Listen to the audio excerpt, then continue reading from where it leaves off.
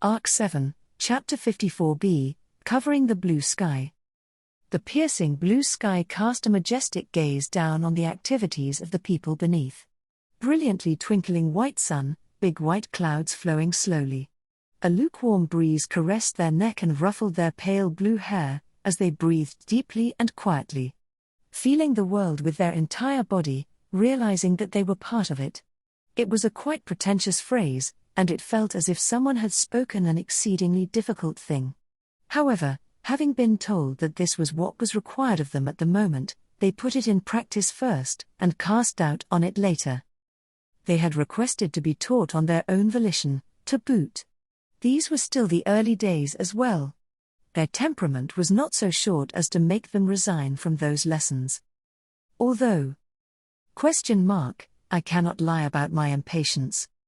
Gently placing their hand on their own chest, they awaited the inhaled air to exert its power within the lungs. They could not quite tell whether this feeling would nurture them from inside. It was frustrating, and it made them feel hateful of their own petty nature to seek instant gratification. No, maybe it was not that it was in their nature to desire immediate results, but the reason was rather the situation they were placed in. Not their own, but that of someone not present, who was endeavoring to fulfill their role elsewhere. There you are. And then, a voice called out behind them to their quiet meditating backs, reminding them of the breath they had been holding. As they exhaled the air that had built up in their chest, they looked back, seeing a small figure running up to them. It was a young boy with fluffy, pink hair. He was such a precarious child with a lovely face, cherry red cheeks, and dazzling white bare legs in short trousers. The boy, who looked about 11 or 12 years old, smiled as he made his approach. "Boy, Priscilla Summer wants to see you. I would like you to come with me." I understand. Thank you very much for taking the trouble, Schultz-san. Schultz, absolutely not. This was not something that would merit such gratitude. Carrying himself modestly, his cheeks being dyed by delight, the corners of the boy's, of Schultz's mouth slackened due to the circumstances. But the matter he had brought along was an errand. The two could not just keep talking and smiling with that in mind. On that note, he tensed his relaxed cheeks and nodded with a small exhale, and then, "So, shall we go together?" Schultz, "Yes, of course. I will join you, Rem-san." Bouncing up and down, Schultz saluted them with a hand to his head, and the girl, Rem, somewhat surprised by Schultz's vigor, nodded, and the two of them headed towards the one who had beckoned her. Towards Priscilla Bariel, Rem's provisional master in the fortress city of Garrel. The fall of the fortress city of Garrel. About 10 days had passed since that terribly absurd operation had been carried out, resulting in the capture of the city with minimal human casualties. Fortunately, there was little chaos in the city, much thanks to the ability of Zika Osman, commander of the Imperial soldiers, and the leadership of Myzelda, whose influence did not diminish even after handing over the role of chieftain to her sister. The presence of those two exercised authority on those endowed with military might, preventing disorder and tragedy from occurring beforehand. Of course, not only those able to fight were present in the city. Rather, the overwhelming majority of those present would be the townspeople, who were divorced from any martial matters. However, even if they did not fight for a living, Garrel's townspeople were still very much in the thick of the action. Initially, reports of strong contempt for Zika and the Imperial soldiers had been rife, as they had been deprived of real authority after the city hall had been taken over with little to no fight. However, such complaints by the townspeople were soon drowned out. That was because, "Priscilla, it is the custom of the empire to follow the strong. It should have been obvious to everyone that my actions were more righteous than those of people who only parlor." Rem, that's. Priscilla, those are the words of those unworthy of being heard, or perhaps of those who bow their head, bearing the tempest, crying aloud when the wind ceases, demanding that their abodes be repaired. Is the word of such a person worth anything? Rem, no matter how you slice it, that sort of extreme is unfair in my opinion. It was not merely a simple standpoint, but a way of speaking of someone that looked down at another party from a higher position.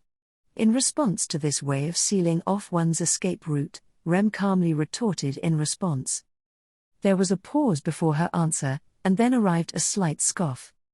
Priscilla, you insult me as a coward. I see, you are quite daring, Rem. Rem, it would be reckless if my life were at stake. But Priscilla-san isn't someone that short-tempered. Priscilla, you dare measure me by your own standards? Rem, because I don't have anything else to measure others with, for starters. Crimson eyes stared her down, yet Rem steadfastly refuted it. For Rem, who had lost her memories and had no real past, everything she saw was new, every action she took was an unknown experience. To dread something that may incur Priscilla's displeasure as a result, would mean being unable to take a step forward. What was certain to her current self, whose existence had begun approximately 20 days prior, was that, for these last few days, Rem had been able to spend time with the woman in front of her without losing spirit. Therefore, Priscilla, humph, what a petulant thing to say. What an uncute girl. Stating so, she buried the hatchet, not betraying Rem's expectations. Albeit Priscilla operated in absurd ways for reasons beyond Rem's understanding occasionally, her impression of Priscilla was basically that she was a rational woman who kept her boisterous remarks to herself. Priscilla sat upon a luxurious chair, resting her chin upon her hand, with a book open in her lap. She appeared quite picturesque, behaving as if she were the master of this palace, or perhaps mansion, albeit this was only a temporary abode. Priscilla, currently sojourning in the fortress city, had seized the largest mansion in the city, leisurely spending her days there. The mansion was, barring the city hall, the largest building in the city, a luxurious waste of space that could accommodate 20 to 30 people. Of course, there had been some protest from the original owners of the mansion regarding the seizure, but it was settled in the way of the empire, the way of barbarism, accompanied by some shedding of blood. In other words, for each side to force the acceptance of their claim, the use of force. Rem, Quickly, Rem directed her gaze to one corner of the room. In the room where Priscilla had summoned and gathered those in a position of servant, another person aside from Rem and the smiling Schult was present as well. This man was the one who had brandished a sword in the duel over the management of the mansion. Rem, Heinkel-san. Heinkel, what? Rem, no, it seemed like you were looking at me in some kind of meaningful way, so I thought something was wrong. The man who responded to Rem's call in a low voice made a sullen face due to the repeated questions. With that, he scratched his own red hair wildly. Heinkel, it's no big deal. I was simply stunned that you were such a reckless girl, talking to Miss Priscilla like that. Rem, after being called daring, I am now reckless, is that so? But that really isn't the case. Heinkel, it just looked that way to me. Don't be petty about it. With a small click of his tongue, the man waved his hand, scratching his head at Rem's answer. The man with fiery red hair, a well-built, tall figure, and looks whose innate manliness became spoiled by his stubble, was a man named Heinkel, one of Priscilla's subordinates. After Priscilla had arbitrarily decided to remain in the fortress city of Garrel, Heinkel and Schult flew in from their original headquarters, together with the man in the helmet, with Al. They made up Priscilla's followers. Schult, of course, Rem Summers also one of us now. Heinkel, don't decide that on your own whim, pipsqueak. This woman is friends with one of Miss Priscilla's enemies. Not only is she not on our side, but she's also a potential enemy. Schult, Rem Summer, you were our enemy? Rem, that's on hold. His perfectly round eyes widening in surprise, Rem responded to a panicking Schult raising a commotion. Heinkel's way of putting things was extreme, but that Rem's position was complicated was something that could not be denied. Rem, having lost her memories, lacked the awareness and the information to confirm her affiliation. Of course, that which contributed most to establishing Rem's tenuous standing was Rem, him. She knew that black-haired boy's presence, Natsuki Subaru's presence, someone who had left the fortress city to fulfill his appointed role, was something that brought certainty to Rem's vague position. However, Rem's feelings were that she could not lend an ear to his words, nor accept them so meekly. The reason as to why Rem could not accept his actions and words was the horrific miasma that surrounded Subaru's entire body. No, right now, that was not the sole reason.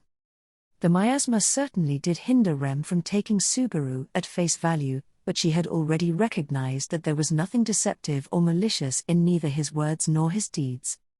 The reason for not accepting him so docilely was that Rem's own foundation was unstable. Who she was and what kind of relationship she had with Natsuki Subaru and the others, she wondered.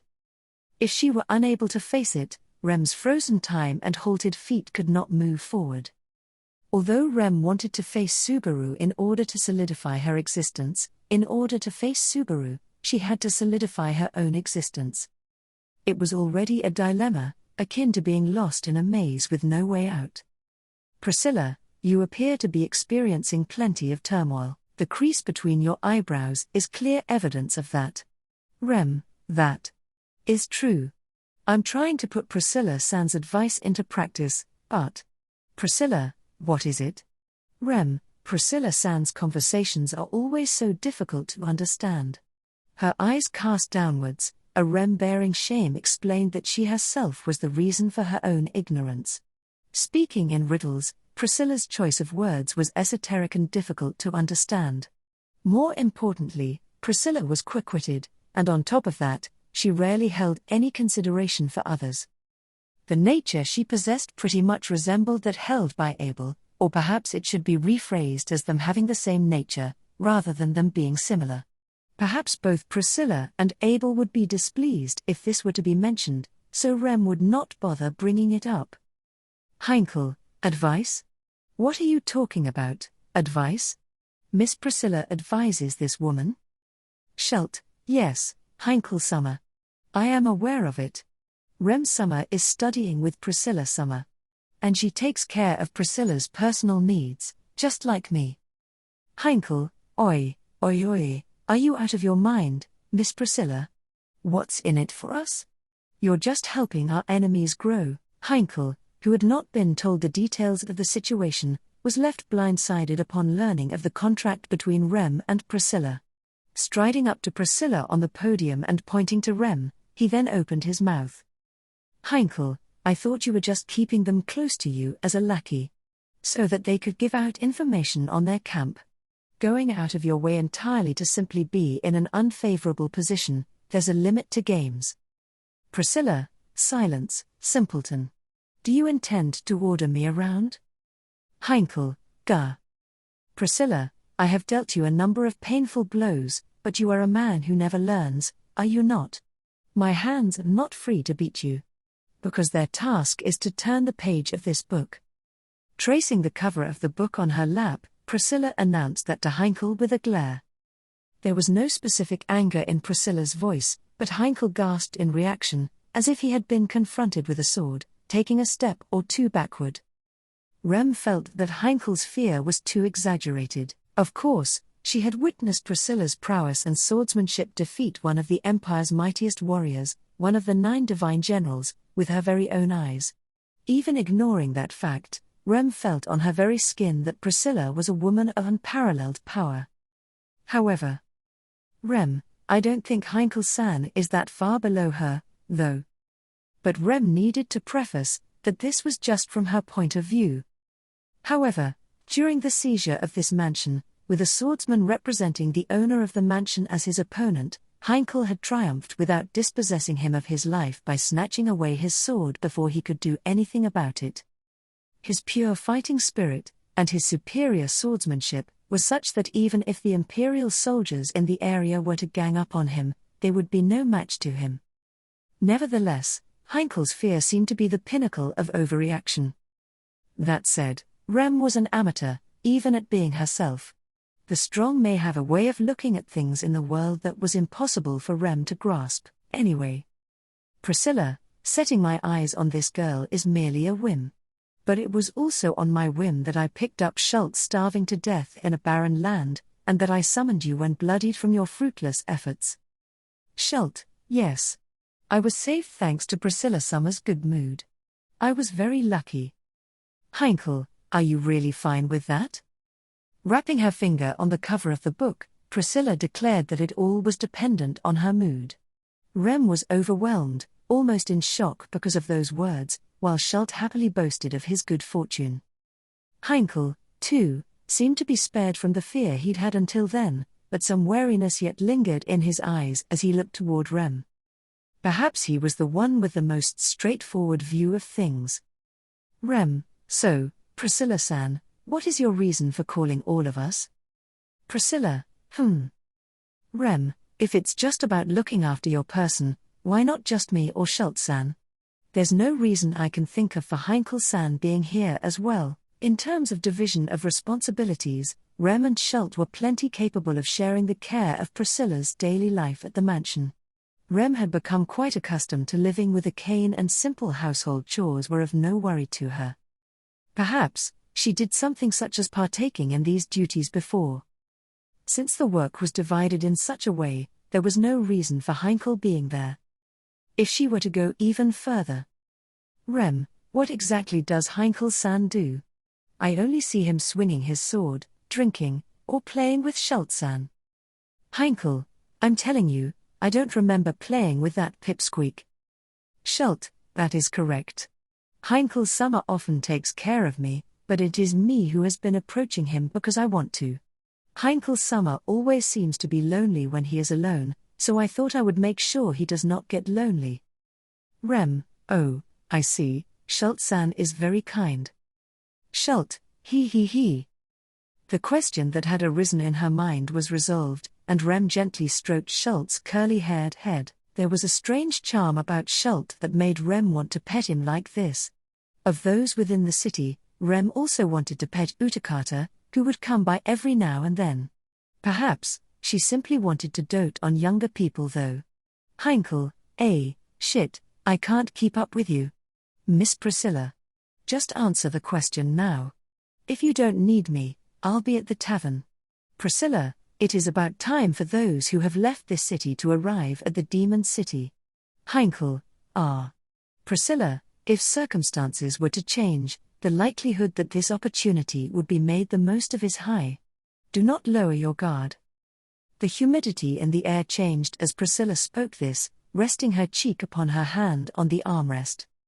The parched, stale air was a sign that attention had been correctly applied to Priscilla's words. Heinkel's expression sharpened, and Rem felt as if she had been prodded in the chest.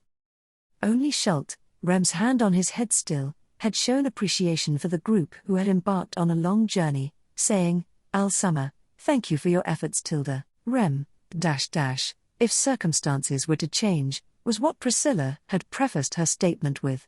But at least for Subaru and the others who had departed, it would bring about definite changes, both good and bad. Negotiating with the only potential ally, this negotiation would certainly determine Abel's decisions from henceforth. Heinkel, this whole thing about this opportunity being made the most of. Miss Priscilla, is there something particular that you noticed? Priscilla, no, it is nothing so concrete. It is merely a rule of thumb of mine. Heinkel, rule of thumb, is it? What is that supposed to? Priscilla, when great things move, they move all at once, as if the quietness that had prevailed up to that point were a lie.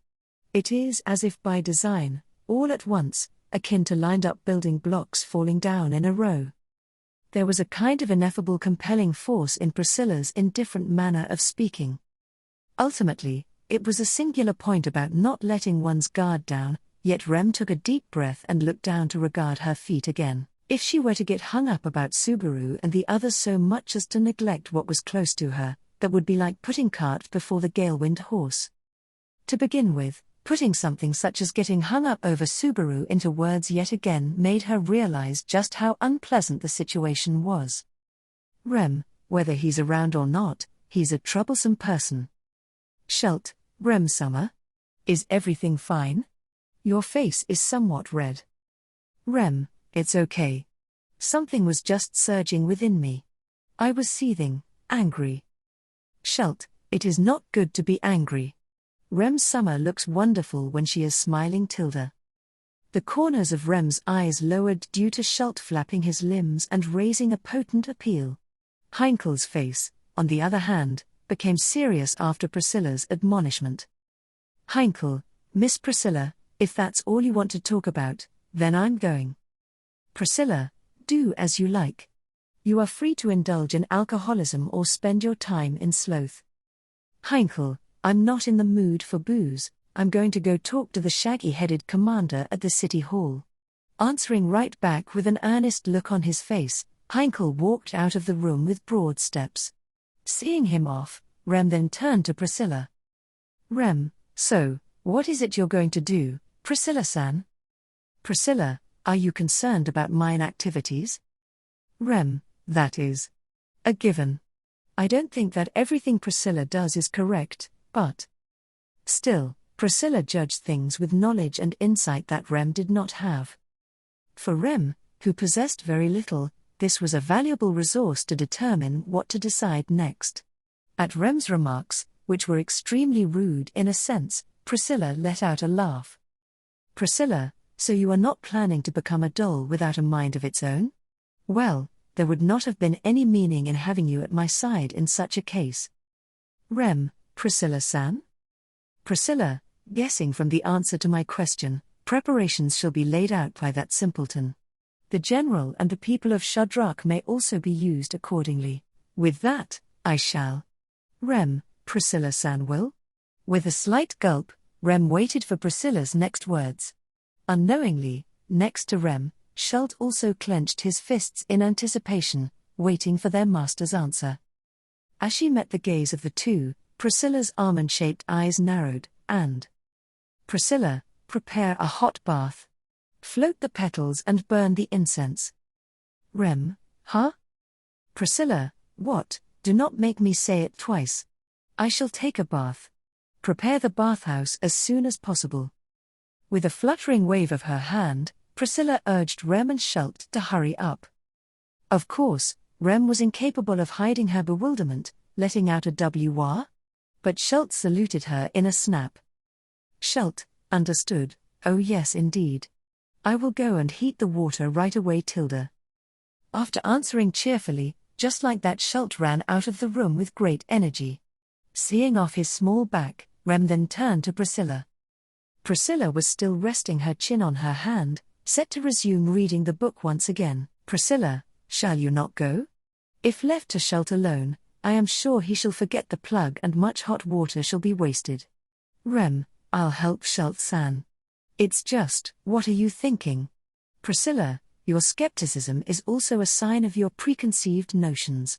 Do you regard me as this world's observers, who can manipulate every event at will? Rem, I wouldn't go that far, but persuaded by facts and logic, the momentum of Rem's questioning deflated. Priscilla scoffed at Rem's behavior, and continued, listen. Priscilla, everything in this world is made for my convenience. But that does not mean that everything shall follow mine will. Such tedium is not what I desire. Rem, having everything according to your will is tedium? Priscilla, where is the point of facing tomorrow if everything that can happen is as written? Rem, do you desire a world where everything has been over since the day you were born? Rem, --. Upon being asked that by Priscilla, Rem shut her mouth in silence. Priscilla's words were again esoteric, so she barely comprehended the point of the conversation. To live one's days as desired meant never encountering the new or the unknown. And that was undesirable for Priscilla. However, Rem, as someone who can't perform many things properly, I will strongly disagree. Rem had seen Subaru off on his journey, remaining in the fortress city beside Priscilla. Underlying this was a desire for the Rem that had been lost, and a search for a way or a chance to break free from her current inadequate self. Priscilla's way of enjoying what did not follow her wishes was incomprehensible to Rem, who suffered from being unable to do anything the way she wanted. Even if that made Priscilla give up on her, regarding her as an uninteresting woman. Priscilla, I do not expect you to be like me, nor do I expect you to want the same thing. Do as you please. But Priscilla's reaction to Rem, who was even prepared to speak out of her pathetic conviction, was unexpectedly soft. Priscilla looked at Rem, eyes rounded in amazement, as if gazing at a helpless puppy. Priscilla, the world is beautiful just as it is. Priscilla's quiet muttering seemed to contain her true feelings without any compromise. Posteriorly to thinking so, Rem dismissed the idea as ridiculous. Because if those were her true feelings without any compromise, they were far too grandiose. Priscilla loved and cared for things far too grandiose. Rem, caring for and cherishing is the exact opposite impression I get from Priscilla-san. Priscilla, did you say something? Rem, no, nothing of importance. Rem shook her head loosely, the fuzziness in her chest had faded slightly. Not all was clear, but that dark cloud that had just been there had disappeared. Indeed, Rem had just finished a step further into her self-analysis and Shelt, www. Hot water is overflowing. I am drowning tilde. And so, they heard Shelt's urgent screams coming from the bathhouse of the mansion. Sure enough, Rem was reminded of Shelt, the latter amidst an unexpected situation, and directed her face upwards. Priscilla's eyes meet hers, the former then jerking her white chin and commanding her, go. Rem, I won't move to your whim, Priscilla-san. Priscilla, but you cannot ignore Shelt's screams. See, the victor is I. Rem's resistance to at least not being at her mercy dissipated, as if ephemeral. Because Shelt's safety was at stake, no further defense was raised. Priscilla's advice, it had with certainty driven a wedge deep into Rem's heart. When things moved on a grand scale, they would pay no heed to every individual puny human. With nary a worry for those who embroiled into it, they washed over the latter much like surging waves. Rem believed she had experienced this firsthand. Having woken up without memories, the current Rem's memories started in an unfamiliar place, with an unfamiliar someone holding her arm, running from that boy, coming across him once more, being captured by many Imperial soldiers after that, being rescued from within the smoke and flames. She now spent her days in this city just going with the flow. So much so that Rem believed that turbulence was just the word for what she had been through. However, the fact that even that understanding of hers was too naive was something that Rem would soon be made aware of. Rem, Priscilla-san? Rem's brow creased due to Priscilla, who stood up after smoothly evading her hands. Enveloped by warm vapor, Rem was in the mansion's bathroom, wrapped in a bath towel. The principal reason for which Priscilla requisitioned this mansion was the existence of this splendid bathroom. A bath that you could fill with hot water, stretch your limbs in, and be completely submerged in, seemed to have been made on the design of the mansion's owner. Nothing in the world could replace it. While in actuality Rem would be allowed to bathe in it only after she had finished assisting Priscilla with her own bath, she'd had such an experience with it that she could even understand Priscilla's feelings of wanting to hog it all for herself. At any rate, during her bath in the bathhouse, Priscilla stood up gently, distancing herself from Rem's hands which were washing her hair, and headed towards the bathroom's window. Rem, Priscilla-san, I'm still in the process of washing your body so. Ah. What are you trying to do? That question of Rem's seemingly fell on deaf ears, as Priscilla, her beautiful body generously exposed, opened the bathroom's window. Cold open air which could not compare to the hot steam entered the bathroom, and Rem unconsciously drew in her body. However, Priscilla's sudden actions did not stop there. She leaned her body over the open window, and continued out towards the balcony outside the bathroom. Rem, what are you doing? Others will see you. No matter if this is the top floor, you can't just.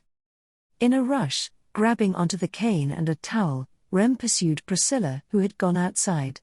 Draping the towel over her slender shoulders, she admonished herself for believing herself adapted to her suddenness. However, ignoring Rem's introspection, Priscilla with her gaze turned towards the sky. Priscilla, it is the sky. Rem, the sky. We're not so high up as to be there. Come on, before the water gets cold, let's go back in. As she tried to pull on her arm, Rem's movement was interrupted. Priscilla turned around, having gently and smoothly pressed her finger onto Rem's lips. In front of Rem, whose eyes had unconsciously opened wide, Priscilla's blood-red pupils swayed and Priscilla, look to the sky, Rem. It appears to be the end of this vacation. She did not understand that word, her tone had not allowed Rem to hold any doubt. Her line of sight was simply carried up as if guided, and Rem too turned her eyes towards the sky Priscilla looked up at. Rem's blue pupils focused so as to see the same thing Priscilla had seen. However, the fact that she had definitely not failed to notice it was something that she could not enthusiastically declare. As for why? Rem, that's. Above the balcony, overhead from Rem and Priscilla basking in the wind, in the sky that the overly big sun was shining upon, there was a black spot of light floating there, slowly approaching. The black spot was a single one, nay, 2, 3, slowly multiplying. As their blurry shape became more and more distinct, Rem's throat unwittingly released a gasp. Their numbers increasing, the true identity of the approaching black spots was. Priscilla, hurry, and tell those below to make ready weapons. A flock of winged dragons is no laughing matter. Priscilla's advice becoming more pronounced with reality, was something Rem perceived with her skin, with her soul. At the same time, gazing at a city surrounded by tall walls from above, golden pupils narrowed. Body entirely wrapped by the azure sky, traveling through a grand space like they owned it, an existence that cut through the wind flying next to the clouds, this greatest of all the world's creatures, a swarm of flying dragons, ? The fortress city of Garel. Putting the target city's name on their tongue, their seething, burning fighting spirit fired up the blood in their entire body. Responding to that rising fighting spirit, the spirits and enthusiasm of the flying companions surrounding them increased. The sound of neighing mixed with the flapping of wings in the sky, as their anticipation for the hunting time drew near before their eyes escalated. Whoever rebuked this as rashness, would be nothing but a shame to the hunters of the azure skies, the dragons. Whoever did not have their blood boil from this expectation, was a coward without the qualifications to be adjacent to the white clouds. Dragon, Kiriarara. ? Understood. Let's do our job properly, as the senile old man said. The appeal rising from below their feet was the expectation displayed towards the hunt from the one whose back they borrowed. On the back of a flying dragon flapping its wings, the small figure of a person with arms crossed expressed their understanding of that excitement. Sky-blue hair that met at the shoulders, and golden eyes that shone brightly. The florid dress that wrapped that seemingly dainty figure did not express in the slightest the ferociousness and savageness of that existence. At a glance, some could even describe it as a charming appearance. However, that was only till one laid eyes on the two black horns that rested atop that figure's head. Even in the empire of Wallachia, where horned races were not few, laying eyes upon black horns was something that seldom, nay, never should come to pass. Because that was nothing if not proof of an existence that should not be. ? Everyone, are you ready? The figure with black horns that should not be, their call beckoned innumerable neighing, the responses of the swarm of flying dragons, of the rulers of the sky, of the uncommutable swarm of several hundred.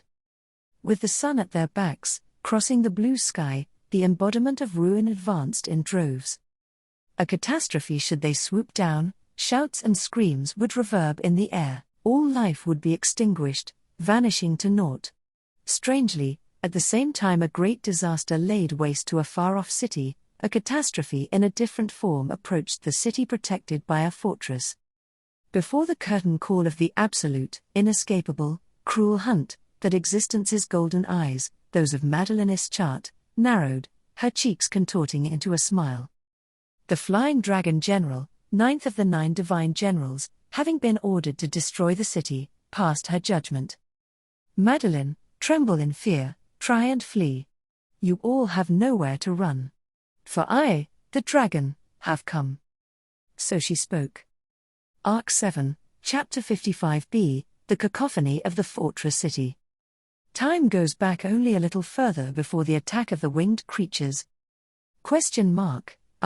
I messed up again. I really am no good at this. A boy walked down the street, shaking his head crowned with pink fluffy hair. The boy from the city's largest mansion, Schult, was wearing short pants that exposed his white legs. With a sigh, Schult, looking downcast, held and opened his slender, soft, not too sturdy hands. Schult, still young, had already decided that, for the rest of his life, he would only have one master. Born in a poor village, Schult was reduced to a meager existence by the weight of the year's tax collection, destined to starve to death on the side of the road after being evicted from his home. Hungry and thirsty, he ate mud and nearly made that the last meal of his life, but the radiantly beautiful sun came along and saved him. He had been saved by that way of life that scorched the whole world to the ground, and that posed as the reason why Schult existed right now. That was why Schult sincerely hoped to devote his entire current and future being to his benevolent master. And yet, Schult, I hate myself for not being able to help in any way. With a deep sigh, and even that sigh was weaker than the average person's with his lung capacity as rationale, Schult's head, chest, and heart were collectively aching due to his own inadequacy. Recently, he had been struggling to fulfill his important master's mandated tasks, even messing them up completely.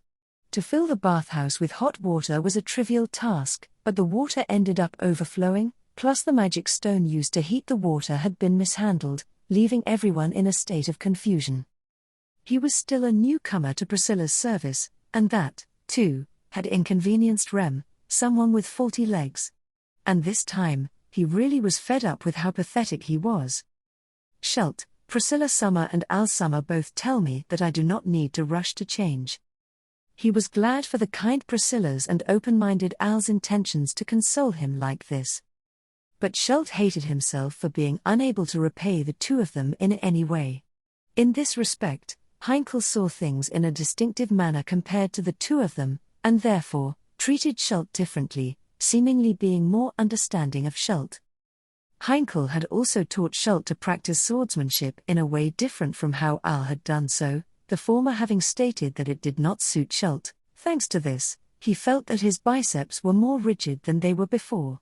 Schult, Heinkel Summer's way of swinging the sword every day was better for me than Al Summer's way of taking 10 days off after 1 day of swinging. I can't tell Al Summer because I do not want to disappoint him.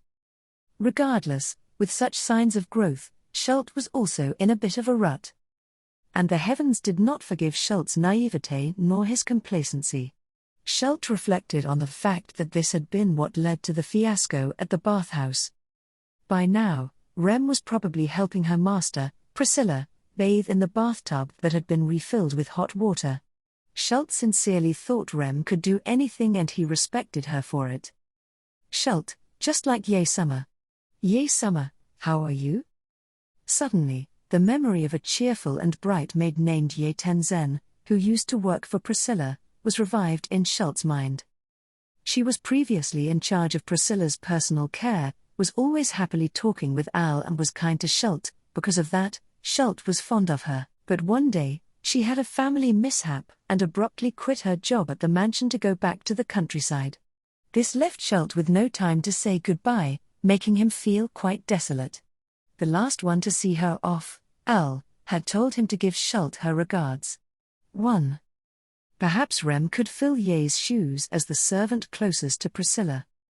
If the kind and hard-working Rem did become that someone, Schult would be quite glad about it. She got along well with Priscilla, and he was certain Rem would enjoy it too.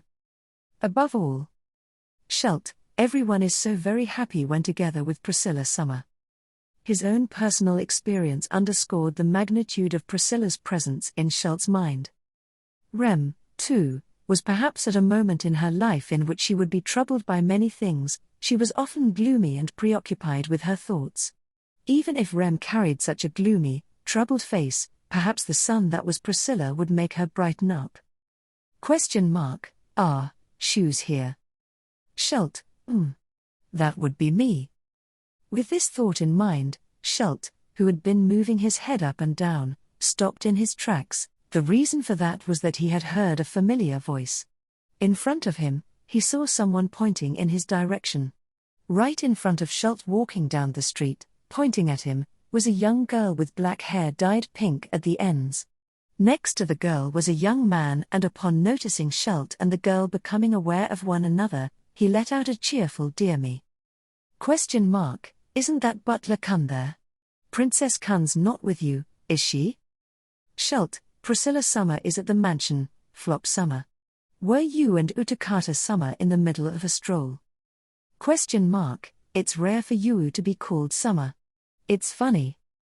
The young man, donning a soft smile and waving his hand, Flop, nodded with an exactly to Shelt's question.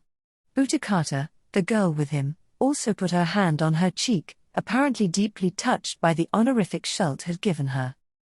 Flop and Utakata were the first two people Shelt had met after arriving in Garrel. According to what Shelt had heard, Flop was a merchant who traveled from town to town, and Utakata was a warrior from a tribe called the People of Shudrak. Both were fine people with their own places to be. Flop, oh? That's a rather depressed face you've got there, Butler Kun. I'm wondering if you've perhaps got a problem with your face. Shelt, that is amazing. Flop Summer understands? Flop, oh, of course I understand. Most people have their worries. And my little sister, who may look like she has no problems at all, actually does as well. Utakata, Midi-Eye didn't seem to have troubles. Flop, she does have them. Surprising, isn't it? Putting his hands on his hips, Flop opened his mouth greatly and let out a burst of laughter. Seeing Flop's cheerful attitude, Shelt also felt cheered up somewhat. Flop, like Priscilla, was like the sun that brightened the world in their surroundings. Surely, many colorful flowers would be blooming around Flop. Shelt, like a prince in a field of flowers. Flop, ha ha ha, I'm nothing as great as a prince. I'm merely a peddler. So, Butler Kun, what sort of issue ails you? Why don't you talk to me? Shelt, are you sure? I thought you were on a walk. Flop's body leaned over, bending at the waist. Shelt was grateful that he would listen to him. Glancing at him was Utakata, supposedly taking a stroll with Flop. However, Utakata narrowed her widened eyes and shook her head, not looking bothered in the slightest. Utakata, Yu has time. Playing with Fu was just for killing time, so let's hear about Shu's problems. Flop, exactly. Oh, don't think of it as killing time. Every problem's important to the person suffering from it. So let's listen carefully. So, after a not-so-tough chest thump, Flop led Shelt and Utakata both to the end of the street, toward the edge of the curb of the flower bed there. So the three of them, putting their butts on the curb, started talking in the breeze. Shelt's problem, as aforementioned, was that of being useless. For Priscilla, he wished to be more self-sufficient, to be capable of doing more. Shelt, so how did you, Flop Summer and Utakata Summer, become the great people you are today? Flop, ho ho, I see, how did we become the way we are now, huh? What a philosophical question. Shelt, philosophical. Is that so? At the smiling Flop's answer, Shelt braced himself at a hint of yet undiscovered wisdom. Without understanding what this philosophy was, could Shelt's concerns be answered? If so, he was willing to study that philosophy as well. Utakata, Yu became Yu, because Ma gave birth to Yu. Shelt, Ma, is it? That would be. Utakata, Yu's mother. She was good friends with Ta. But then she stabbed herself and died. Shelt, is that so? As she recounted the story of her mother's death, Utakata swung her dangling feet. Although Utakata's attitude was a detached one, Shelt was astonished to hear of happenings that he had not expected. Flop, opposite of him with her in between them, patted Utakata's head gently. Flop, I see, your mother did such a thing. That's a terrible thing, Miss Utakata. Utakata, it was harder for Ta than it was for you. Everyone helped you grow up, so everything's fine. I grew up just like that.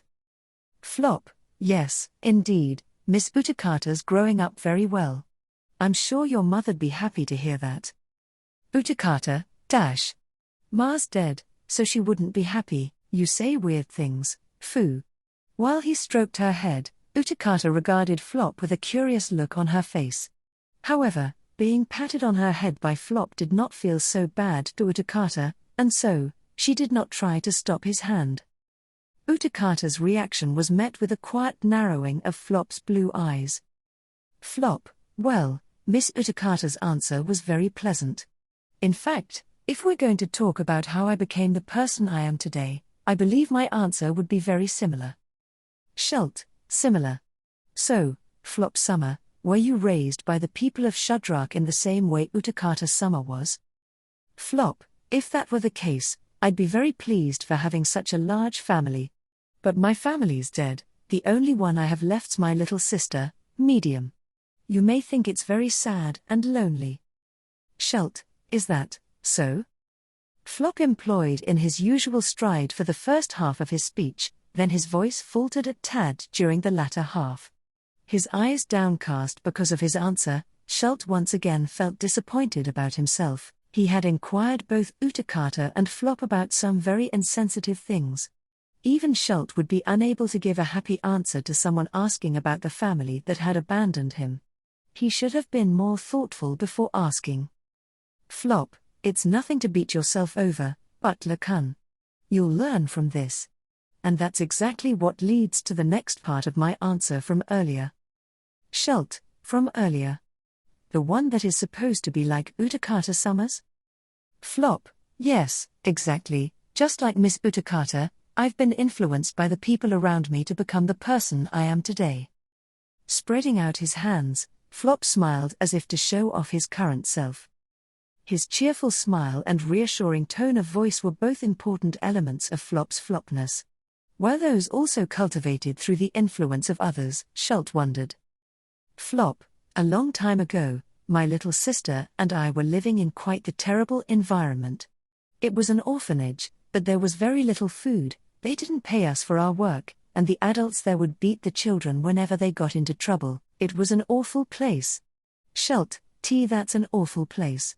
What is a child to do in such a place? Utakata, you would burn it down. Shult, burn it down. Flop, ha, that might have been a good idea. But it didn't turn out so. Shult agreed with Utakata's suggestion of burning down Flop's harsh past. But Flop, laughing at their answer, had already moved past that. How exactly had they gotten past it? Flop, well, it was thanks to someone else's help. There was a benefactor who helped us. That was my little sister and mine's family. They're dead now, though. Shult, they helped you, is that right? I'm relieved to hear that. Flop, do you understand me, Butler-kun? Shult, I understand. I was also saved by Priscilla Summer. Gently placing his hand on his chest, he felt through his fingertips that he was no longer a body with nothing but skin and bones attached. That was proof of what Priscilla had bestowed Shult with, to this day. Shult's toughness, strength, energy, and respectability proved that Priscilla's actions on that day were no error, and Priscilla would not be made to regret them. At the glint in Shult's red eyes, Flop chuckled a little, and Flop, for the most part, I've got similar feelings. So I'm in the process of trying to make my big goal come true. It's a hard road, but I want to keep going and not give up. Shult, I hope you do not give up.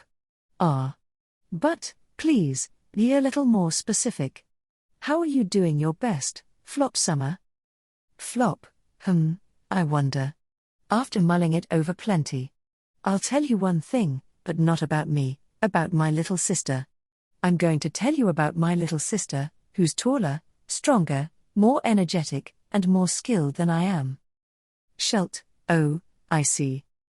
The reason why Flop put his hand so far above his head was because his sister, the topic of discussion, was that tall of a person. This was not the first time Flop had mentioned his sister, but Shult had yet to meet her in person, as at the time he and Heinkel arrived at Garrel to meet up with Priscilla, Flop's sister had already left for another place, leaving that aside. Utakata, midi-eyes big and strong. Me's impressed. Flop, the best thing about her is that she's vocal and unafraid. And of course, she's also very skilled, which is something I, as her big brother, am very proud of. She's been working hard to become stronger. Schult, to be strong. Is that so? How virtuous. Undoubtedly, she had been working hard to become stronger, staying positive and never losing sight of her ambition. Schult tried to accept that maybe the key to progress was to keep trying one's best without losing spirit. However, Flop shrugged, saying, "No, no. Flop, you'd think so, wouldn't you? But, by the way, medium got stronger is a bit more negative." Schult, N negative? What does that mean? Flop, it's simple. When I was beaten up by adults, medium, well, she always stroked my wounds gently. Speaking nostalgically of the past, Flop stated so, lowering the corners of his eyes. Schult was bewildered by the discrepancy between the gentle tone of his speech and the content of his words. However, being told that stroking a wound from a beating was the beginning of getting stronger made zero sense. Schult, I am so sorry that you were beaten up. But, Flop Summer, what were you doing when your sister was gently stroking those wounds? Flop, me? I was smiling. I was happy for medium's feelings. If I didn't smile, she, the one being defended, would be worried sick. Schult, Flop, so, the first time I couldn't cover for her and she took a hit, she was surprised from the bottom of her heart. When she stroked the wound she received from being beaten, she felt pain. It didn't heal, nor did the pain go away. As regrettable as that is. Shaking his head loosely, Flop replied forlornly. Hearing Flop's answer, even the dense Schult finally understood his true intentions. He finally understood why his sister had desired to become stronger, and how had she managed to not give up along the way. Utakata, if you don't want it to hurt, you have to not get hit. Is this what Midi-I thought? Flop, well, that's precisely it. A very simple and good answer, even though she's my little sister. Thanks to that, medium's stronger, and our siblings' journeys become safer. Flop exaggerated his smile as he spoke, but to Schult, it looked a little different. Not only was it bright, but it appeared to be a proud one. Surely, Flop was proud of his sister from the bottom of his heart. That was something to be envied very much. Schult, I want to be stronger too. Just like your sister, Flop Summer. Flop, I'm sure medium'd love to hear that. No, she might be embarrassed.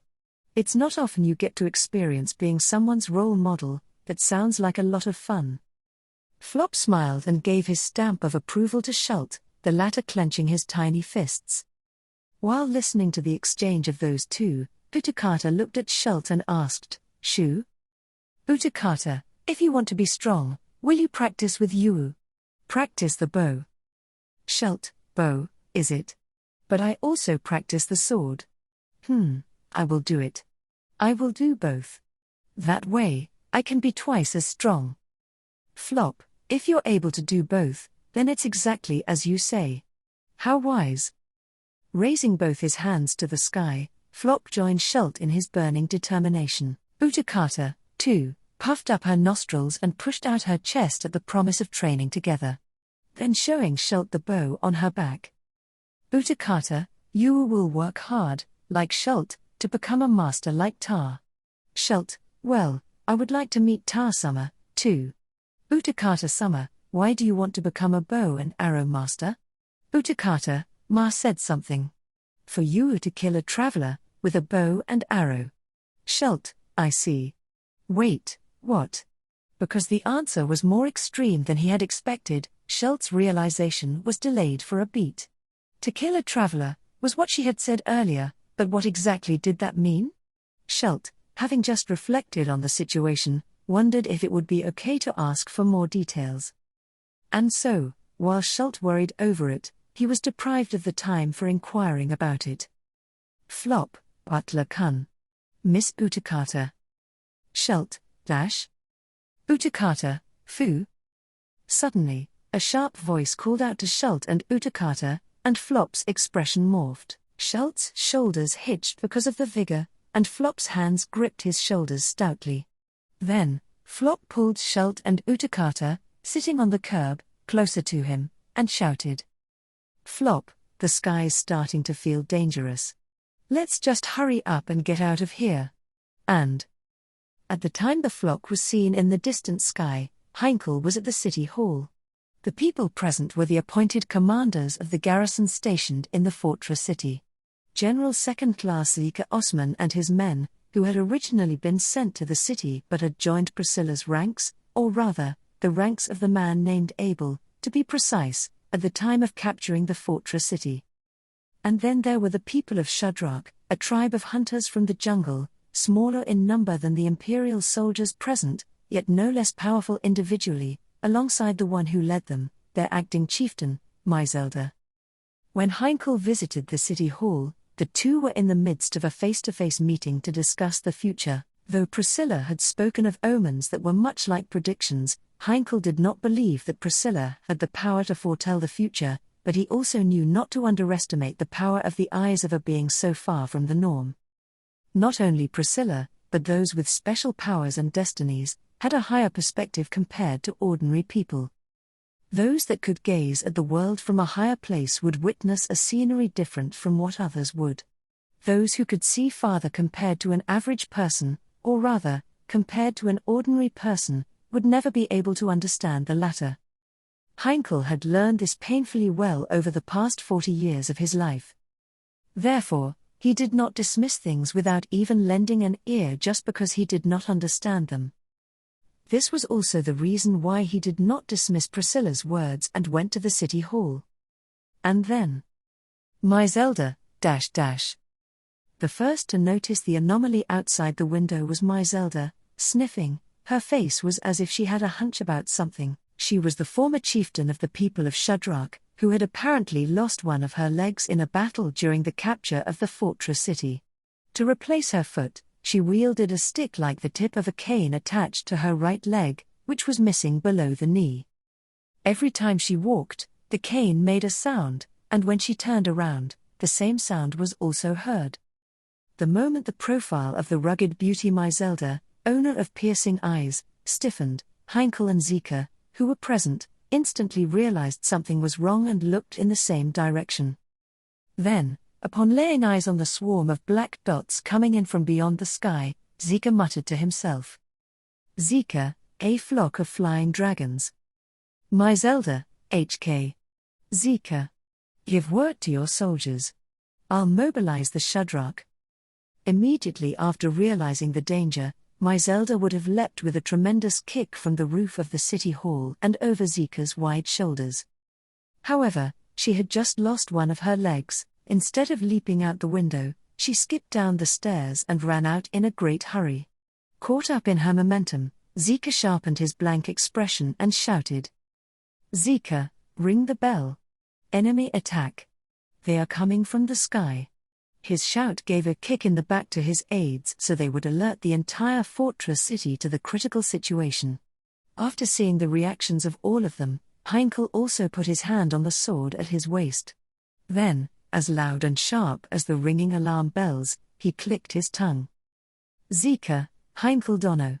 Priscilla Dono is. Heinkel, Miss Priscilla's at the mansion. She knew something'd happen. She'll be on the move soon. As Zika turned around, Heinkel turned his attention to the enemy shadows in the sky. In mere seconds the swarm had clearly darkened in color and increased in size, approaching the city at tremendous speed. There was nary a moment to lose. Heinkel, assuming this is an enemy attack, do you have any idea who the attacker might be? Zika, the number of flying dragons is extraordinary.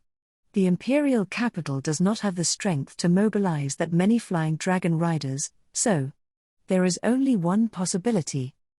Heinkel, so, what is that possibility? Heinkel's words became rough, as time was being cut shorter by Zika's roundabout way of talking. Faced with Heinkel's hounding him, Zika paused for a beat, and then said. Zika, the flying dragon general, Madeline Ischart. She controls flying dragons. In other words, Heinkel, one of the 9 divine generals. HK. Heinkel scratched his head due to the mention of a familiar name. He was not an expert on the inner workings of the empire, but he was the deputy commander of the royal guards of the Kingdom of Lagunica. Because of his position, he was far more knowledgeable about information regarding other countries than most people. He had at least heard the names and aliases of the 9 divine generals, the highest military force possessed by the empire. It seemed that all of them were warriors with extraordinary abilities, and only the best in the kingdom, a group in which Marcos, the commander of the royal guards, was also included, would be capable of being a match to them. And, of course, there was the kingdom's most powerful person, the Sword Saint, but Heinkel, didn't someone say something ridiculous like some guy fighting Reinhardt? The strongest swordsman in the Wallachian Empire was said to be as good as Reinhardt. Of course, the 9 divine generals would possess their own strengths and weaknesses, but the thought of being attacked by a monster on the same level as that person was Heinkel's worst nightmare. Heinkel had no intention of coming to the Empire to begin with. He had simply gone along for the ride when Priscilla decided to go to Wallachia of her own accord. He had no interest in the existence or destruction of this fortress city.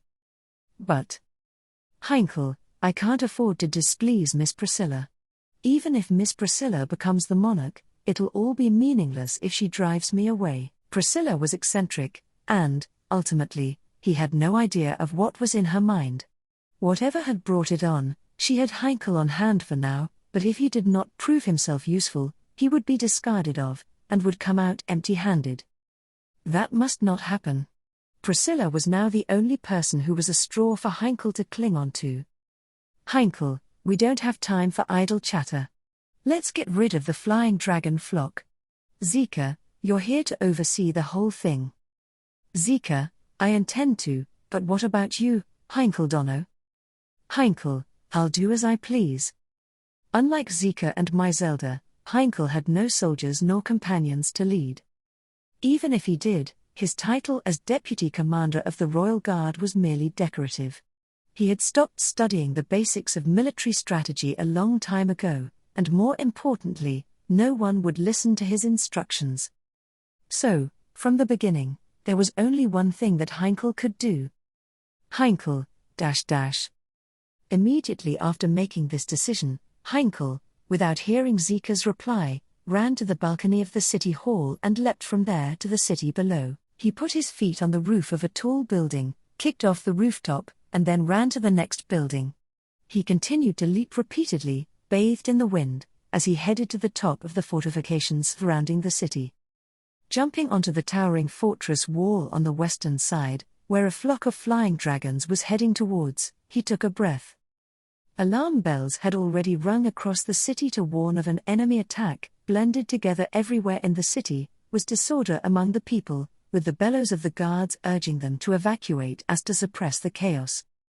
Heinkel, shit. The smell in the air changed noticeably, and the taste of spit on his tongue became bitter.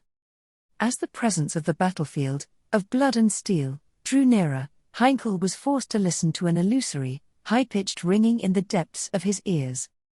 In addition to Heinkel, Imperial soldiers had also rushed to the western ramparts. If Zika's guess was correct, the attacker was one of the 9 divine generals. How were they prepared to fight against an opponent in the position of General First Class of the Empire? Did they not think that anything about that was wrong, even more so if they were under the same banner? Or was it all fine, as long as they could fight? If they were to die fighting, would they be satisfied with that? Heinkel, fuck all of them, fuck all of them. A boiling, throbbing, black heat poured out of his chest and into his entire body. Heinkel gritted his teeth to the point of creaking as he savored the dark heat that began in his heart, traveled through his internal organs and lower abdomen, then onward to the tips of his limbs and fingers. Heinkel's hand slowly reached for the sword at his waist, the sword bearing the name Astria, as he gripped the hilt tightly. And then, Heinkel, all of you can go to hell, motherfuckers. With a howl of unbearable rage, Heinkel's sword flashed out, and the thick neck of a flying dragon passing by spurted blood, and split asunder. Alarm bells rang as the screaming of people running away from the city overlapped in a quite exquisite, yet also frightening way, the fortress city of Garel having become a battlefield filled by auditory pandemonium. The army of flying dragons encroaching from the western sky, composed of no less than several hundred specimens of majestic appearance, had shattered the hearts of the residents, who had been reassured by the fact that the city was protected by walls on all four sides. If there was a weakness to these walls, which could withstand even the destructive energy of powerful magic stone cannons, it would be none other than terrifying beings able to bypass even large walls. Whether that be a being which could step over the walls, or a ruler of the sky that capable of flying over them. Undoubtedly, it was no exaggeration to say that on this day, the fortress city was being assaulted by its greatest, most formidable enemy. Flop, this isn't very good. Avoiding the main street in which screams echoed, Flop peeked out from an alley and frowned. A few minutes after spotting the flying dragons in the sky, things took a turn for the worse, having yet again transformed into a battlefield much like had happened 10 days prior. The fortress city's brief respite was erased from its people's minds. This time, however, compared to what had transpired 10 days prior, this change was for the worse. At any rate, Flop, husband Kun, was trying to cause as little damage as possible, but this time, the opponent apparently doesn't seem to have that kind of consideration. Subaru had aimed to pull off a bloodless siege by the bold means of cross-dressing as a woman. Although this goal had been foiled by an unexpected intruder, the amount of blood spilled would have been incomparably greater if a plan other than Subaru's had been employed.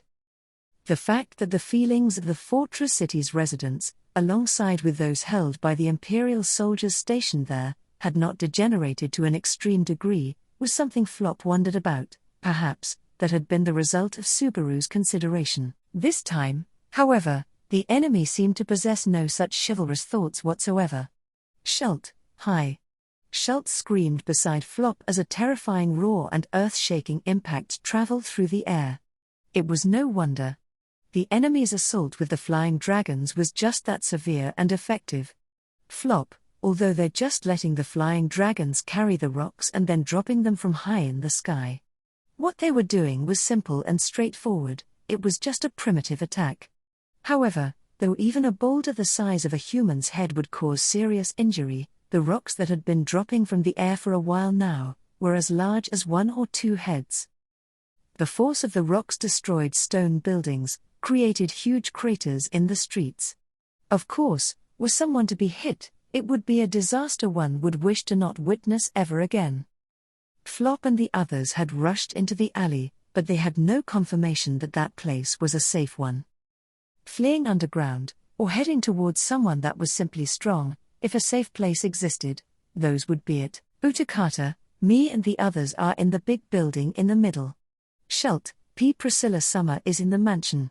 Flop, oh, yes, of course. You're both very smart, I agree with you. The problem is, we're right in the middle of both those places. The called upon Zelda and Zika were reliable in their ability to defend the city. Although she was a fighting force of one person only, Priscilla's ability was comparable to that of the 9 divine generals. Flop was torn as to which direction to rush to, as well. And while they were worrying. Help. You are. Right in front of the alleyway where Flop and the others were hiding in, a figure fleeing down the street screamed, then disappeared. No, he had not disappeared. The man's body was snatched up into the sky by a shadow flying at great speed, taken away in one fell swoop. Apparently, the flying dragons in the raid had different roles and were divided into 2 groups. The ones from earlier, those that let large stones fall, and those that attacked directly, or, more likely, there were flying dragons that had taken on other roles. Shult, J just now, that person. HK. Flop, even if we wanted to help, we wouldn't be able to. And we can't bypass them either. If we get caught in the claws or fangs of a flying dragon, the 3 of us will be taken into the sky together. Utakata, Yu's bow is here. With this, I can take down a flying dragon.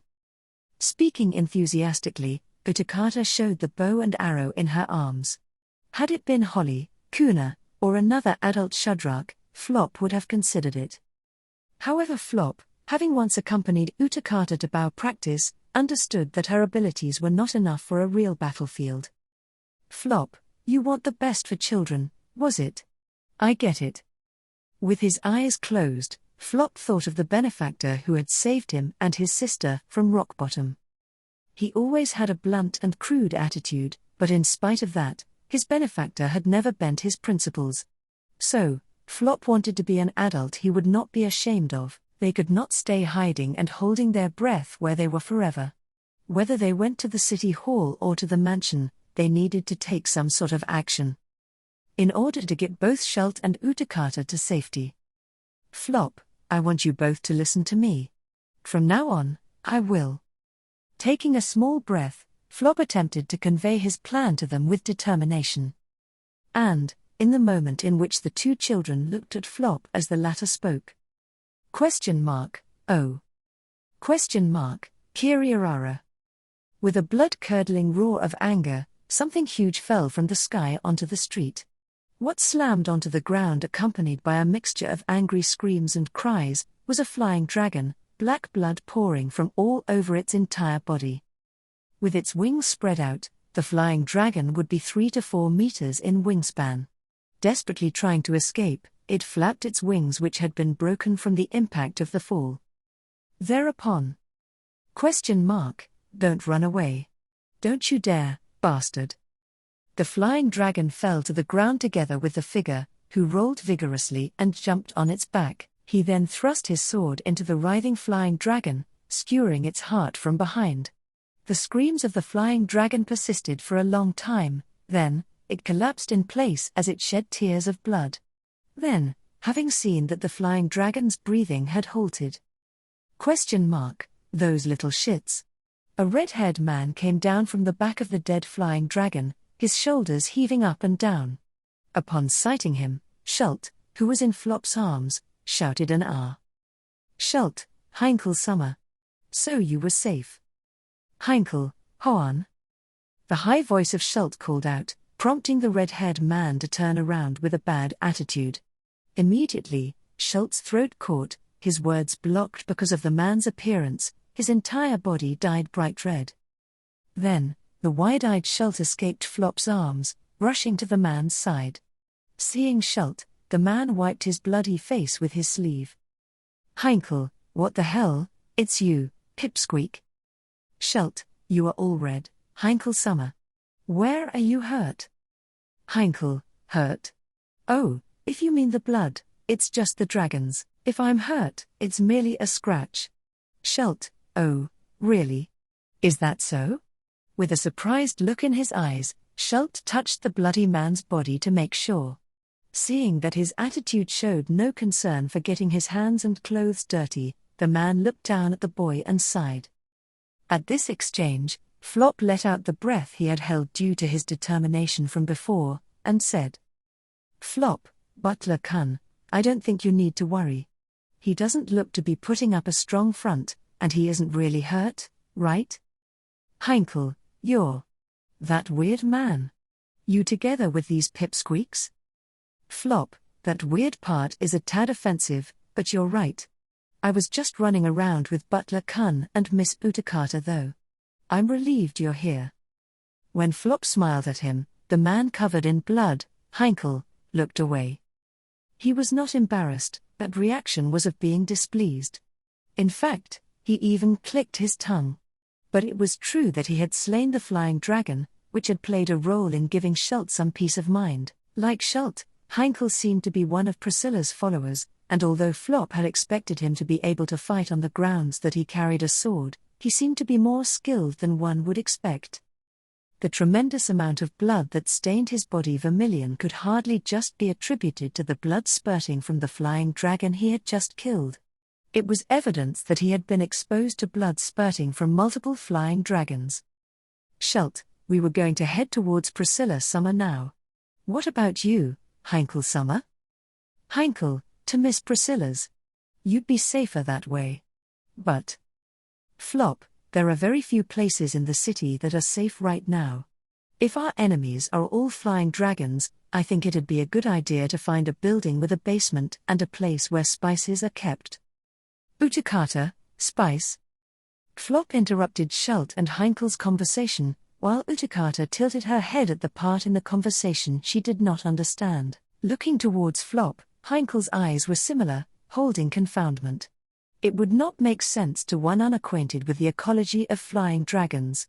Flop, flying dragons have a very good sense of smell. They can smell blood from a great distance. On the other hand, they don't like strong, pungent smells.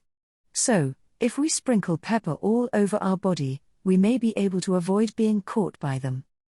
Heinkel, you seem well informed. Flop, I'm a peddler who travels from place to place. Also, I happen to know someone who knew a lot about flying dragons. He may have been the person most knowledgeable about them in the Empire. However, he had often heard about the good side of flying dragons from that person, so he had not expected to face them as a threat in this way. At the very least, if the knowledge he had acquired was true, his plan to get covered in spices in order to escape the flying dragons should work.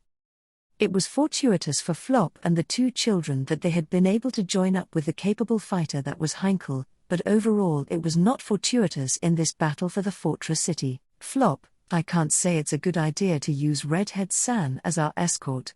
Heinkel, who could go toe-to-toe with flying dragons on his own, was a valuable asset to the city under attack by a countless number of them.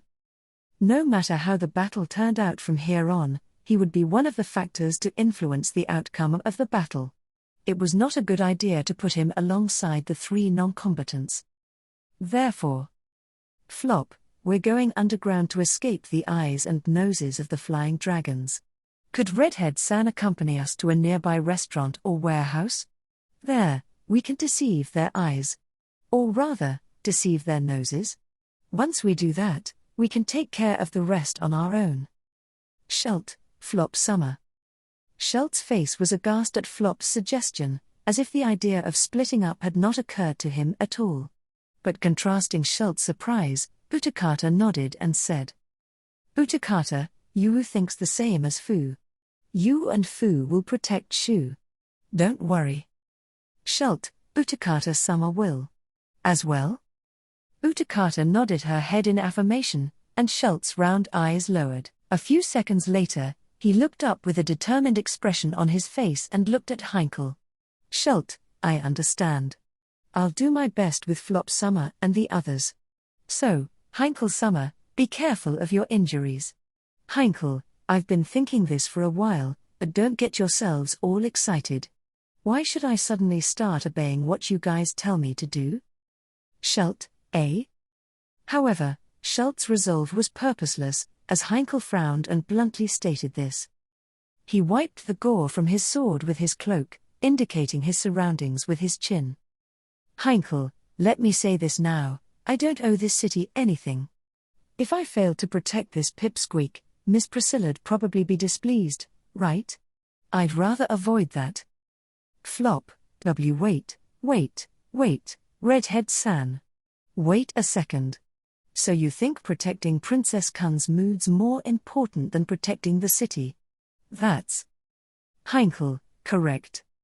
Flop, The reply was so clear and definitive, that Flop could not help but involuntarily let out a disappointed look. Heinkel stared at Flop's face, his blue eyes glinting amongst the red filth covering his face. Heinkel, I got something more important than this city, more important than someone's life. And it's not this pipsqueak. Miss Priscilla, who dotes on this pipsqueak, has something I need her to give me no matter what. If that's what's needed to get that, then I don't care how many people die. Flop, Redhead-san. Heinkel, besides, I'm not that much of a big shot, and neither are you. You need to know your place. There's only so much you can do. Don't try to reach outside of that. You'll only make a fool of yourself. Flop, Heinkel, no one can be a sword. As he spat this out, Heinkel's hand reached for Schult's shoulder. As Schult's slender shoulder was gripped by his hand, the young boy turned his moist eyes toward Heinkel. The fright that filled those eyes. Schult, Heinkel Summer, you look like you are in pain.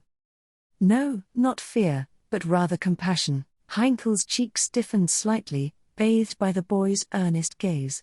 But it did not move his resolute heart. Heinkel, I'm taking this pipsqueak to Miss Priscilla. You guys are on your own if you want to follow me. But don't make the mistake of thinking that I'll protect you. With that, Heinkel grabbed Schult and turned his back on Flop and Utakata. He would step out into the street, heading toward the mansion where Priscilla was located. Flop was hesitating on whether he should heed his warning, when... You're the one killing us dragons? A moment later, accompanied by those short words, a falling shadow landed on the ground with a furious roar. A dense cloud of dust and debris was kicked up as an intruder suddenly carved up a large hole in the ground.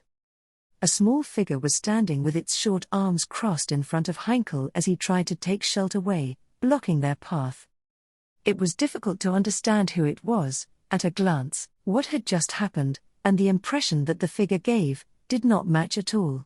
A small stature, a lovely face, blemish-free white skin, a sky-blue attire that enhanced their loveliness, as their appearance did not seem so different from Schultz or Utakata's, it was hard to believe that they had just appeared with a ground-shattering impact. However, what had happened was all that mattered, and no one could deny what had happened. The shadow that appeared narrowed its golden eyes, glared at the four standing in the street, and nodded. And then... You have shed the blood of us dragons, and so in atonement, your blood shall be shed until there's none left. You fools. Arc 7, Chapter 56B, The Flying Dragon Cataclysm. Flop, hey there. I've never seen you before, little lady, would you mind talking to me for a bit? Having observed Heinkel's despair, Flop immediately shouted that out. Immediately, Heinkel and Schultz's shoulders hitched, and the girl in front of them turned her eyes filled with suspicion toward him. Her gaze alone would not kill him, but the oppressive sensation coming from it was such that it was not be surprising if it did. But Flop rallied his heart, loosened his cheeks, and spread his hands wide, producing a smile. Flop, I'm Flop O'Connell, a humble merchant. I'm in a rather difficult and bewildering situation. You seem to know more about it than I do, don't you? Girl, are you collateral damage? Then you're out of luck. Flop, well, being out of luck's a phrase I'm not used to being told. I got a lot of things missing, but I'm proud to say that I do have luck. Why would I be out of luck? Girl, you may kill everyone in this city. That's what the senile old man said. Flop, everyone in the city. The little girl jerked her chin, answering by gesturing towards her surroundings, to which Flop gave a strained smile. But, deep inside, his state of mind was far from corresponding to that of a bitter smile. He was more panicked than anything else. Would there be room for negotiation, given her objective was to annihilate the city's inhabitants completely? If only he could talk to the senile old man who had ordered her to do such a deed. Flop, from what I've heard, the senile old man seems to have made a mistake in telling you to wipe out the whole city. So why don't you double-check that with your friends and colleagues who have come with you? Girl, there are no friends or colleagues. There are only brethren and enemies with I, the dragon. You are mocking this dragon. It appears you don't know fear. Flop, mocking you, that's outrageous. I want to get along with you. For starters, I was just thinking about asking your name. Don't you agree? Schult, why yes, that is correct. I would like to know your name too. Mine is Schult. As the girl lay on verge of becoming ill-tempered, Flop clapped his hands, asking his allies for agreement.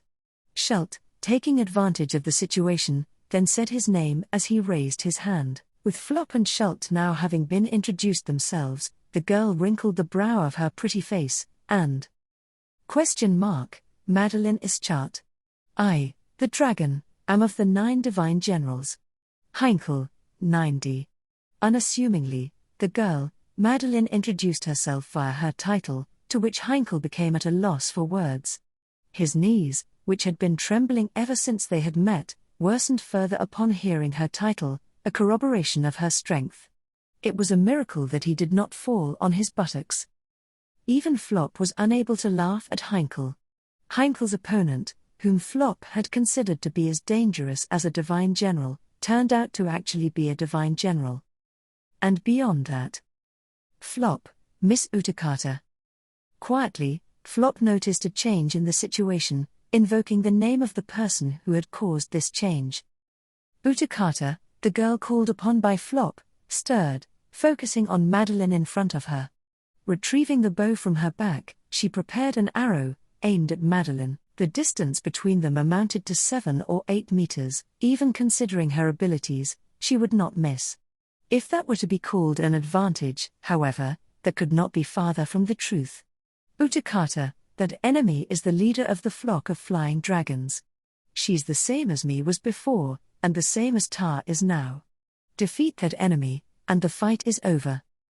Shalt, is that so? Flop, perhaps Miss Utakata's conception is correct. Unless there are other divine generals besides her. When Flop took a glance towards her, Madeline said nothing of it. Judging from her attitude so far, she was a child who would respond to the words being spoken. If they were to state something obviously wrong, it would be more natural for her to react in some way. In other words, Madeline was leading the assault on the fortress city.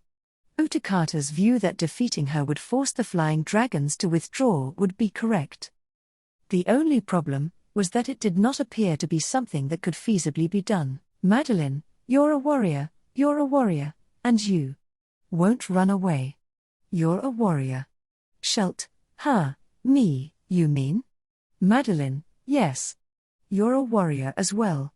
Suddenly being pointed towards, Shalt's eyes became rounder after being appraised as such.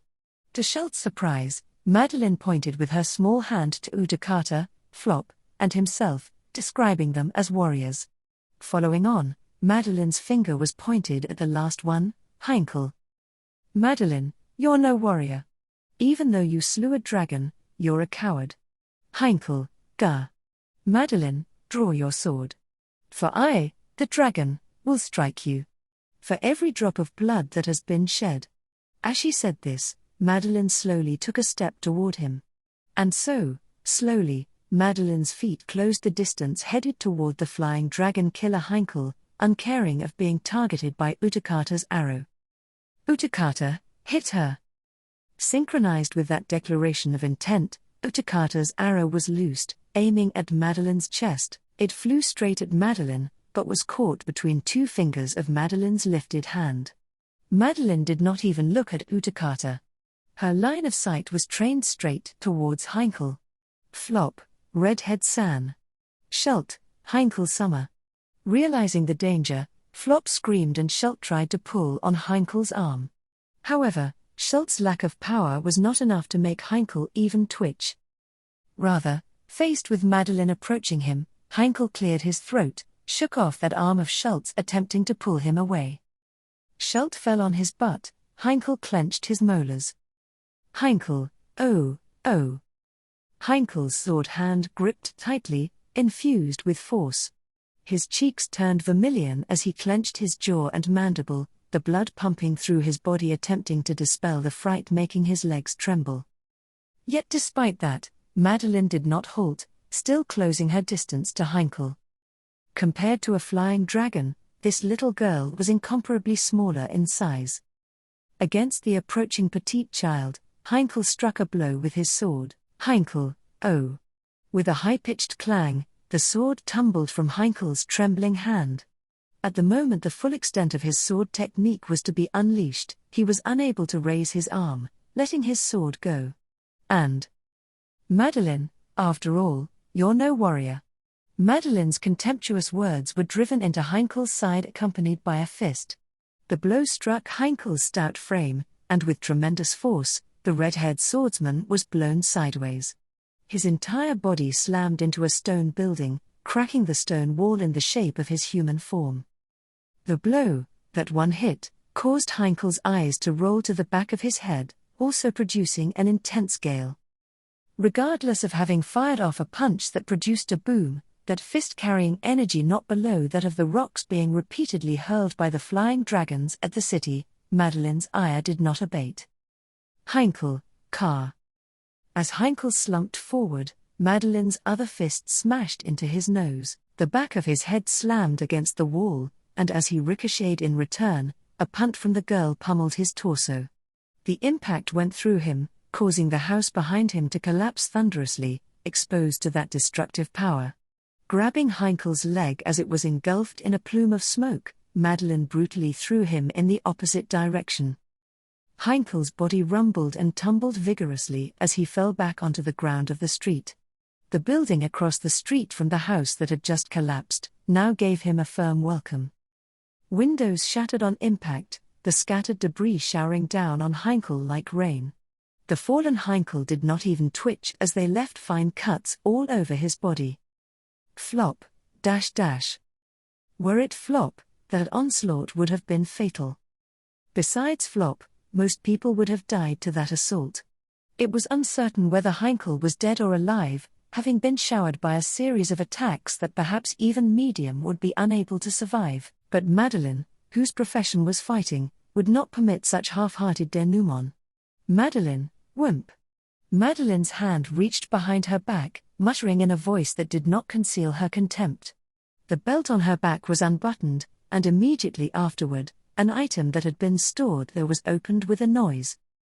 It was a foldable, razor-sharp blade, a long weapon shaped like a wide-open pair of scissors. Flop recalled seeing something similar during the hunts of nomadic people across the wide, grand grasslands. Called a flying winged blade, a skillful user could throw it for dozens of meters, spinning the blade around and back to the user's hand. However, Madeline's weapon was as tall as she was small, a sharp weapon possessing a specialized handle that could be used for purposes other than throwing.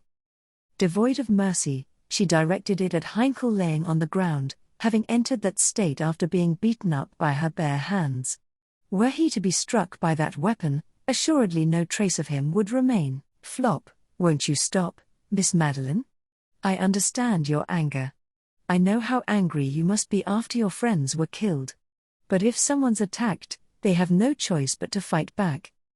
Biting his lip to brace himself, Flop said this to Madeline's back. With the flying winged blade in her hand, she turned away and responded to Flop, "Don't be mistaken. Madeline, dragons are the greatest creatures in the world. If you people snap right back at dragons, you deserve to be exterminated. Besides." Flop, besides? Madeline, is it possible to tolerate the action of such a coward, I wonder? Madeline's golden eyes quaked with anger, and Flop realized the reason for her irritation. Naturally, she was angry about Flying Dragon accompanying her having been murdered, but more significant was the fact that the one who had performed that deed, Heinkel, was unable to wage battle, having let go of his sword.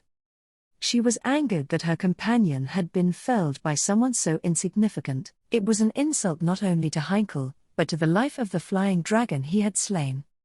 Flop, you were. Utakata, ah. A moment later, Madeline kicked a pebble on the ground to stop Flop before he could move. The pebble struck Flop, about to make a move, and Utakata, who was about to knock her next arrow, hitting their legs and arms respectively, hence hindering their actions. In the meantime, Madeline raised her flying winged blade as to snuff out Heinkel right beneath her eyes. But Schelt, no, please don't. Unlike the two who were hit by pebbles, Schelt, who was standing away out of precaution, rushed in between them in desperation. The young boy held out his hands and stepped in between Madeline and Heinkel. Schelt's small body covered Heinkel, a shelter far too fragile to resist the storm that was approaching. But Madeline was not so kind as to hold back, upon seeing the boy's recklessness. Madeline, nobody was going to let you live anyway. Madeline's eyes narrowed, and the flying winged blade was driven down into Schelt's head. Rem. Are you safe? Shouting so, a slender woman opened the large door and rushed into the mansion. Rem, who had been running through the hall, looked towards the familiar voice and replied with yes. Rem, Kuna-san. And Holly-san Holly, I'm glad you're okay Tilda. The whole city is a huge mess already Tilda. Before Rem's wide-open eyes, a pair of footsteps rushed towards her, one light and another heavy, belonging to two members of the people of Shudrak stationed in the city, Kuna and Holly. Upon hearing the voices of those two, Rem's eyes eased in slight relief. Rem, I'm glad that you two are all right. Do you have any injuries? Kuna, we're fine, for now. It's just. Holly, everyone is so beat already. Tilda. The tone of the two's voices drooping, they looked about the hall that Rem ran through, speaking their mind. Around the three of them, residents who had been hurt and injured amidst the chaos that had sparked within the city were being brought in droves. The place gave the appearance of a field hospital, as volunteers helped in patching everyone up. If the wound was shallow, it could be sewn shut and bandaged. However, if the wound was deep and life-threatening. Rem, I need to do something. Biting her lip tightly, Rem clenched her hands. Her right hand, opposite the cane, was already smeared with blood that was not Rem's. No matter how many times she tried to scrub it away, the blood on her hand had dried far too much. Soon after Rem and Priscilla witnessed the flock of flying dragons from the bathhouse's balcony, the black specks approaching from afar quickly turned into a threat, launching an assault on the city. Some of the flying dragons hurled down large rocks from the sky, while some of them engaged in a cruel hunt, snatching the fleeing people from the ground to then drop them right back from great heights. The citizens who lacked the strength to fight against either of these attacks were nothing but easy prey. Having been exposed to such danger, the people had rushed here for a shelter and center of treatment. That was the reason behind the misery currently present within the mansion. One would think Priscilla to be greatly upset with such happenings, and yet. Priscilla, to begin with, the mansion was taken in order to make the precious healer's whereabouts somewhere distinct, somewhere sound. Zika and the others were also ordered to escort the wounded. Rem, is that so? Priscilla, what, did you really believe that I seized the mansion only for its bathhouse? The true reason is for its bathhouse and its spaciousness. And so, it should be noted that such an exchange had previously occurred. In any case, Priscilla had allowed the wounded into the mansion. Apparently, Zika, Myzelda, and other key personnel in the city had been informed of this. Rem, so then, I don't know why I wasn't told anything about it, being the most important aspect, but. Because she felt that obtaining a satisfying answer was not possible, Rem did not probe it any deeper. Above all, Rem had no time for worrying over Priscilla's childish mischievousness. After all, injured people who required Rem's help were being brought in one after another. Rem, Kuna-san and Holly-san, you two are. Holly, chieftain. Not anymore. Tilda. Former chieftain Myzelda said this. Tilda.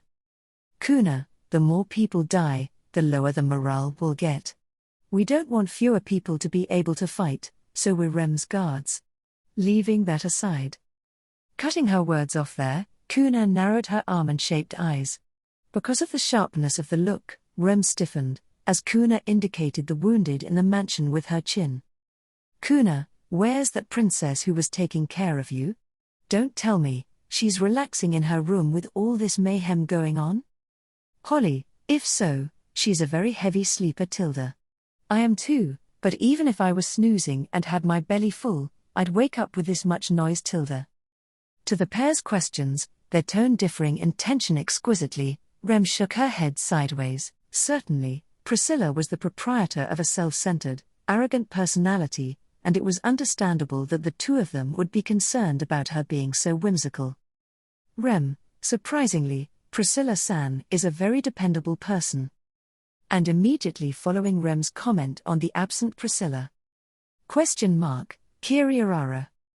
A high-pitched sound, like a strong wind blowing between buildings, descended headlong onto the front yard of the mansion. Propping up a tremendous cloud of dust by scraping the lawn, was the massive body of a dragon possessing wings, which had just failed a landing from above. Its total wingspan would put the flying dragon at roughly 4 meters long. It landed in an unsightly manner, as if it had just flown for the first time. Although, that was only natural. The basic landing maneuvers that would normally have been founded in experience and instinct could not have been satisfactorily demonstrated, given its head had been smashed in. Just then, Right next to the crashed corpse of the flying dragon, a figure landed from the sky, a beautiful woman, the hem of her red dress fluttering, a jeweled crimson sword in her hand. Priscilla. Priscilla, you used me as a guard. This debt shall cost you greatly, Rem. Rem, thank you very much. I shall wash your hair as a show of my heartfelt gratitude. Priscilla, how audacious of you, to attempt to get away with such a thing. I shall allow it. I am pleased with it. Priscilla acceded to Rem's reply with a hawkish response given through the open doorway. She had been making full use of her extraordinary physical abilities to cut down and repel the flying dragons that had come soaring towards the mansion. Witnessing this firsthand, Kuna and Holly, as would be expected, could not conceal their astonishment. For some reason, Rem felt petty pride resulting from the reactions of those two. However, Priscilla, squaring off against the dragons, was not entirely free of concern.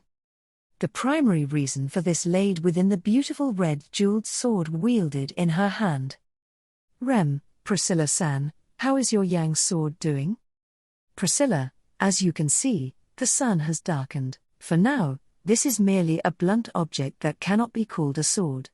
Although, having revealed that something was wrong with the yang sword, Priscilla turned back around. In that instant, a flying dragon plunged towards Priscilla, its open mouth lined with ravenous fangs aimed at her back. Priscilla ruthlessly plunged the yang sword, dull as it was, into the dragon's maw. The fangs shattered as the tip of the yang sword pierced the back of the dragon's throat with brutal force, killing it. Priscilla, before me, a winged dragon amounts to naught, even with a blunt object that cannot cut. With a sweep of her sword, Priscilla tossed the dragon's corpse to the edge of the garden. Having now easily disposed of the threat, she turned to notice Kuna and Holly standing beside Rem. Priscilla, Shadrakians, is it? I suppose you have come to protect Rem. Rem, Priscilla-san, the two of them came to help the wounded. Priscilla, do not lose sight of reality because of romantic ideals. What use are the wounded on a battlefield? Who is the most valuable one here? Aside from me, it is you. Rem, HK.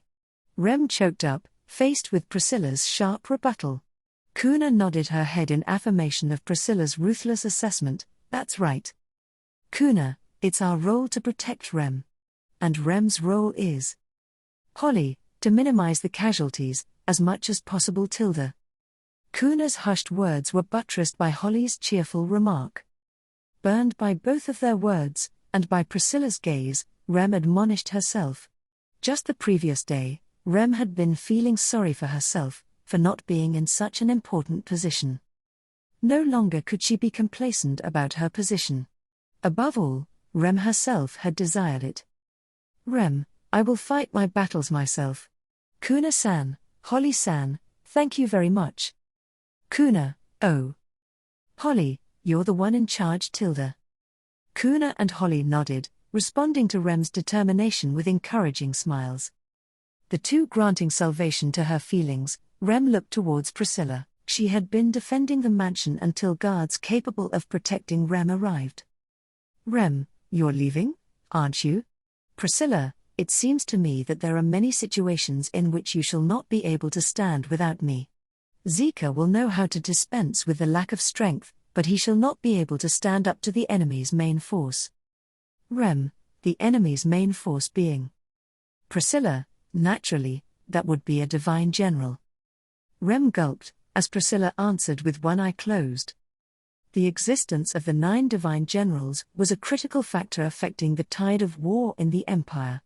In order to recruit as many of them as possible, Subaru, Abel, and the others had set out for Chaos Flame. Nevertheless, the fact that one of the 9 divine generals was attacking this city was no coincidence. Priscilla, of course, this is the doing of someone from within the opposing party. Abel's situation looks increasingly bleak.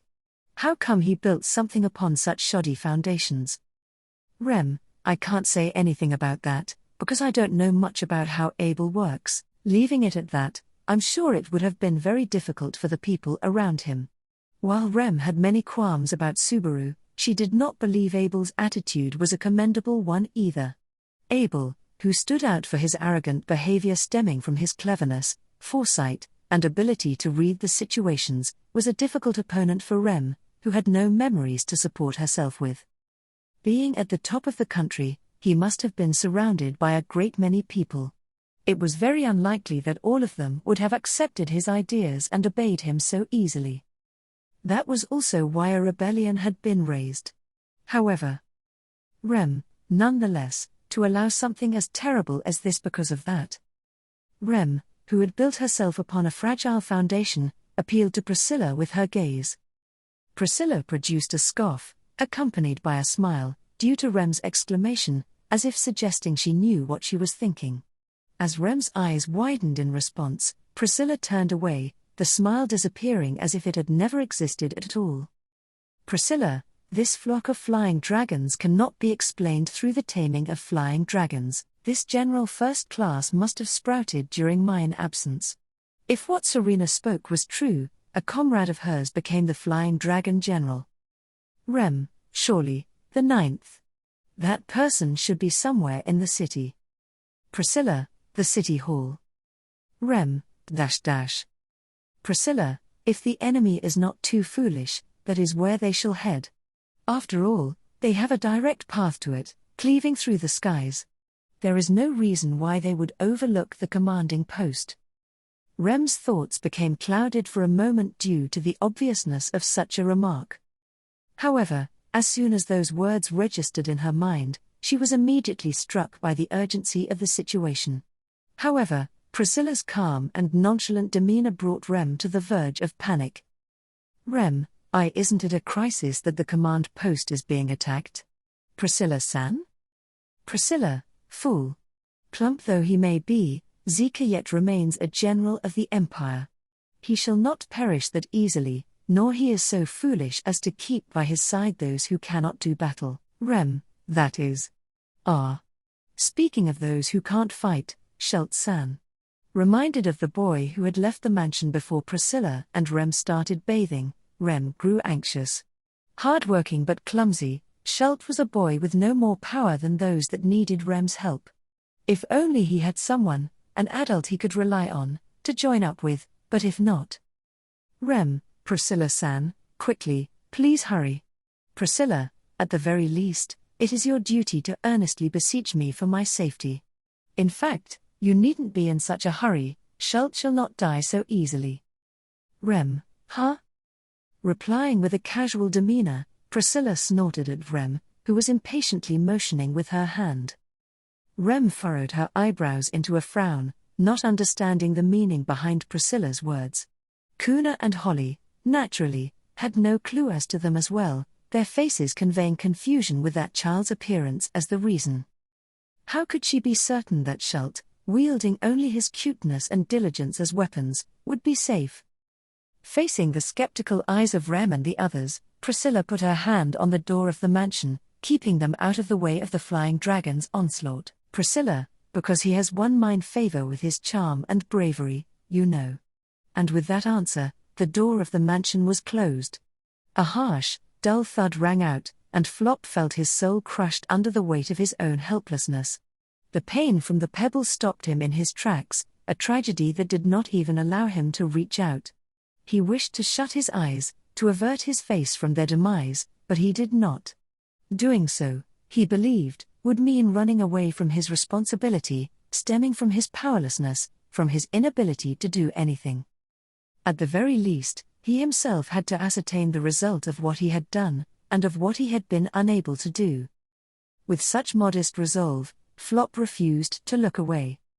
And then, Madeline, what, are you? Madeline swung down the flying winged blade in her hand, intending to slice her prey in two with its sharp edge. Undoubtedly, she had tried to cut both of them in half simultaneously, the disgraceful Heinkel and Schultz, who tried to protect him, alike. It was not as if she had paused midway through her attack. And yet, Schultz, gnashing his teeth firmly with a groan, Schultz covered the fallen Heinkel. His body had been neither torn nor crushed. However, Madeline's blow should have caught him squarely in the back of the head, shattering it. In fact, Flop had witnessed the blow with his very eyes, and had heard its dull sound. However, only the dull sound had echoed. Madeline, dash. Madeline tilted her head, her curious eyes repeatedly moving back and forth between her weapon and the back of Schultz's head. Her head still inclined, Madeline brought the flying winged blade down on Schultz once more. Once, twice, 3 times, 4 times, over and over again, in rapid succession. Schultz, no, no, please stop. It hurts. Madeline, that's strange. The dragon, intended to kill. Why don't you die? Flop, that. Maybe, your reluctance towards killing a person's making your hand slacken just before the weapon hits. Quoi? Madeline, don't make fun of this dragon. Lamenting about not understanding a thing, Madeline's ire was directed at Flop. She sent a stone larger than the one she had used to stop Flop in his tracks previously flying with a punt. It hit him square in the chest, knocking him flat on his rear. His sternum creaked from the force of the impact, leaving Flop no longer able to breathe properly. However, Schultz, oh ouch, it hurts. It was a fact that, Schultz, having been struck again and again by the sharp blade, grunted in pain, yet did not die. This bizarre occurrence ultimately sparked an outburst from Madeline. As her hand grabbed Schultz's peach-colored hair, hoisting his body, Madeline gnashed her teeth together. And then, Madeline, what in the world are you hiding? Schultz, HK. While being hoisted up, Schultz screamed in agony. But Madeline's reaction, as she turned her angry eyes towards him, exceeded his. Madeline's golden eyes widened, her lips quivering with a wince. Flop, teary-eyed with pain, could nonetheless make out what had made her react in such a way. A dramatic change in Schultz's appearance had been triggered. That change was Utakata, Schultz's eyes, they're burning. Utakata, witnessing the same scene, succinctly and accurately described it so. At first glance, what Utakata had pointed out made no sense, yet there existed no better way to describe what was happening. From Flop's perspective, it was precisely as she had described it. It was a thing most unusual. In both of Schultz's red eyes, a flickering flame blazed. Schultz, A. However, the one being talked about himself, Schultz, was oblivious to this fact, blinking his eyes, his face conveying that he was unable to make sense of the reactions of the people around him. His wandering eyes eventually landed upon his own face reflected in the flying winged blade that had struck him, then realized what it was that had drawn everyone's attention. Schultz's features, reflected in that curved blade, appeared distorted, but he could clearly see the fire burning in his eyes. Schultz, what is this? Hot. It's not hot. While running his hand all over his face, Schultz exclaimed about his inability to feel the flames. It appeared that, while it was not like his face had just burst in flames spontaneously, the cause of the fire was still inexplicable. However, only Flop and his companions were puzzled as to the meaning of the flames. Looking into Schultz's face, Madeline found her cheek stiffening in astonishment, as she recognized the conflagration blazing within the child's 2 eyes. Consequently, she exclaimed her suspicion. Madeline, you can't possibly be related to that fox person? Schultz, fox. Flop, person? Utakata, dash. Agitated, Madeline batted her eyes because those 3 people had no inkling as to what she was talking about. Without the mental leeway to notice her tone of voice breaking just before it actually did, she was overcome by strong surprise and confusion, staring at Schultz. The hand gripping Schultz let go of him, and the boy, falling forward with a wah, dropped to the ground. Madeline kicked off the ground with force in front of the boy, who was again covering Heinkel. Madeline, in one go, Madeline's figure leapt, ascending to the sky above the street. Its abruptness and velocity made it appear to Flop as if she had simply vanished. However, the ground that she had stepped on caved in violently, and in addition, the building she had utilized as a foothold to accelerate her motion crumbled. Madeline, having risen high up into the air in such a manner, lifted the flying winged blade aloft in both her hands with all her might. "Madeline, you're in my way, in this dragon's way again. Begone, you nuisance." That voice of protest echoed through the air, and the flying winged blade swung down, furiously approaching the ground. Its principle was the same as how the flying dragons threw their stones, but the force behind the readied blade was orders of magnitude greater. Unlike the large rocks being hurled without aim, this blade aimed to cleave Schultz's body in two. By some underlying logic, Schultz's body had become sturdy. However, being struck again and again still caused Schultz to cry out in pain. Meaning that it was not that his body had become impervious to the impact from her blows. Moreover, no matter how sturdy their body may be, a child would still cry out if they were in pain. "Flop, if I don't do something, Medium will be angry with me." Enduring the pain of his creaking chest, Flop rushed towards Schultz. He knew not just how much of a shield his body would be in face of that attack. But if he were to lessen the impact even ever so slightly, saving Schultz, he would be satisfied. Devoid of any more time to think, Flop exposed himself to the menace that was the flying winged blade. Well done. Unknowing of the reason, he clearly heard that voice even though it was not a loud one. There was a crash, and the impact of violent, mutual blows produced light that scorched Flop's eyes. Flop, .. This radiance was produced by a bright red jeweled blade clashing with the side of the rapidly spinning flying winged blade approaching from directly above. Crimson light burst forth silently, and Flop felt the full sensation of his whole body being enveloped by the wind. With that over, what followed were the dull thuds of flesh hitting flesh. Flop, HK. Looking upwards, the figure of a person flew through the air at an angle accompanied with a cry of pain, crashing into a building on the ground. Flop quite belatedly realized that it had been Madeline's body who had so violently caused the stone building to crumble. The one responsible for this was a beautiful woman adorned in red who landed in front of the breathless Flop and his companions. Flop, Princess Kun. Schultz, Priscilla Summer. Utakata, Pooh. Priscilla, should you not know by now? What you must shout at a time such as this is praise. While leisurely brushing the hem of her dress, Priscilla stated such.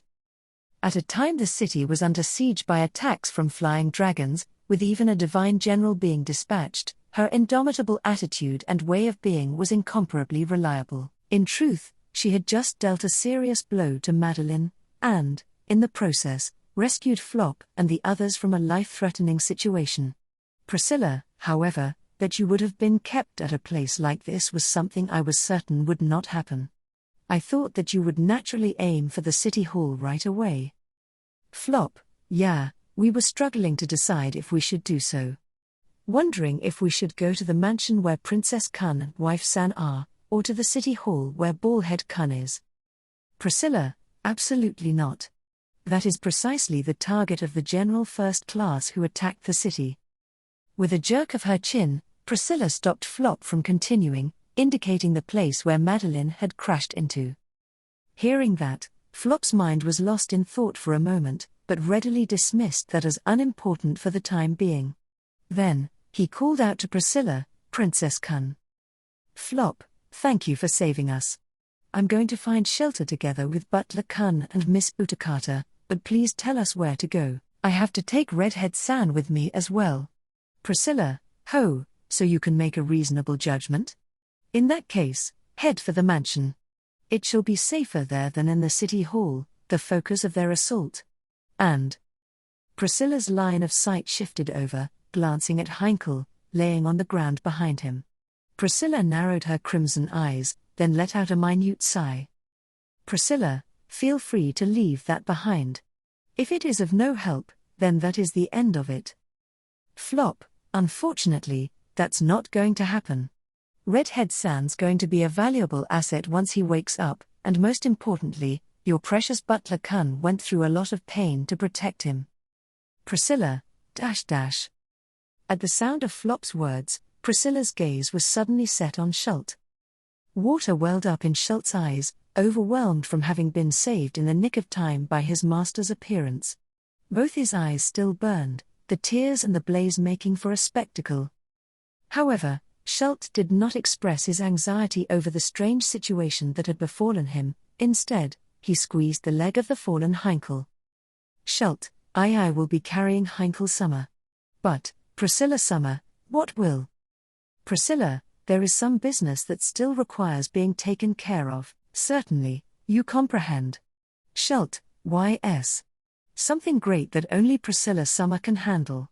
How did that brave boy's faith, Schult's faith in her, affect Priscilla? Priscilla, whose expression did not change, simply nodded mutely, accepting Schult's words. Without a moment's pause, she then glanced towards the alley. Priscilla, avoid the main street, take the alleys at the side of tall buildings. Schult, you should recall the path. Schult, yes. I walked down that path every day, diligently. Priscilla, I shall give you my commendation. After a brief note of praise for his efforts, Priscilla turned her back to Schult. Her attitude was clear, time for chatting was over. Flop's instincts, too, informed him that remaining in that place any longer was not a good idea. If they stayed near Priscilla, however, they would be safe from the threat of the flying dragons. Flop, Butler-kun, I'll need you to show me around. I'll somehow manage to carry Redhead-san. As for Miss Utakata, be on the lookout on the streets in our stead. I'm sure you're used to hunting, I'll be relying on you. Schult, I understand. I will do my best to show you the way. Utakata, you understands as well. Utakata, visibly hesitant to run away for a second, nodded as she was given her part.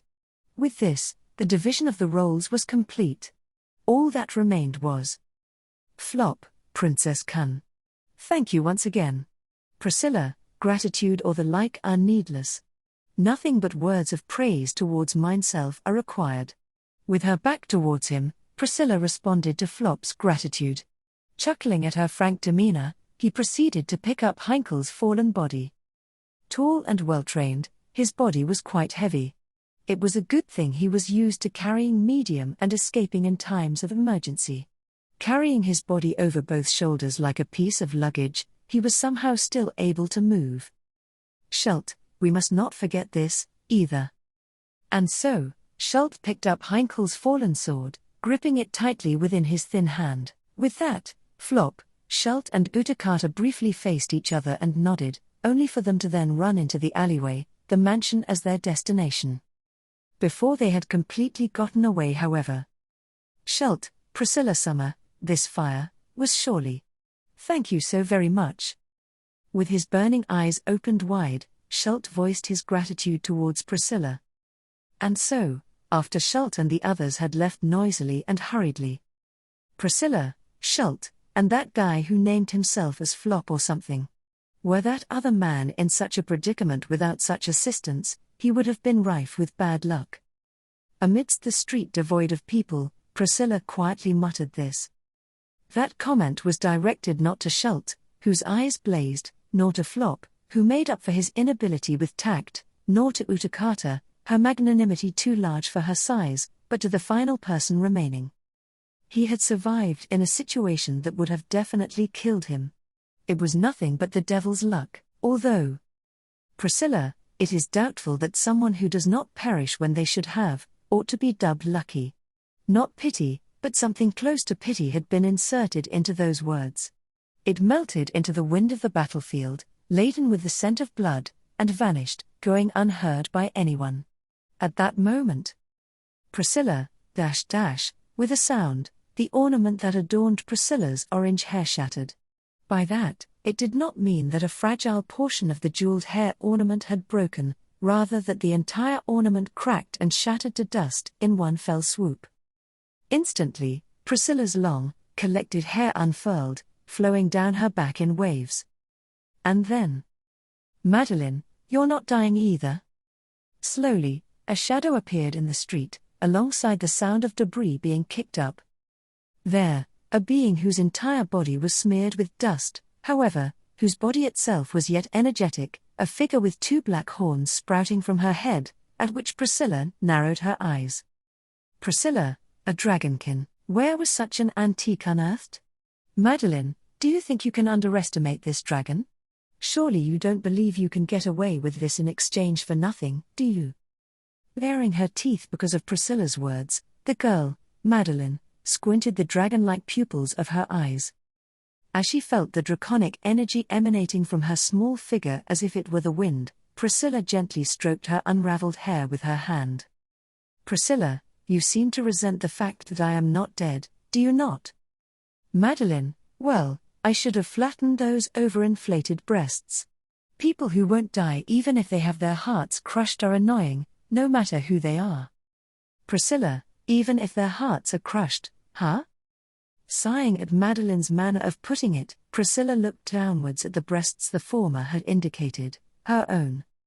Priscilla's ample breasts were more pronounced than usual, due to the constricting design of her dress, but Madeline's blow had certainly reached those prized breasts. It had not been visible to Schult nor to any of the others, but battling in midair had been a painful experience.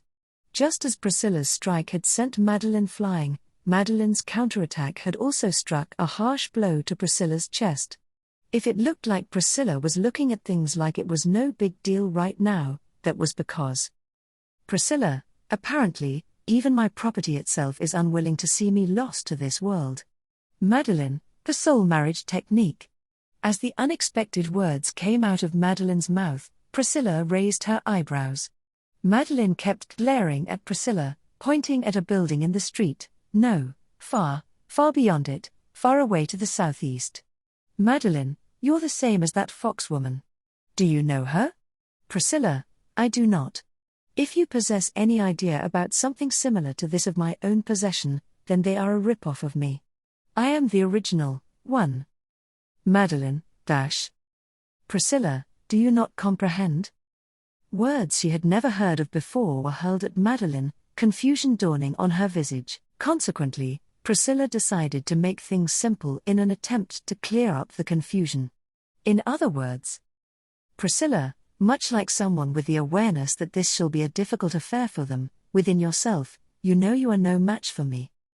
Madeline, HK, are you making a fool of this dragon? Priscilla, nonsense. As if you get to choose who you are. Mineself is at the top, and everyone else is at the bottom. The moment she answered with a smile, Madeline's anger reached the boiling point. The dragonkin, red-faced and with glowing golden eyes, roared, a threat looming before her eyes. With Madeline to her front, Priscilla glanced to the sky. As if searching for the sky, nay, searching for the hilt of the crimson-treasured sword, which had the atmosphere as its sheath. Priscilla, has the sunshine ceased? This shall be somewhat more complicated. The shock and destruction began in one corner of the fortress city, but did not end there.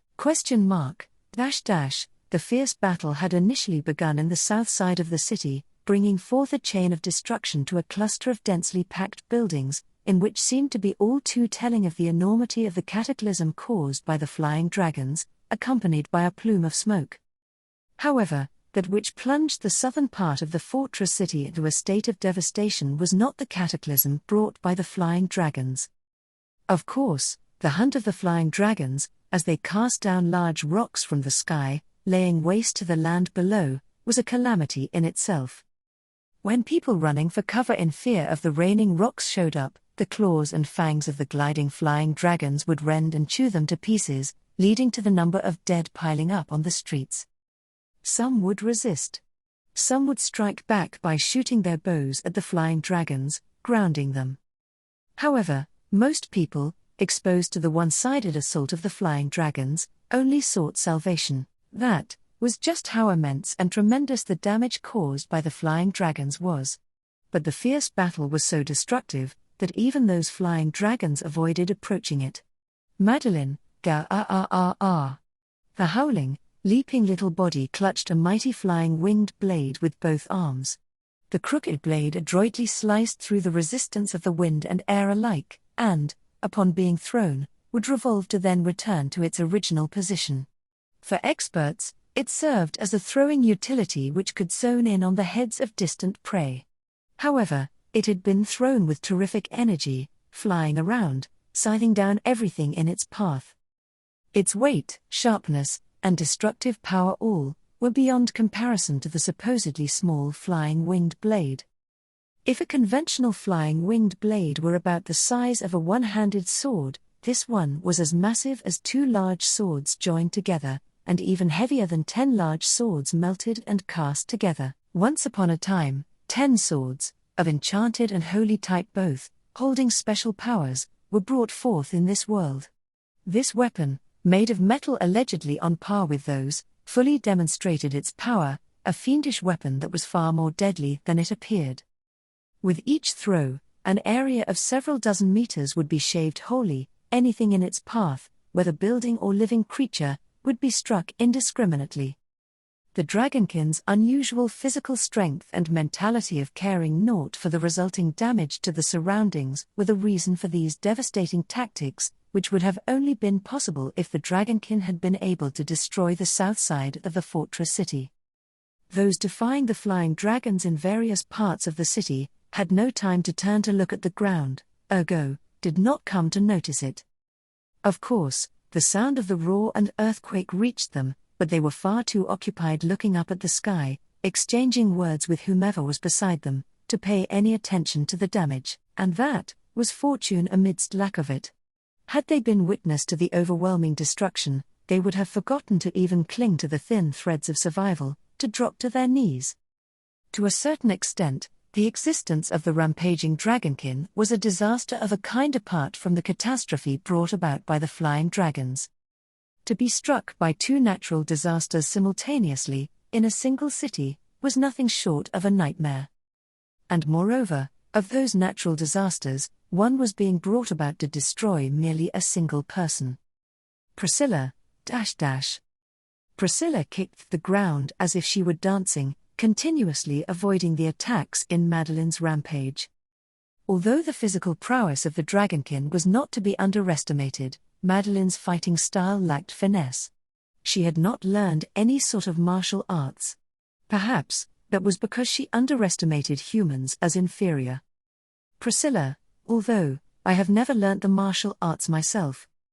If there was anything Priscilla recalled seeing well, the movements of those that wielded swords would be it. Aside from that, she held a perfect grasp of what her body was, and how it moved. If there was a reason as to why she managed to handle the yang sword like a master, it was precisely because of that reason. However, at a time she could not draw the yang sword, each blow of Madeline's was a threat. Priscilla, the daylight had ceased, the sun having dipped below the horizon. There were certain rules for the utilization of the yang sword. The sun did not always shine. For half of a day, it shared its responsibilities with the moon, using the time to build up its strength. If there was a sun that shone always, then that would be none other than Priscilla herself.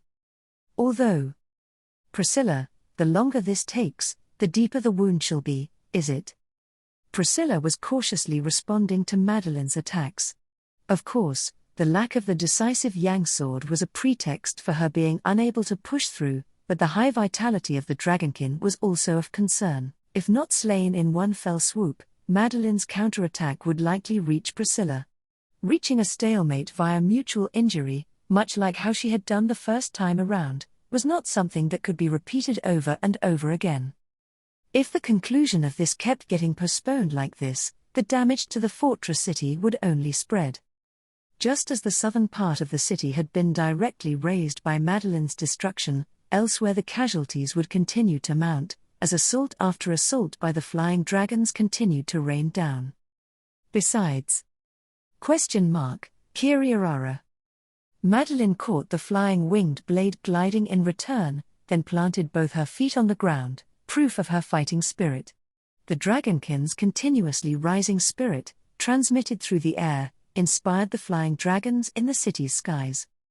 For humans, it would be a morale-boosting phenomenon, but it had the effect of arousing the instincts of the fiercest species living in the wild, an effect that ought to be dubbed as madness. Were the flying dragons to become more and more ferocious, more and more aggressive, they would become literally unmanageable.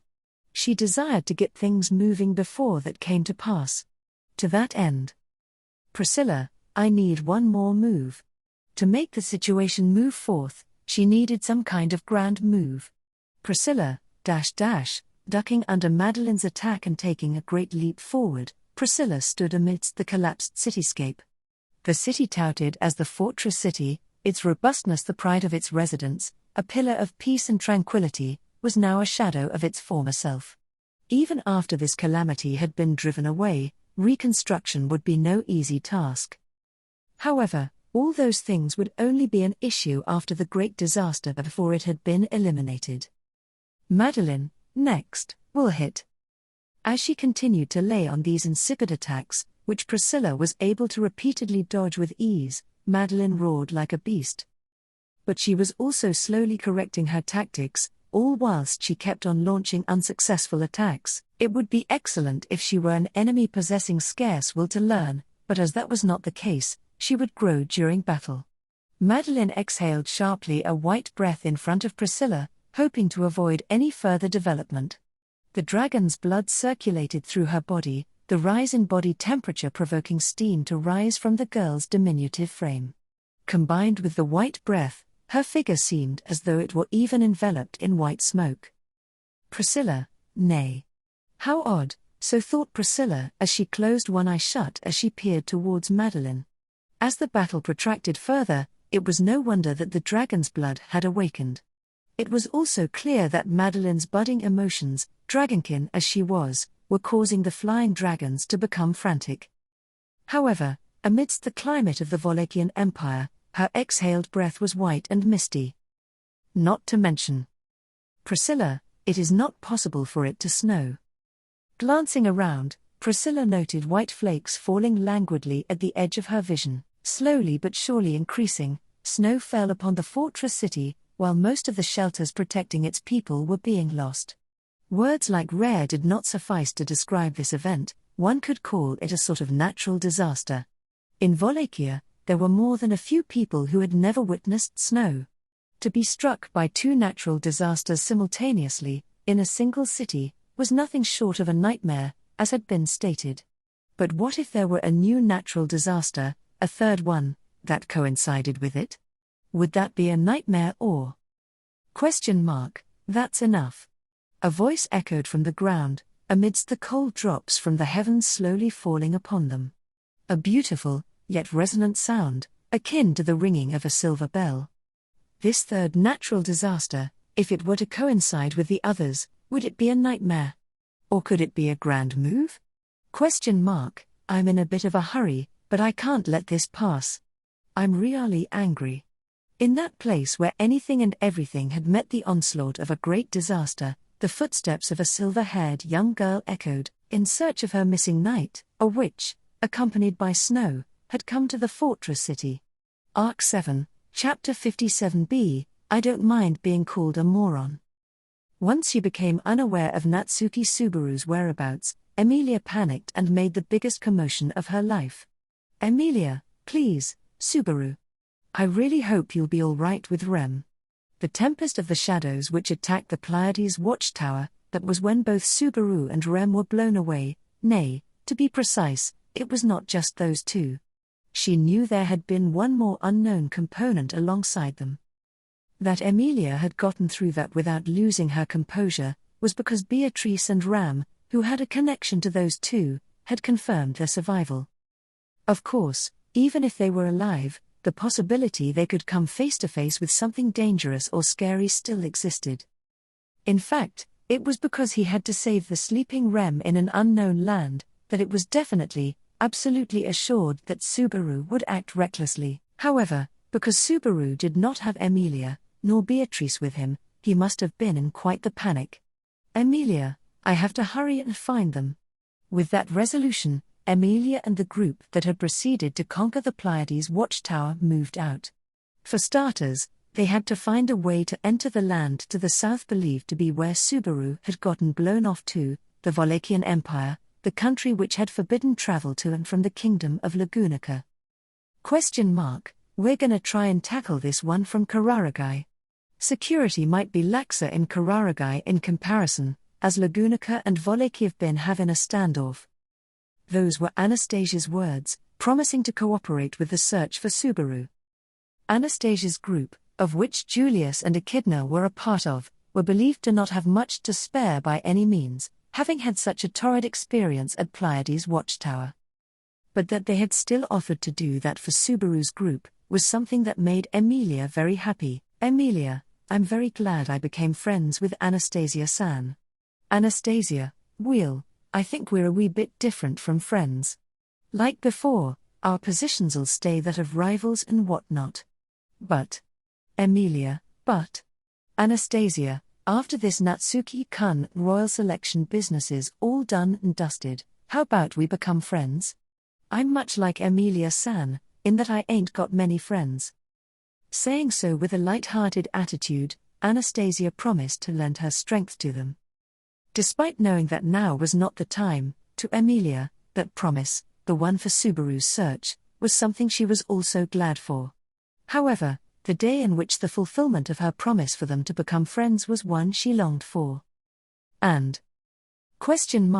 If Anastasia Summer will devise a means to go through Kuraragai, then us trying to simply find a way through the Walachian border would be the best plan, wouldn't it?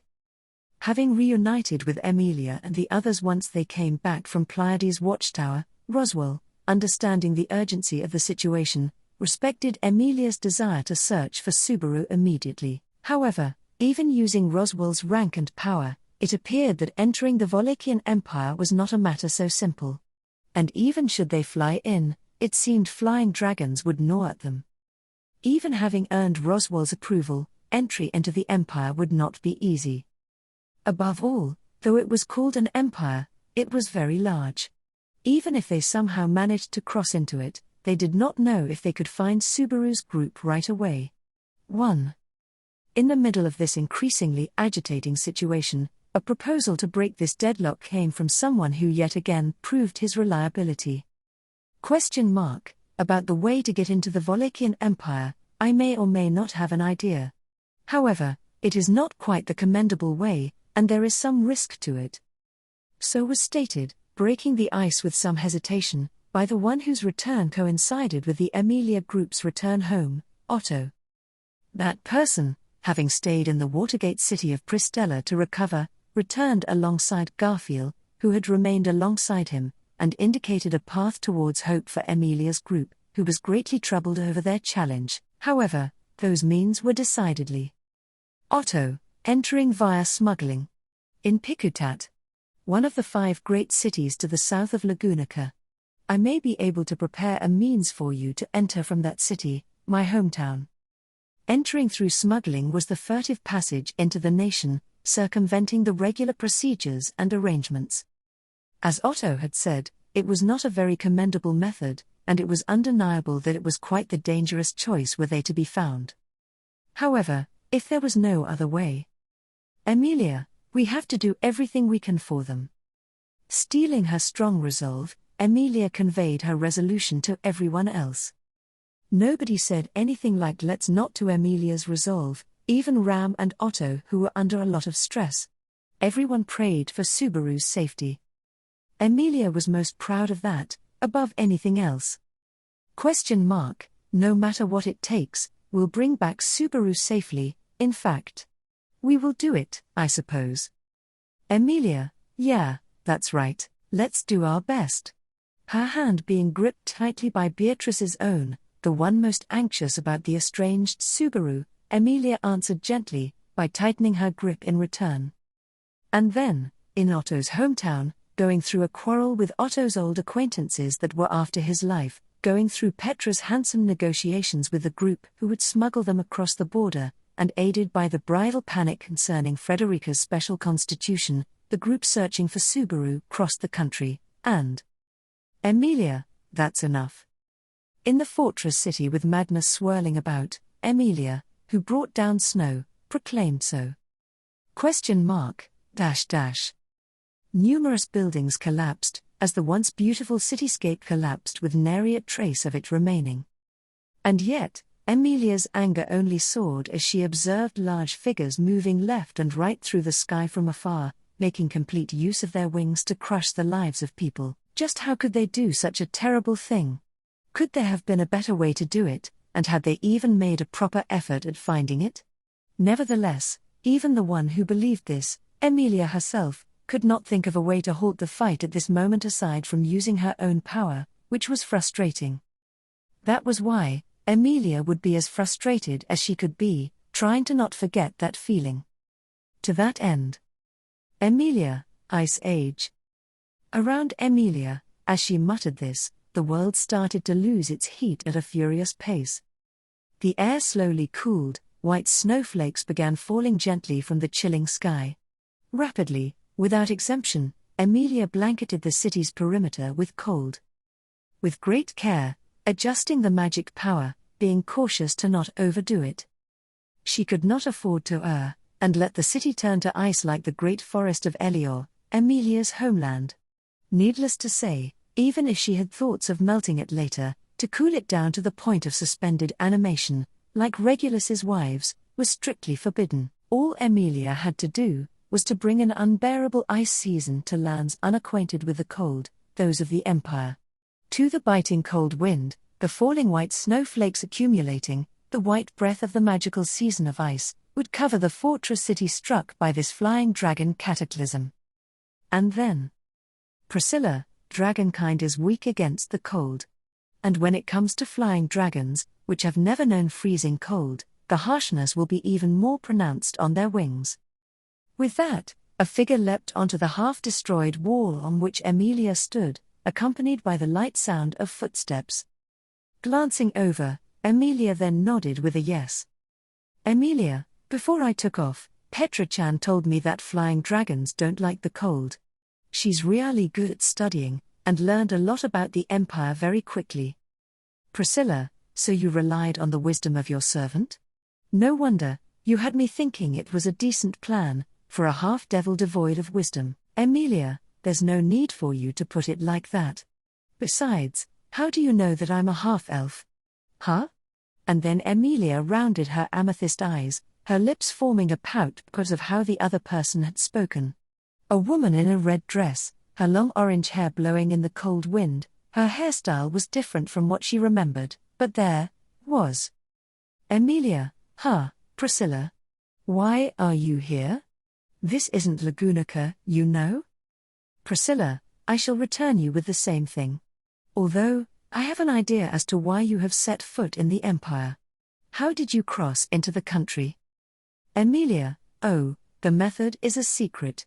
I'm not supposed to tell you. I'm also supposed to hide who I am. So I have to be careful. Emilia was surprised to see Priscilla, a woman she had never expected to lay eyes upon in this foreign country to the south, yet she was strangely moved by the sight of her. However, she could not stay just being surprised there. The manner through which Emilia had entered the Empire was an irrational act, something labeled as a misdeed. Therefore, she did not want to make that clear to Priscilla unless necessary. But Emilia, Priscilla, look out. Interrupting what she was about to say, Emilia prompted Priscilla to pay heed. The next moment, Priscilla, clicking her tongue, bounced away, and a blade, a flying winged blade, spinning furiously, gouged out the spot she had been at. The battered, near-collapsed wall was cleanly sliced away by the sharpness of the blade, and conversely, it was miraculously spared from collapsing. Priscilla, having managed to avoid the blade, landed closer to Emilia this time, right next to her, the hem of her dress fluttering. And Madeline, one after the other, just what are you people? The girl's voice, full of wrath, reached Emilia as the former caught the returning flying winged blade with a single hand. Looking down towards the destroyed cityscape, amidst it stood a horn-wielding girl, her bright eyes glaring at Emilia and Priscilla standing side by side. It seemed the one standing there was very angry. But Emilia was very angry as well. Therefore, Emilia jabbed her finger out toward the girl. Emilia, my name is Emily. I'm just a spiritual arts user passing through. Almost giving out her real name in the heat of the moment, Emilia succeeded in giving a false name that had been previously agreed upon. Priscilla's eyes narrowed at Emilia's boldness, and the little girl, to whom Emilia had introduced herself to, muttered, spiritual arts user, with a wary look in her eyes. Madeline, you're the same as that dog girl, aren't you? Priscilla, if Arakia is the one you are thinking of, she is a spirit eater, not a spiritual arts user. That would be a misconception, Madeline Eschardt. Madeline, gah. Priscilla's point was as if she had read the thoughts of the little girl, of Madeline, which made the latter's cheeks become stiff. However, there had been something just now that Emilia could not help but hear more about. Emilia, what is a spirit eater? What do they do with spirits? Priscilla, it is exactly as you have heard, she feeds on spirits. They take their power onto themselves and utilize it to the fullest. It is a practice near extinction, Arakia being the last remaining user in the Empire. Emilia, they eat spirits? How awful. For Emilia, a spiritual arts user who had forged contracts with many micro-spirits herself, this was a bewildering thing to hear. If Puck or Beatrice were to meet a spirit eater, would their forms be gobbled up? Just thinking about it made her feel sorry for them. However, rather than worrying about such things that had yet to happen, the priority right now was the problem at hand. Emilia, you're Madeline-chan? Madeline, do not belittle this dragon, you half-devil. Emilia, then let's talk it through properly, Madeline. You're the one who's having those flying dragons attack the city. I want you to stop this, right this instant. Turning her gaze into the distance, Emilia looked out beyond the place Madeline had rampaged in, at a group of flying dragons resuming their assault on the other side of the city. Their movements seemed to be slower than they had been a moment ago, albeit slightly. Emilia's power was lowering the temperature, which was in turn affecting the vitality of the flying dragons. Were things to proceed in this manner, it would be possible to ground the flying dragons in the area. However, she wished to avoid doing that if possible. She did not want to have the flying dragons die, either. Emilia, if you care about the flying dragons, then please listen to my request. Madeline, Emilia, Madeline? As honestly as possible, Emilia tried to convey her words. Perhaps Otto, Ram, and Petra could have communicated better. But upon seeing the city being attacked by a flock of flying dragons, Emilia had been the only one to rush towards it. Now that Emilia had been first on the scene, she would do everything she could to help. As a result, Madeline, it's awfully conceitful of you to make a request to this dragon, you human. She would do so even if it sparked Madeline's anger. Priscilla, she cannot be persuaded by anyone, even were it not you. It is not an auspicious thing to listen to the words of a dragonkin, let alone one who is firmly grounded to the earth. Faced with Madeline's reply laced with outrage, Emilia held her breath upon hearing those words. Priscilla, who had been silently listening to the exchange between the two, expressed her observations regarding the breakdown in negotiations. Emilia widened her eyes, as that seemed to be encouraging her. Emilia, Priscilla, I always thought you were so mean to me. Priscilla, I do not consider it wicked to say that that which is not worthy, is not worthy. Do not pervert my benevolent words. Now, how shall we go about this? Emilia, Nodding, Emilia created a hairclip of ice in her outstretched left hand. Presenting Priscilla with the hairclip, the latter closed one eye with suspicion. Towards Priscilla's reaction, Emilia nodded in assent, and Emilia, let's stop that girl together, don't be mean.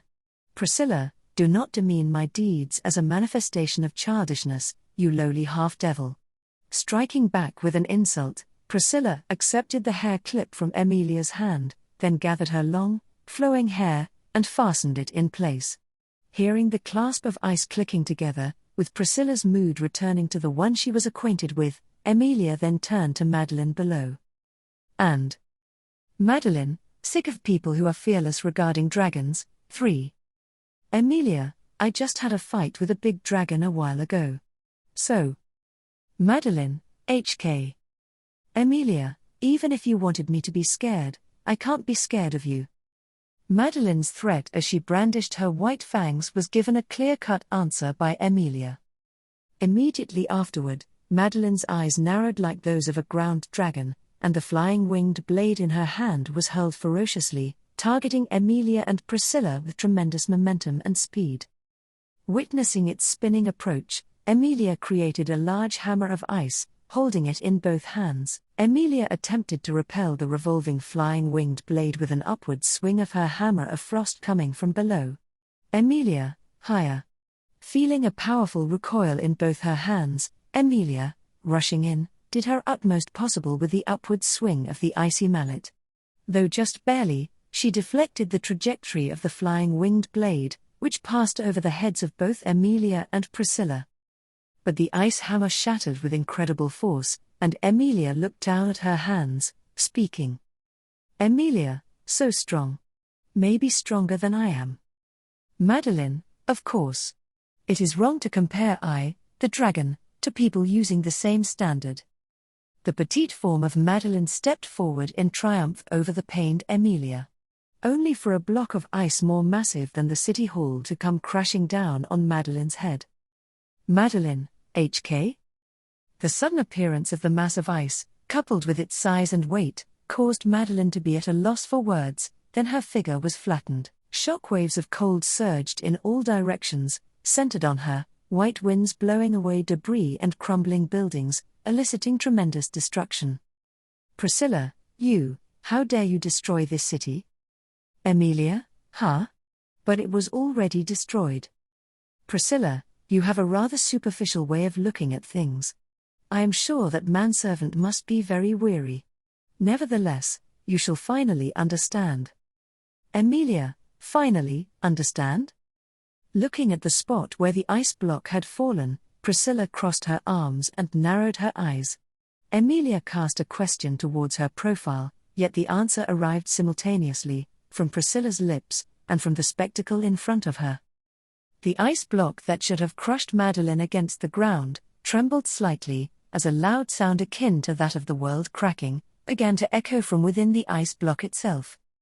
It originated from the piece of ice that was supposed to have made ground, from where the girl had stuck her arm in the air at the point of impact. Priscilla, just how troublesome Dragonkin can be. Immediately after Priscilla's words, the long block of ice broke in half with a thunderous roar. The impact of the destruction was felt throughout the entire area, and the shattered ice turned into mana particles starting from the outside. Amid this scenery of ice shards scattered about, the very incarnation of a dragonkin, leapt towards the duo with a roar. Freezing winds raged, beautiful women danced across the battlefield where the throngs of destruction roamed. Were anyone to witness the battle from afar, they would not have believed their eyes due to the sheer majesty of it. Was it reality, or was it merely a dream? Madeline, Rura. With enough force to shatter the ground she was standing on, the small dragonkin threw swirling death. A flying blade of destruction traced an arc, with beauty that betrayed the atrocious danger it brought forth. It cleaved everything in its path, it severed, it tore through the world. Had this been a painting, or even a beautiful pruning of the world, rather than destruction, it would have been a beautiful sight for anyone's eyes to behold merely based on aesthetics. Madeline's chart's anger was refined, instinctual rage, to that much of an extent. However, Emilia, Priscilla. Go up.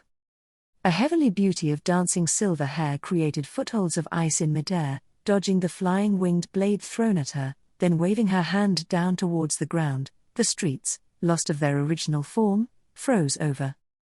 Rising from the frozen earth, was a beautifully adorned sword of frost. A beautiful princess, running as she made her way through, pulled it from the earth in a fluid movement, and Priscilla, the fingers of anyone but me would have fallen off. But the embellishments are acceptable. I shall utilize it. A pale blue slash of ice flashed, slashing through Madeline's body diagonally. However, Madeline, with whatever kind of power was concealed within her petite body, only recoiled slightly upon being struck by the blow. Instead, the ice sword that had delivered the blow shattered. And after that, the approaching Madeline reached out a hand to Priscilla, and Emilia, higher. Not allowing that act of violence to go unchecked, Emilia's 2 feet hit Madeline as she fell from directly above. both her feet encased in ice as she spun and drove a blow from up high. Emilia smashed into Madeline's two shoulders with a merciless attack, causing the sturdy girl to totter a step back. In that instant, "Emilia, please. Priscilla, do not tell me what to do." After Emilia landed on the ground and put her hands, Priscilla took the newly created pair of ice swords and leapt over the crouching Emilia to slash at Madeline. The frost blades in Priscilla's right hand and left hand each came at Madeline from different angles, yet were quickly caught by the latter with the claws of her outstretched hands, causing a high-pitched clanging sound to echo. "Madeline, don't push your luck. Emilia, ere. Having dealt with the twin swords, Madeline was about to go on the counter when an icy spike passed right next to Priscilla's head. Madeline immediately leaned forward, while Emilia, switching places with Priscilla, fired an ice spear with speed that could not be gauged by human eyes. "Priscilla, my turn." Once Madeline shrugged off the spear, Priscilla followed it up with an icy sword dance. The hem of her red dress fluttered, the twin sparkling blue swords of ice were swung gracefully, and Priscilla's swords dance among the glaciated world of white pummeled Madeline's entire body, forcing her back. "Madeline, why is it like this?" So exclaimed Madeline, while being forced to deal with Priscilla's twin swords, now on the defensive. But Priscilla's onslaught did not slow down. And to make matters worse for Madeline, once Priscilla ceased her swords dance. "Emilia, this. And this. Higher." Making full use of extraordinary reaction speed, Emilia, leaping out without sparing Madeline time to breathe, created ice weapon after ice weapon, to slam them down with all her might. Priscilla was the skill, Emilia was the brawn, and through them, Madeline's offensive and defensive capabilities were shut down completely. The flying winged blade cleaved, smashed, swung, was thrown. The innate physical abilities of a dragonkin were incomparable to those of a frail human. Even a demi-human, who was relatively more robust compared to a normal human, was as good as a dried-up twig before a dragonkin. The same was true even for the Oni race, which, abhorrent as it may seem, would be able to stand on the same ground beside the dragonkin. Dragonkin and the Oni were sometimes spoken of alongside each other as the strongest of races, but that was something outrageous. After all, the Oni were merely a race superior among demi-humans. Dragonkin were fundamentally different from them. Dragonkin were not demi-humans. They differed from those species related to the human race at a basic level. Dragonkin did not belong to mankind. But why was it playing out like this nevertheless? "Madeline, what are you people? What are you?" Leaving her offense to her anger and continuously failing to connect a blow, she had finally used up all her anger, and so, after the dragon's wrath was spent, all that remained was the dragon's creaking wail. The flying winged blade in her grasp was swung sideways, Emilia ducked, and Priscilla dodged it with a jump. Then, from both above and below, the two sides answered Madeline's wail at the same time. "What are you?" she had inquired. "Emilia, Emily." "Priscilla, it is mine self." An upraised great axe of frost and two flashing blades of ice all scored a direct hit on Madeline. The sharp horns upon her head struck by blades of ice, and her torso slammed by a fierce blow from an axe of frost. Madeline was sent flying, unable to stop those blows. During her struggle, Madeline's body bounced once, then twice, high in the air above a thin layer of snow, and without losing velocity she plummeted into a pile of debris, for a white plume of smoke to then rise accompanied by a loud crash. Madeline, .. Having left Madeline's hands, the flying winged blade pierced the wall behind her, and thus, the wall's role of protecting the fortress city from threats to the south now came to an end. With one last look at the walls collapsing with a loud thud, Emilia slowly rose to her feet, looking guardedly at the pile of rubble under which Madeline had been buried. "Emilia, I suppose we did it." "Priscilla, there was fitting recoil. Unfortunately, there was no bite to it." "Emilia, bite?" Priscilla stepped forward next to Emilia, the latter tilting her head as she watched the twin swords in Priscilla's hands turn to dust. For some reason, she could not help but look at Priscilla's mouth, though she had not eaten anything. 4. Priscilla met Emilia's gaze with her crimson eyes, and spoke. Priscilla, is this really all there is to someone that is not only a dragonkin, but one of the 9 divine generals, is what I am saying? Emilia, what are those 9 divine generals, and what's a dragonkin, too? That's a demi-human, right? Priscilla, a race stated to have died out long ago. They were said to possess the ability to communicate with dragons, a race no longer to be found in this world, but I guess that is merely a superstitious myth. Emilia, dragons. Does that mean they can talk to Volcanica as well? Volcanica's a bit out of it. At Emilia shyly attempting to break the ice, Priscilla raised her eyebrows. She then gently pressed a finger to her mouth. Priscilla, I never thought such a word would come out of your mouth. Are you perhaps mistaking something? Emilia, dash. Oh, you think I'm joking, perhaps? I'm not joking at all. I met with Volcanica a little while ago actually, but they were all out of it because they'd been alone for so long. Emilia hurriedly defended herself from Priscilla's reaction of disbelief. But Emilia quickly remembered her priorities, speaking now's not the time. Emilia, now that we've beaten her, Madeline needs to stop the flying dragons. Priscilla, considering this cold weather, all these slow-moving flying dragons shall be hunted down in due time. Emilia, and there'll be people in danger in the meantime, still. Even Subaru and Rem could be in danger. Priscilla, Emilia leapt out from beside Priscilla, heading toward the rubble under which Madeline had been buried. Behind Emilia's back, Priscilla furrowed her shapely brow at the exchange that had just transpired. That reaction, however, went unnoticed by Emilia, whose long legs straddled the debris. Fashioning a shovel from ice, she thrust it into the rubble in an attempt to dig up the buried Madeline. Nevertheless, Priscilla let out a small exhale as she watched her back. It was a good thing that the grand move that had arrived unexpectedly had resulted in lesser consequences. However, the enormous damage caused by Madeline and the flying dragons was not something they could get rid of. Worst-case scenario, they would have to consider relocating their base to the demon city of Chaos Flame and relying on her collaborator, High Countess Serena Drakroy, to aid them. Priscilla, in any case, we shall first have to make her fold up her wings.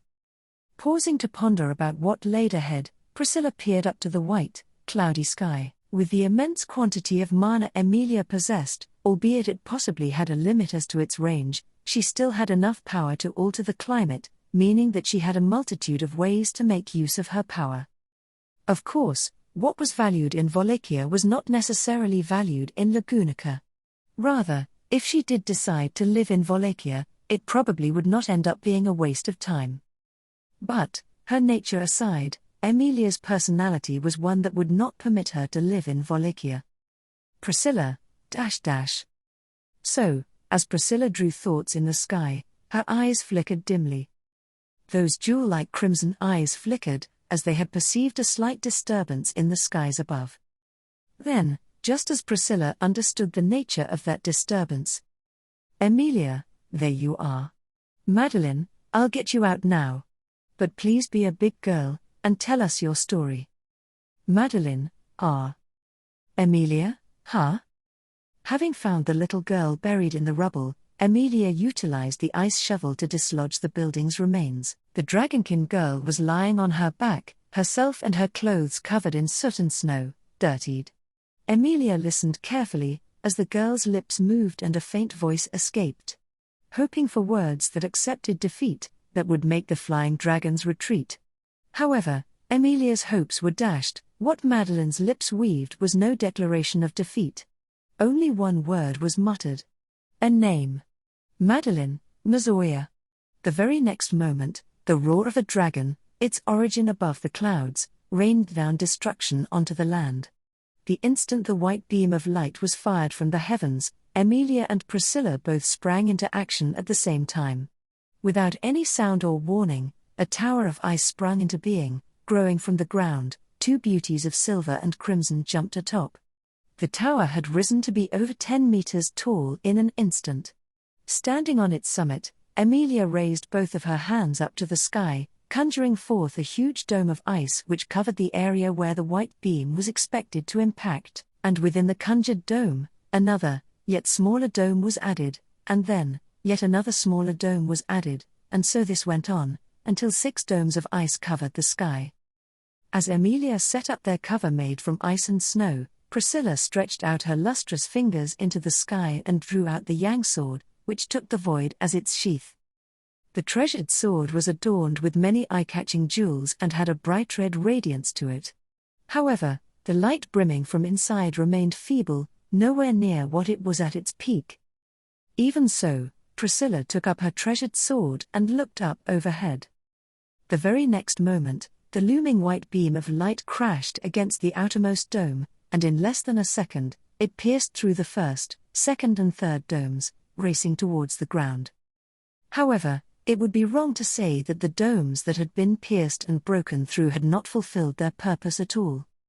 The moment the beam went through them, its angle changed slightly. There were only slight changes with the first, second and third one, yet those became heftier with the fourth and fifth one.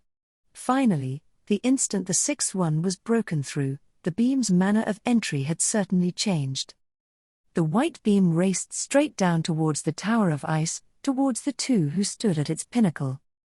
And so to meet it, came a deep crimson shimmer, which beautifully, vibrantly morphed into a flash of resistance, and thus, was it unleashed.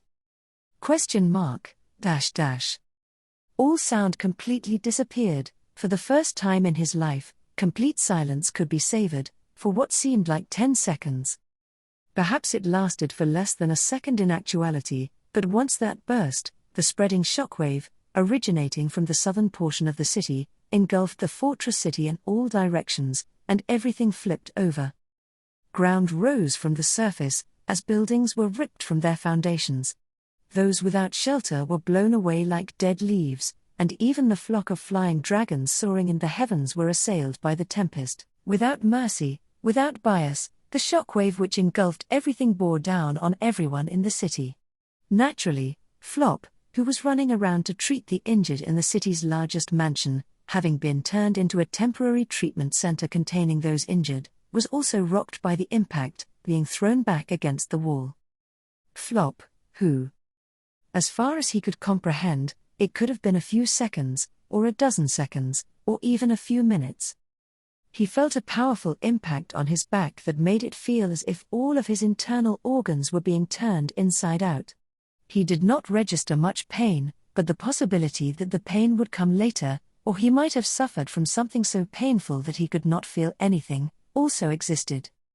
If that were actually the case, he would have liked to go on with his uneventful life, watch his little sister medium lead a safe and happy life, savor the sense of accomplishment that he would have achieved in successfully taking revenge on the world, and stay unaware of it until he was old and on the verge of dying. Once there, it should be impossible to distinguish whether he had died from his wounds or from old age.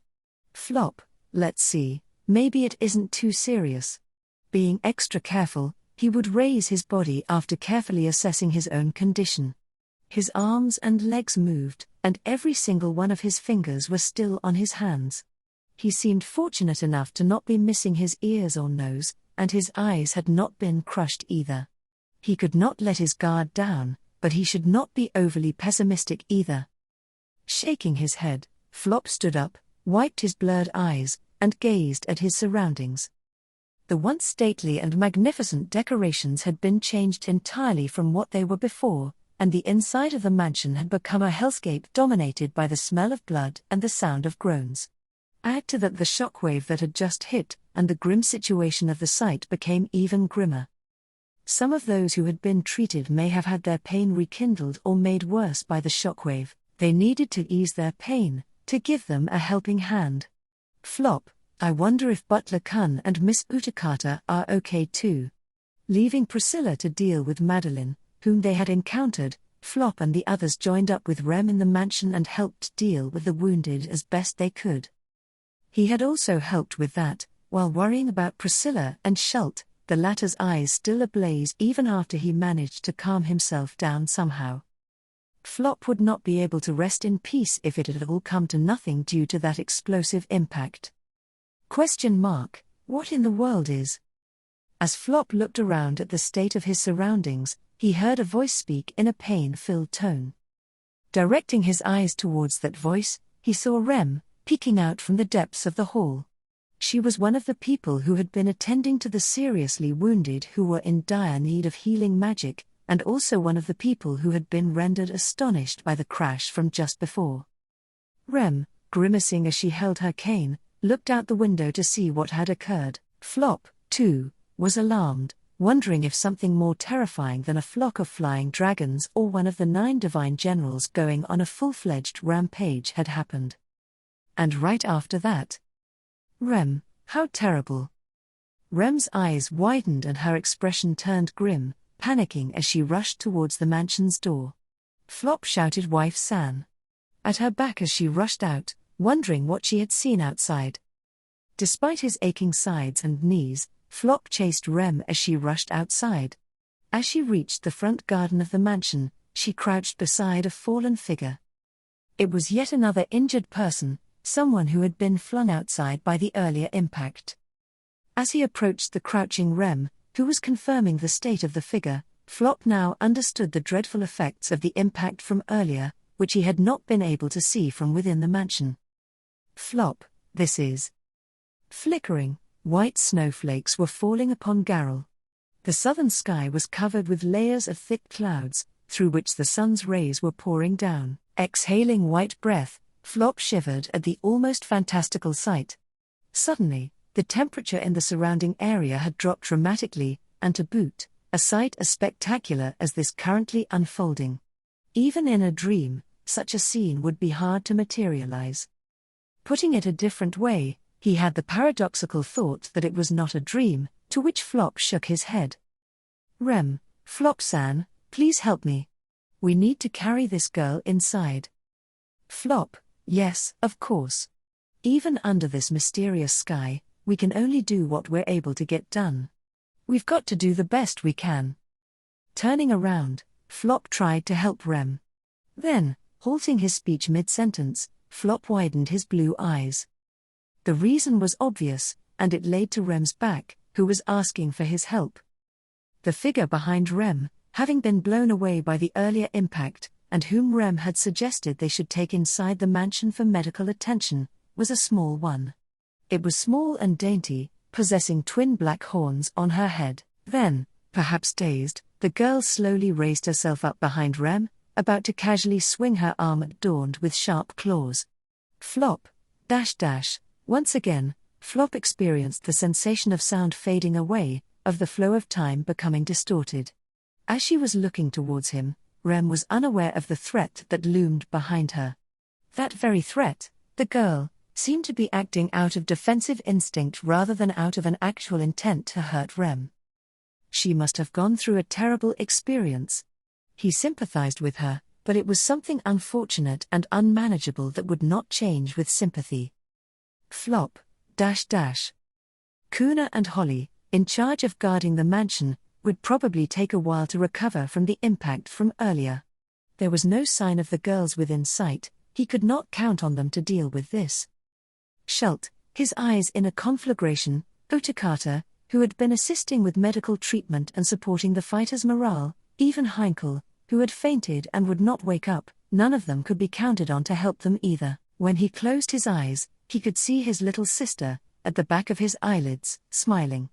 He was proud of his sister, who had sworn to herself that she would become so strong that her brother would never be hurt. Multiple figures, that of his benefactor, and of his sworn brother, those who had given him and his sister the chance to go out into the world, passed through his mind. Treasure your life, Flop. Self-sacrifices for morons. Once before, his benefactor had laughed at Flop's reckless way of life. At this moment, Flop would state the same thing he had back then. Flop, I don't mind being called a moron. Because all those who loved him had clapped their hands and laughed at his answer. Rem, Flop saw.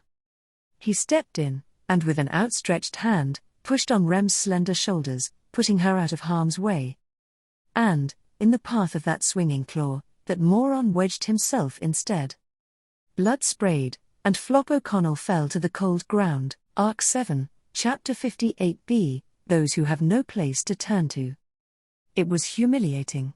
Her fangs creaked, gnashing together, her insides seethed with rage, her soul cracked in indignation. What was she doing?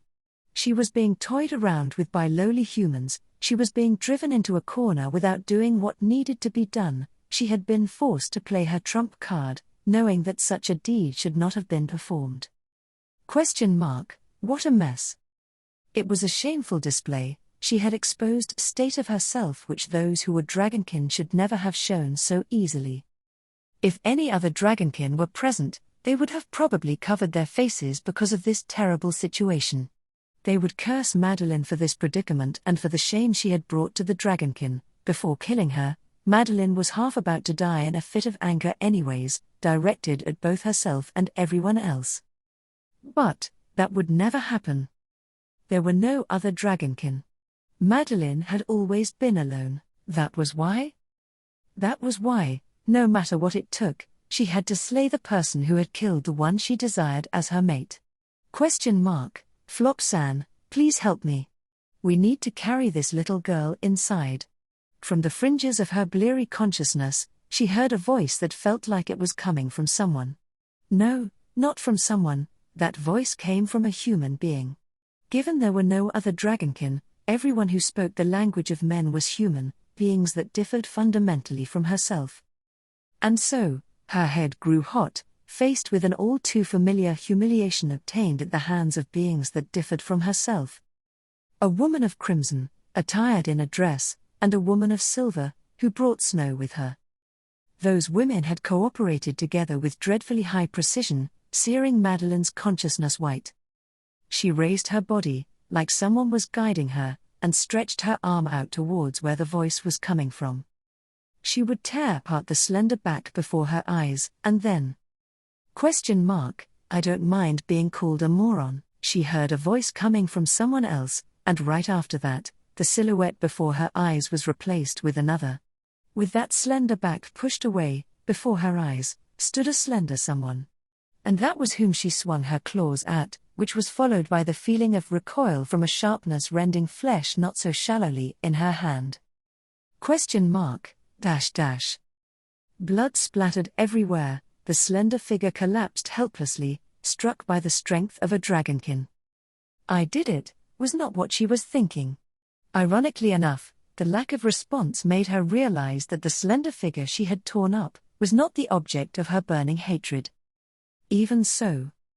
Madeline, so, who's the next one? That wants to be torn apart by my claws, or so she tried to bellow out, baring her fangs. She kicked her now felled opponent's body, moving to surrender her body to the ferocity of looking for her next prey. And while doing so, she looked at the figure of her fallen enemy. Madeline, huh? A man was lying on the ground, his long, golden hair furled out on the floor, his pale skin soaked with blood. She did not know him. She could only roughly tell apart the particulars when it came to faces of those belonging to the human races, however, that man was not within the ones she could distinguish. Therefore, what had grabbed her attention had not been the man himself, but rather, what he carried. On the fallen man's weak chest, which had been torn and laid bare, covered in blood, was an ornament which he wore from his neck, made from the fang of a beast. No, not from the fang of a beast. It was from. It weighs from.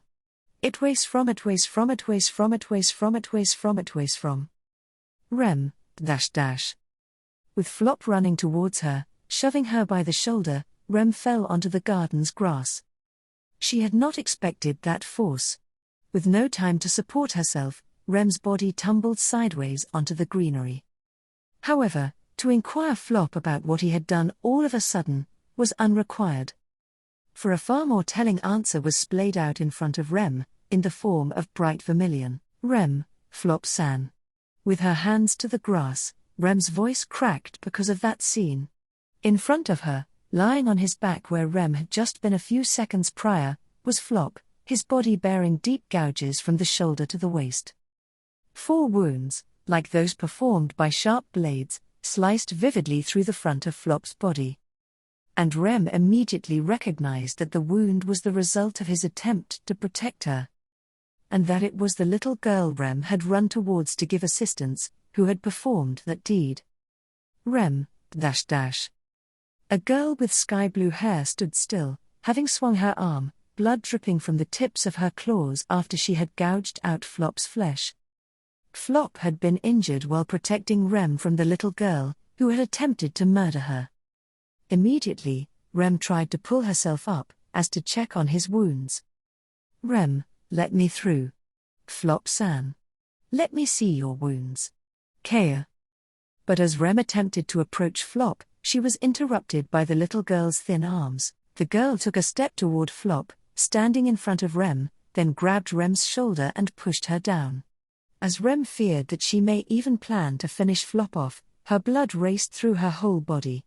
And just like that, the little girl's arm grabbed Flop by the neck and, handling him roughly, forced him to stand up. And Madeline, why is a dragon's fang? Why is Carillion's fang hanging from your neck? With desperation and grief plastered in her profile, the girl posed that question in something akin to a shriek. For a moment, Rem's train of thought paused, unsure of the meaning of the question. But in the meantime, the girl was still repeatedly directing a question of why? To Flop, the latter's eyes closed. No response came from Flop, whose consciousness remained plunged into darkness. There was absolutely zero doubt, however, that the lingering embers of life were fading, as the wounds on his body kept bleeding unceasingly. Madeline, answer me. Answer. If you can't do that. Rem, please stop. He's unconscious. He'll die. Madeline, HK. Rem gripped onto the arm of the little girl who was roughhousing Flop, as if to cling onto her. The little girl's golden eyes turned around in anger because of Rem's interference, but she and her spirit withstood the intensity of her eyes. With Flop's life on the line, there was no way she could be intimidated. Rem, let me treat him right away. Otherwise, Flop-san. Madeline, what's the point of treating him? If he's going to die anyway, before that happens. Rem, healing magic. I can perform healing magic. Rem's desperate plea caused the little girl's arms to relax slightly. There was no way that Flop, gravely wounded as he was, would be saved with mere simple medical treatment. But healing magic was a different matter. The little girl's golden eyes reflected Rem properly for the first time. Madeline, you can save him. Rem, I will do it. No matter what it takes. Madeline, then, do it quickly. Did she trust Rem's words, or did she understand that there was no other alternative? In a one-sided decision, the little girl pushed Flop's body, causing him to fall onto Rem, but there was no room for Rem to protest against her attitude. Rem, this looks terrible. Assessing Flop's wounds as he was handed over, Rem muttered so to herself at the gruesome sight. As if performed by the claws of a beast, Flop's white skin had been torn apart, leaving 4 gaping wounds. The wounds were deep and painful, similar to mud being gouged out by a tree branch. The blood that flowed in a continuous stream was contained by the cloth that Flop had wrapped around his head, and healing magic was applied over the wound. Immediately after, Rem's entire body was overcome by a sense of fatigue. Rem, HK. This came after she had already performed healing magic on many people who had been injured in the Flying Dragon's raid. Although she had limited her healing techniques to patients who absolutely needed it, as to reduce exhaustion, they required so much energy that fatigue was inevitable. Then came Flop's treatment, someone on the verge of death. The mental burden was heavy as well. Rem, still, giving up isn't an option. Hence Rem told herself that no possibility of the sort existed, and focused her attention on Flop's wounds. As Rem concentrated, Priscilla's words were revived in Rem's mind. They served as advice for Rem, as she pondered over her memories, her circumstances, her duties. Words given to her during the days spent by Priscilla's side in the city after parting ways with Subaru and the others. Priscilla, look not at the wound, but at life itself. For the body of a living creature is not solely blood, but also all kinds of unseen things that circulate within it. Beyond that, is what the healing arts must grasp. Priscilla, what it is, I am not able to reveal to you, as I do not utilize the healing arts. I call it life for the sake of convenience. You may call it whatever you prefer. However, Priscilla, remember, Rem, you are a pitiful girl who has lost her memory, who has lost her foundation. You have lost everything, but you possess the power to heal people. That is your essence. Priscilla, no one can escape from who they are. Strive to remember my words, be diligent. Rem, see, life. The painful wounds themselves were not that which needed to be patched up, rather, life itself, the very thing flowing out of Flop and in need of being preserved, had to be contained. Or, possibly, it even had to be magnified in order to save his life. Healing magic was not solely about filling gouged flesh, sealing wounds, or relieving pain. Essentially, the healing arts were not magic that healed wounds, but magic that saved lives. If she were to invoke that awareness and technique of interfering with life, it should also be possible for Flop to retain his shrinking life, saving him from the brink of death. Rem, seeking the optimal use of her limited remaining strength, Rem's healing techniques, refined to the utmost limit, were brought to their true potential, connecting the threads of life that needed to be connected, stemming the flow of life that needed to be stemmed, and restoring vitality to the fading light of life. She would save Flop's very life. Rem, Flop-san. His breathing, which had become shallow and weak, and the color of his cheeks, which had turned pale and bloodless. As both of these gradually began to display signs of stability, Rem tried calling out to draw firm responses. At Rem's call, Flop's long eyelashes quivered and his blue eyes opened only slightly. Flop's consciousness remained vacant still. However, if she continued to apply healing magic, he would survive. With that, as Rem was about to breathe a sigh of relief, Flop's lips trembled. Then, with a faint exhale, he spoke. Flop, don't heal me fully. Rem, huh?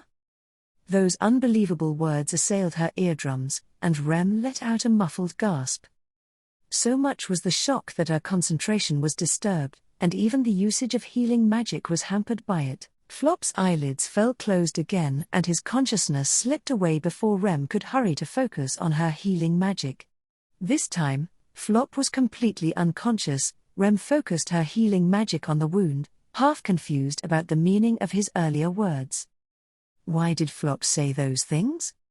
What exactly did he mean that I should not heal him? Rem, did you say something that's strange because you were disoriented? That was a possibility. Considering the amount of blood that he had spilled, that he regained consciousness, even for a single moment, was a miracle. It was no wonder that, with his awareness mostly misty, Flop would speak things that made no sense. However, even though they were brief acquaintances, Rem's trust in Flop was high. Flop was someone who would think over things carefully and present his honest opinion, always. Suppose, too, that Flop's words just now were the result of him wringing out all he had.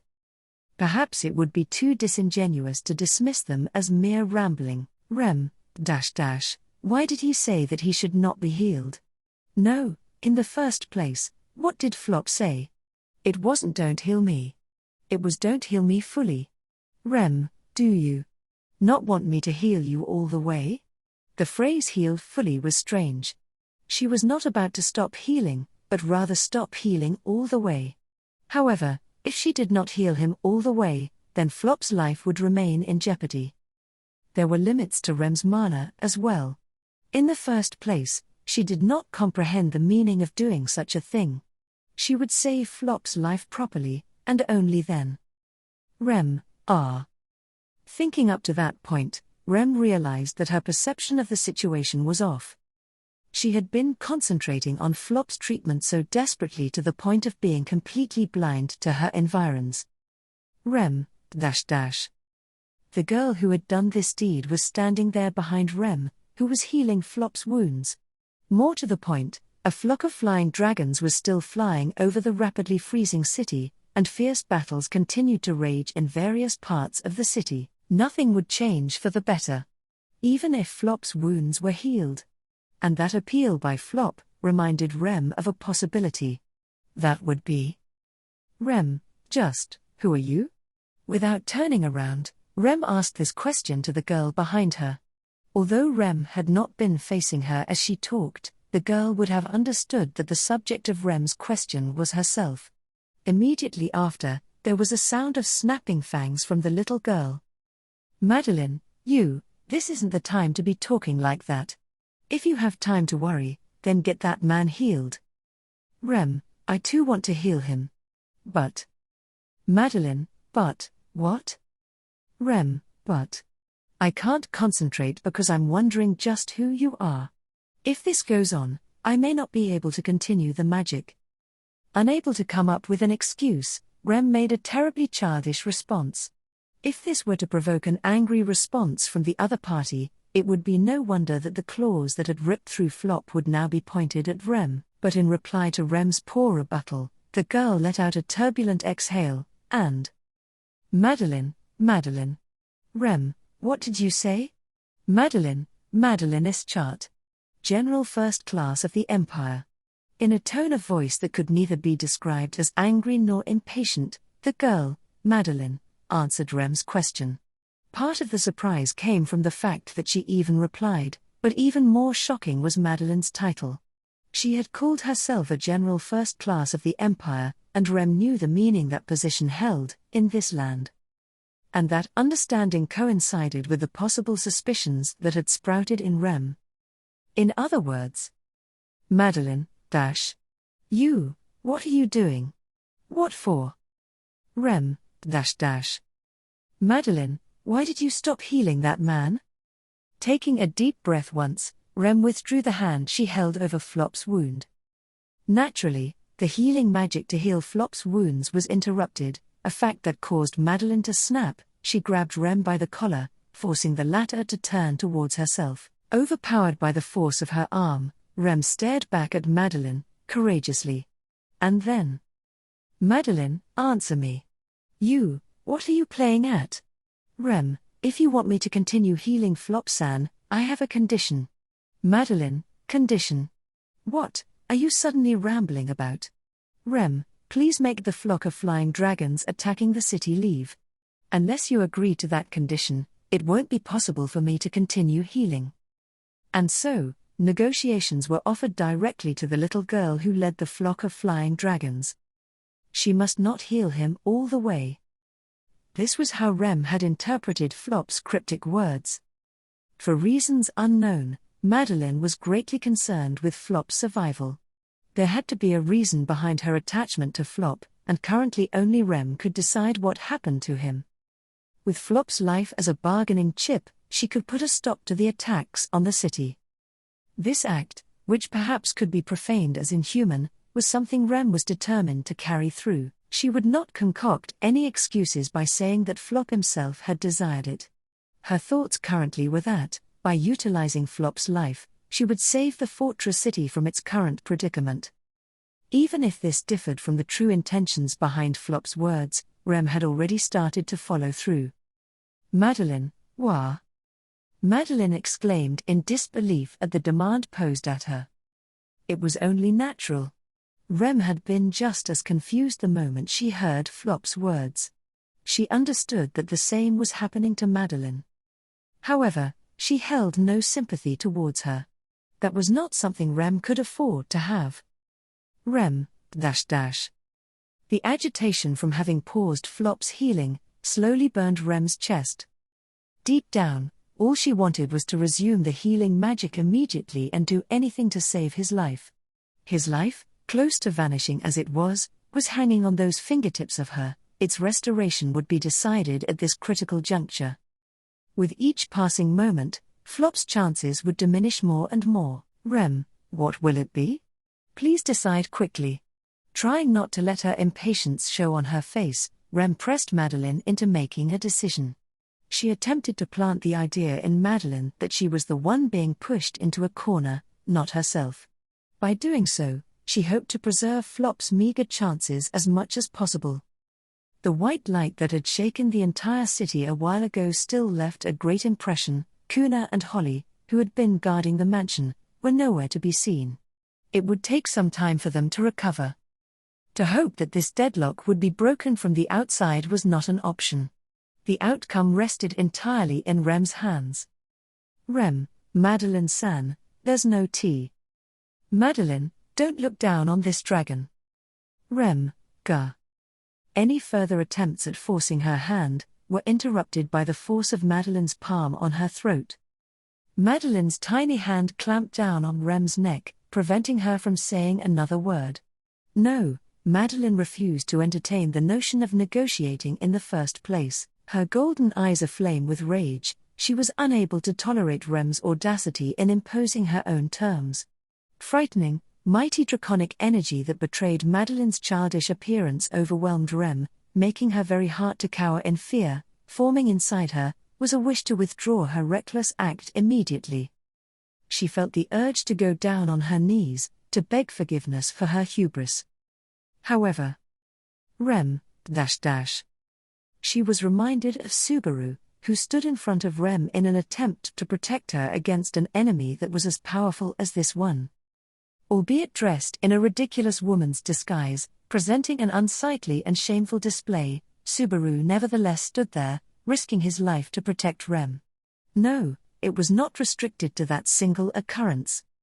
In Rem's eyes, Subaru was neither special, nor was he strong. Despite being frightened of the danger before him, however, Subaru did not back down, ever. Rem, envisioning Subaru, scolded herself for being so filled with fear as to be unable to move. He had never cast his gaze downwards, nor had he thrown in the towel. He had never displayed such naive notions, nor had he ever displayed such tenuous resolve. Rem, even. Madeline, what is it? Rem, even if you kill me, you'll lose. Madeline's eyes widened in surprise at the sentence Rem uttered through gasps, as she was strangled. If Madeline were to murder Rem in a fit of rage, she would miss her opportunity to talk with Flop. So ultimately, the nature and substance of the choice Madeline was being confronted with had not changed. To destroy the city, or to let Flop live, those were the two options. As a general first class of the Empire, it was Madeline's duty to fulfill the role entrusted to her. However, within her attitude and in her words, Rem had found a minuscule possibility for success. Madeline truly wished to exchange words with Flop. There was something she wished to make certain. How important was it for Madeline to confirm that something? Within that, Rem had seen something valuable that could decide the outcome of this battle. Rem, what will you do? Madeline, Rem, please choose, will you kill, or will you let live? Her white-tinted consciousness gradually cleared, and the world around her slowly gained color. Alongside the awakening of her consciousness, she felt a terribly heavy oppressive sensation throughout her whole body. It was as if there were rubble on top of her body, a heavy sensation that pressed down upon her entire being, making it difficult to breathe. She moved her arms in order to push it away in any way she could, and HNN, Angar. Once she stretched her arms out from their cramped position, the pressure disappeared with a loud thud. Only then did she come to realize that it had not been her imagination, she really had been underneath a pile of rubble, suddenly understanding the reason why it had been so difficult for her to breathe. Becoming convinced of it, she began to try and remember why she had ended up trapped underneath the rubble. Emilia, right. I was with Priscilla, fighting Madeline. Recalling the events just prior, Emilia observed the surrounding landscape. What was spread out before her was the now barren debris of the cityscape. Buildings had crumbled, their collapsed debris blown away, the very earth flattened. At this sight, akin to fallen leaves having been scattered by a powerful wind, Emilia let out a small gasp. The white snow falling here and there was the result of the space of glaciation created by Emilia, a special technique Subaru had dubbed Ice Age. What had tinted Emilia's consciousness white, however, was another white something that had fallen from the sky. It was Emilia, gives the same feeling as Volcanica. The white light that had descended from the heavens to the earth had been an attack triggered by Madeline's will. Even though she had not known what was due to arrive, Emilia took swift action and joined forces with Priscilla, putting up ice barriers to intercept that white light. The layers of ice shielding were shattered, and finally, Priscilla's treasured sword of red flashed. Emilia, after that, I got buried and... This isn't good. What about Priscilla? Recalling what had occurred, Emilia began to look for Priscilla, who was nowhere in sight. Since Emilia had been under the rubble, it was not surprising that Priscilla, who had been right next to her, would have suffered the same. If so, there was a possibility that Priscilla would be buried, unable to get out as opposed to someone physically strong like Emilia. She had to help her quickly. It would be sad if she was shivering with inconsolable fear. Emilia, Priscilla. Priscilla, where are you? Answer me. I'll get you out right away. ? Cease your chirping, half-devil. Emilia, Priscilla? Pushing her body through the pain, Emilia turned over the debris near her. Once there was an answer to her inquiry, Emilia hurriedly ran towards the voice. And there, on the ruins of the collapsed city walls, at the other side of a mountain of accumulated debris, she found Priscilla. Sitting on the wreckage, Priscilla snorted at Emilia rushing over to her. Priscilla, what ugly stubbornness. I suppose you are alive. Emilia, yeah, thanks for worrying about me. You're fine as well, Priscilla. Right? But it's a relief that you seem all right. Priscilla, humph. Faced with Emilia stroking her chest in relief, Priscilla sighed, looking a little more tired than usual. Her gorgeous red dress was torn here and there, her fair skin stained with dust and bruises. Because Priscilla was always so immaculate, it seemed all the more painful to look at. However, upon Emilia lowering her eyes out of sadness because of that fact, Priscilla looked up at her with displeasure, speaking, "Do not look down on me. Priscilla, do not make me laugh with your anxious ponderings. You and I are enemies competing for the throne, first and foremost. Your true desire should be to wish for my downfall." Emilia, humph, there you go saying mean things again. I don't want Priscilla to get hurt. Besides. Priscilla, what? Emilia, you seriously think of me as an enemy? It's a bit surprising. Emilia had presumed that Priscilla took no interest in her for certain. This assessment was surprising and gratifying for Emilia, who was aware that she was behind the other candidates for the royal selection, such as Crush, Anastasia, and Felt. To be placed alongside those amazing people felt like a recognition of her efforts. Priscilla, ... Emilia, oh, but if you're safe, Priscilla, we have to move quickly, we don't know where Madeline went and we have to get the city out of danger. She could only be happy that Priscilla was safe and sound, now that the crisis the city was undergoing had ended. True, she wished that Madeline would stop the assault of the flying dragons, but since she had not been able to locate Madeline during her search for Priscilla, it was likely that she had escaped. If Madeline could not be relied upon, Emilia and the others would have to drive away the flying dragons on their own. Therefore, to assist in battle, she thought of making haste to the place with the largest presence of flying dragons. Priscilla, halt, half-devil. Emilia, I'd like to wait for you, but we can't rest. We have to hurry. Priscilla, no need. The situation is moving. Stopping her hurried run, Emilia turned around and let out a huh? As she stared in wonderment. Priscilla, having stopped Emilia, jerked her head up while sitting atop the rubble. Emilia's attention was caught by her gesture, and she gazed upwards, at the cloud-filled sky from which white snow sprinkled. Only then did she understand the meaning of what Priscilla had stated. Emilia, the flying dragons, they're going away? Emilia's vision, as that sentence escaped her mouth, was filled with the flying dragons that had previously overrun the city's skies, hunting down people indiscriminately. Spreading their wings, they were slowly growing distant in the skies. For a moment, Emilia was unsure of what that signified, then considered, maybe. Emilia, Madeline listened to our request. Priscilla, foolish nonsense. Emilia, I guess not. But I think Madeline is the only one who can order the flying dragons to leave. The most pleasant possibility was shot down by Priscilla, and Emilia pondered on it. Of course, even a flying dragon who followed someone else's orders would not be suicidal enough to throw away their own life for naught. They would retreat if faced with likely defeat, and it was possible they would even flee in a hurry if, for example, the leader of the flock were defeated.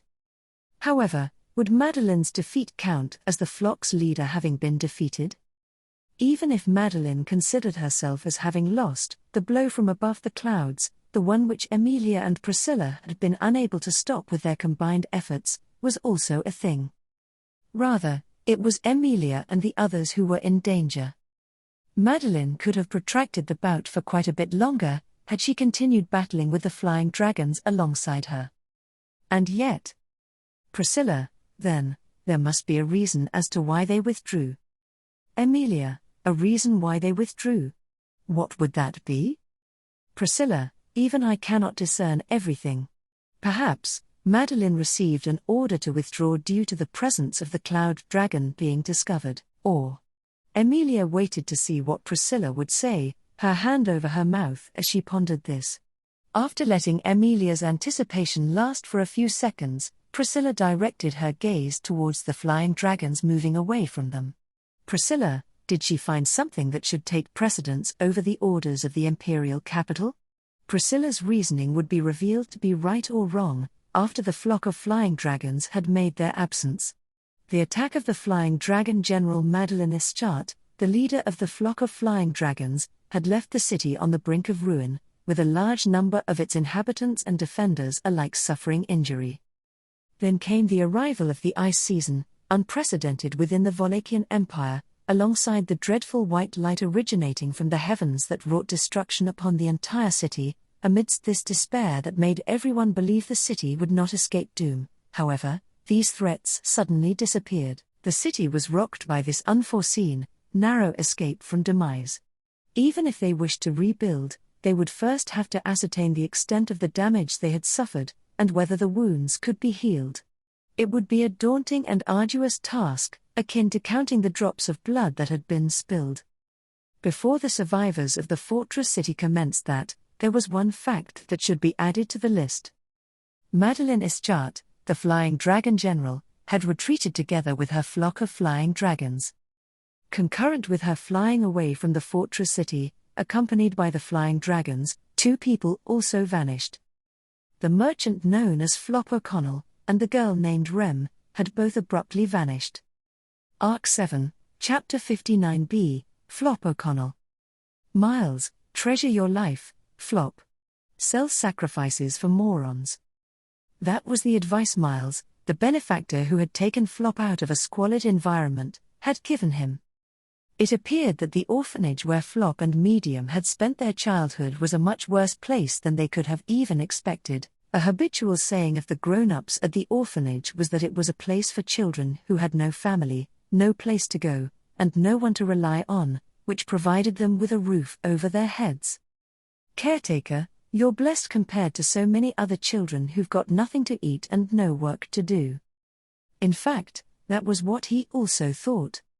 For him and his younger sister Medium, having been abandoned by their family, it was a harsh life of going through hell and back. In regards to food, they would eat grass, insects, and the occasional rabbit, which would cause great furor upon being caught. Worst-case scenario, they would have to munch on soil and moss to stave off the hunger. In comparison, life at the orphanage was much better. They were given blankets, albeit thin and tattered ones, meals were provided, albeit consisting of tasteless soup with a piece of bread. They were assigned with menial jobs where numbers mattered, and although they were beaten up by adults on a whim, it was only on occasion. There was some truth in the grown-ups' words of admonishment, that the outside world was much more painful. And so, the idea of running away did not even pop up. Be that as it may, he could not bear to expose Medium and the other children to the punches and kicks of the adults. Thus, Flop learned to act as cheerfully as possible to draw the grown-ups' attention. Flop made up his mind that, every day, he would be the one to get the most attention from the adults. Flop's conspicuousness would make the adults soften their attitude toward the other children. Even on days the adults were in a bad mood, it was Flop who, standing out as he did, would be the first target of the abuse. Standing out was a weapon in its own right. Loud voices and gestures, exaggerated facial expressions and mannerisms. Luckily, it was not difficult to establish a habit of doing these things. It seemed that he had a natural talent for drawing attention. Flop had shifted the focus of their anger from the younger children towards himself, and had gone through terrible hardships that had left him half dead. It was there, on that night in which Medium had comforted Flop's wounds all throughout, that he became convinced. This was the role he had to play in that place. Amidst the excruciating pain, that was what Flop told himself. Of course not, you dimwit. Flop, huh? First time I've shown my face in goodness knows how many years, and looking at it, it's still the same disgusting place, with the same stupid kids doing the same stupid things. When it comes to crazy kids, Lil Ballet's more than enough. Having identified the role he himself should take on, Flop was prepared to shoulder the worst aspects of the orphanage. However, one night, Flop's plans were shattered abruptly. The person who had appeared mounted atop a flying dragon was not a person with a neat appearance, to say the least.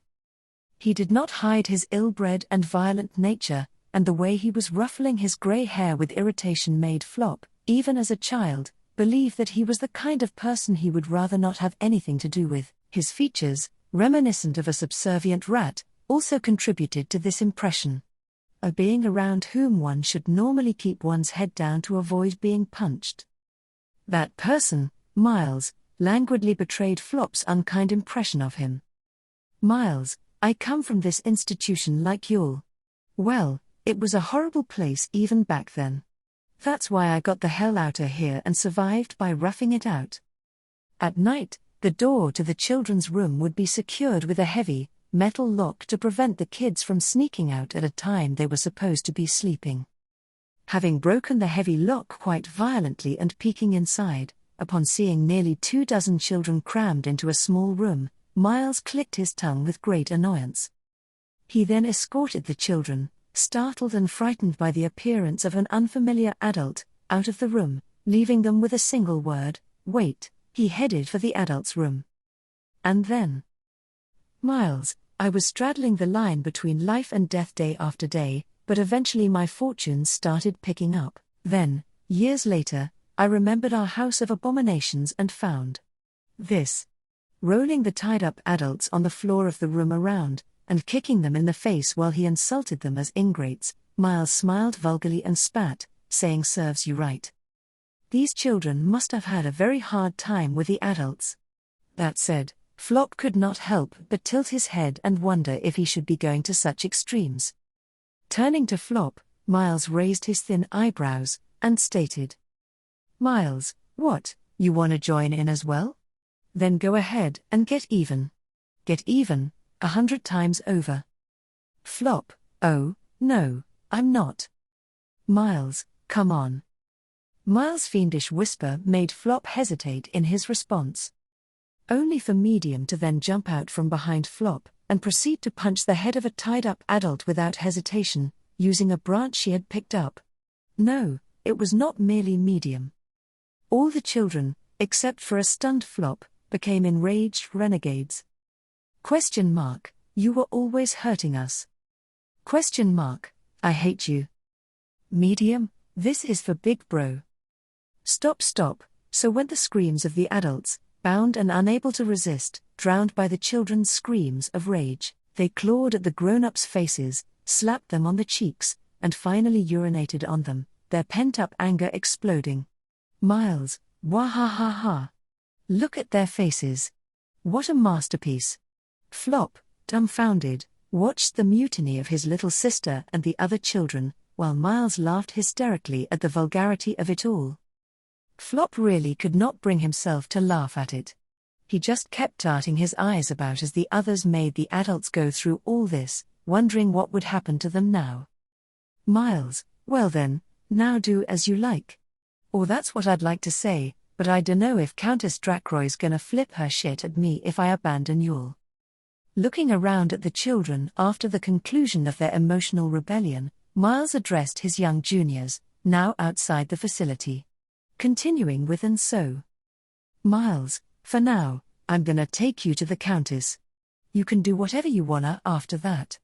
You don't really need to follow me though." Receiving Miles's crude invitation, the children looked at one another. Anxiety and perplexity emerged in their faces. Miles had stated that they were free to follow him or not, but that was a choice that neither Flop, nor the other children, had ever had before. Never had they possessed the right to choose anything, having followed the instructions of adults their entire lives. Therefore, upon suddenly being gifted that right, they were thrown into a state of confusion. Towards the children's hesitation, Miles shrugged his shoulders with an oi-oi. "Miles, it's a little too late now, how pitiful. You've already made them pay their dues. You guys can choose what you want to do." Only once Miles stated so, did the children realize it for the first time. Just as Miles had said, they had already chosen to rebel. When all was done and dusted, none of the children opted to stay in the orphanage. Of course, although he had not been complicit, Flop could not say that he would stay in the orphanage that had wronged him as such. To begin with, Medium was quick to accept Miles's invitation, saying, "I'll go," urging Flop to join her as well, voicing out, "Let's go." There was no way Flop could refuse Medium's wish, or choose to part ways with his sister. For these reasons, a tad more passive compared to those of the other kids, Flop left the facility. He had done something outrageous. Or perhaps, he had gotten himself involved in something quite outrageous. Regret tormented his heart. However, "Medium, good night, big bro." On their way to Miles's master or whatever, the words hit him as he and his sister slept somewhere without a roof, wrapped in blankets brought from the facility. The sight of his sister, who abandoned herself to her relief. The view outside, devoid of the prison called shelter. He realized that no longer did he have to worry about being beaten or about his sister being brought to tears. Flop, sniff. And on noticing that, Flop cried. He cried and cried and cried, savoring the salty taste of his freedom. In the distance, wings flapping, flying dragons flew away, out into the grey cloud-covered sky. Zika remained watchful until the distant shadow was as small as a pea, lest it be a prelude to the next attack, and only then did he relax his body. For reasons unknown, the flock of flying dragons had retreated. Since the city hall had not completely fallen, there were two possible reasons for the retreat: either they had achieved the objective of their operation, or they had found themselves unable to accomplish it. From Zika's perspective, the former was preferable. Taking the dramatic events that had taken place during the intense assault, lasting only an hour or so into account, objectively, it seemed that the former was more likely. Zika, a sharp drop in temperature, and catastrophic damage to the southern part of the city. Running a hand through his own abundantly bushy hair, Zika touched upon two anomalies that he could not put a finger on. During the battle, the temperature within the fortress city had dropped in the blink of an eye, and then, once white snow began floating down, he doubted his eyes. Apparently snow was sometimes seen atop very high mountains, but if one were to see snow in Wallachia, the occurrence would be expected to be accompanied by some sort of natural disaster. In other words, the snowfall that had occurred during the battle was nothing short of a natural disaster. But that in itself had worked out to be fortuitous for Zika and the others. Sudden changes in temperature made flying dragons vulnerable, even more so when it became colder. Their troublesome ability to fly had been noticeably reduced. Without it, the damage would have been much greater and more profound. However, Zika, what in the world was that white light? Uncontrollable destruction had obliterated the southern part of the city flat. It was something of an end-of-the-world spectacle. Even the term natural disaster was insufficient to describe it. Even though no further damage had followed, the city had been dealt a painful blow by that single blast. The chain of command had been thrown into disarray, causing the evaluation of the battle status to be delayed. Had the flying dragons pressed on as they were, it was possible that the city would have gradually fallen. For that reason, it was fortuitous and strange that the flock of flying dragons had retreated. Consequently, Zika speculated it may have had something to do with their enemies. Had someone struck a crushing blow to the enemy in place of Zika and his men, who were forced to defend the city? In that case, the most likely candidates would be Myzelda, the leader of the Shadrachians, or Priscilla, who had a proven record of defeating Arakia, a general first class. Whichever one of them had performed this deed. Zika, after all, women are wonderful. However, I do not want to take entirely for granted the shame of being protected behind a woman's back. The fact that women were superior was no excuse for Zika to be inferior. While women's splendor should be revered and loved, one's own shortcomings should be admonished. Anyway. I never thought I'd be exposed to such an onslaught, but I suppose the advanced preparations have paid off. Zika, flying dragons are standard practice for attempting to capture a fortified city. However, it should have been expected that the flying dragon general would be sent, rather than the flying dragon squadron. Zika shook his head at the words of his wounded chief of staff, the latter bleeding from his head. The outlook was not good. The preparations for the flying dragons included placing most of the offensive weapons on the western wall, in anticipation of an attack originating from the imperial capital, yet the flying dragons had assaulted from all directions. After the withdrawal of General First Class Arakia, they had assumed that it would take some time for the next general to be dispatched, but this had been a miscalculation, and given the circumstances, it was not surprising. This was not just a rebellion restricted to one city, but the harbinger of a much larger political upheaval. From the perspective of those schemers in the imperial capital, aware of the situation, it was to be expected that they would put all their efforts into extinguishing the flames of rebellion while they still remained small. They should have considered the possibility of the deployment of another general first class right after. Zika, no, let us reflect on that later. Now that the city walls have been damaged, it will be easier to capture the city, even without flying dragons. Assess the damage. See if the walls can be repaired. Put your weapons down right now. That's an order. PFF. Swiftly identifying the aspects to reflect on, Zika stored them in a corner of his mind. Just as he was about to check on the damage and rack his head over measures to be taken for the future, a sharp, tense voice shook the chilled air. Looking over, a figure could be seen, surrounded by those who had repelled the flying dragon's raid on the building used as the command post, that being the city hall. The weapons and attention that had been directed at the flying dragons until then, were now focused solely on the man glaring with a vicious attitude at those surrounding him. In both his hands were long swords, blood dripping from their tips. However, that blood was not that of humans, but of flying dragons. Zika, that is. Chief of Staff, he's one of the soldiers we sent out from the cellars to counter the flying dragons. Wielder of twin swords.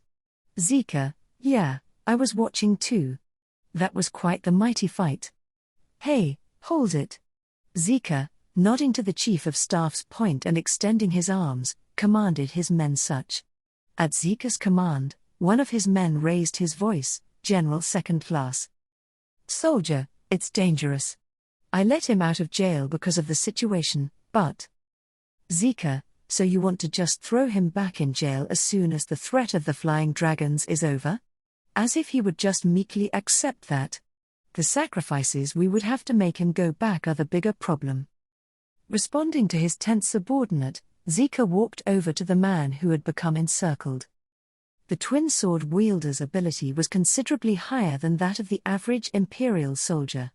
In fact, without his inspiring performance, there was no certainty that they could have repelled the hordes of flying dragons that had raided the city hall. If that sword were to be pointed at them, it would cause more unnecessary damage. Zika, obviously, if you continue with such an outburst, your life will be forfeit as well. Which is why. Man, which is why, what? Zika, to a Zika attempting to break the ice, the man responded with a sharp voice and demeanor. Instead, he pointed one of the two swords in his hands at Zika, and let out a ha. Together with a fierce smile. Man, you want me to surrender so obediently? That's no different from what the rest of those guys are saying, right, General Second-Class Womanizer. Soldier, you dare taunt General Second-Class Zika. Zika was proud of his title, one which possibly sounded disgraceful, but there was a clear intent to ridicule it in the man's statement from just now. This caused Zika's men to become irate and hostile as a result, but Zika once again restrained them with one hand. Zika, you are welcome to surrender, though that was not what I was attempting to suggest. Your work has been outstanding. Although we stand on different sides, the fact that you have contributed to the defense of the city is not diminished. Therefore, you will be released. Man, you serious? Zika, definite punishment or reward is a rule of Wallachia, and the wishes of His Excellency the Emperor. The Emperor of Wallachia, who evaluated people on the basis of their ability and achievements, was the foundation of the empire's meritocracy, a principle of loyalty that Zika, too, respected. However, as soon as the man heard Zika's answer, his attitude became blatantly prickly. The ghastly aura overflowing from his entire body and his eye, as the right eye of the man was covered by an eye patch, he glared at Zika with his left, all of his emotions were conveyed through it. Man, how can a rebel general who betrayed His Excellency the Emperor and the Empire, joining forces with the enemy, be so shameless as to say that? If it were me, I'd be so ashamed of myself that I'd just cut my guts out. Zika, staring fixedly at the man, Zika only held his breath upon being faced with these words, the source of his intense hostility seemingly laying in his loyalty to the Empire. This soldier, who had been put in the dungeon, was very likely one of the men who had resisted Vincent's advice to surrender till the very end, as of the latter's conquest of Garrel through his scheme. In other words, he was a man that adhered vehemently to the principles of the Empire. Then, Zika, if I were to inform you that I, like you, pledge unchanging loyalty to the Empire and to His Excellency the Emperor, would you be willing to listen to me? Man, At Zika's question, the man opened his left eye wide and let out a boorish voice. He trained his eye on Zika, seemingly unintimidated by the look in his eye, then after a brief pause, he tossed his swords to the floor. The swords clattered upon the ground with a high-pitched sound, and the now unarmed man raised both hands. Zika, can I take that to mean you are going to listen to me? Man, for now, I'll stop rampaging and I can die an honorable death. If I were to really try it though, I could at least chop the treacherous general's head off. Looking around, the man gazed at Zika's subordinates in a provocative fashion. Their alarm was heightened by his gaze, but the man snickered. Man, but I won't. Though, if this talk you wanna have's a boring one. Zika, I intend for this to be a reasonably interesting conversation. What is your name? Having lowered his weapon so he could step closer, Zika inquired the man as to his name. For a moment, the man hesitated to answer the question, but as there was no point in deception, scratching his own head, he Man, Jamal or Ali. Private First Class. Stated his name and rank. In response to this attitude, Zika also gave deep assent with a nod. Zika, Jamal, is it? As you may know, I am Zika Osman. Having been conferred with the rank of Imperial General Second Class, I am also known as the Womanizer, although Jamal, on Zika, I would feel much better if I were to be called the Coward now. That moniker, once considered a shame, now took on special prominence in Zika. Hearing Zika's answer, the man, Jamal, grimaced with incomprehension. It was evident that Jamal was skilled at arms, but not good at thinking or reasoning. With that as the case, he may lend an ear if one preached righteousness. And there. Excuse me, you are the representative of this city, correct? Jamal had surrendered, and the city hall was released from the tension about to burst. Following which, a voice slipped in, as if it had been waiting for the right moment to interrupt. The quiet, soft tone of that voice struck the eardrums in a way that evoked a sense of relief in those who heard it. Nevertheless, the unfamiliar voice made Zika turn around and furrow his curly eyebrows. The owner of the voice had made their appearance on the stairs connecting the top floor of the command center to the lower floor. Raising his hands as to display they held no hostility, a gray-haired man turned to look at him. "Gray-haired man, are you General Zika Osman-san?"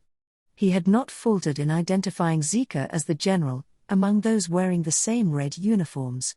Of course, considering the cloak he was donning, and the rank insignia on his shoulders, to spot Zika as the highest-ranking individual in the room was an easy affair. The problem was the audacity to point that out.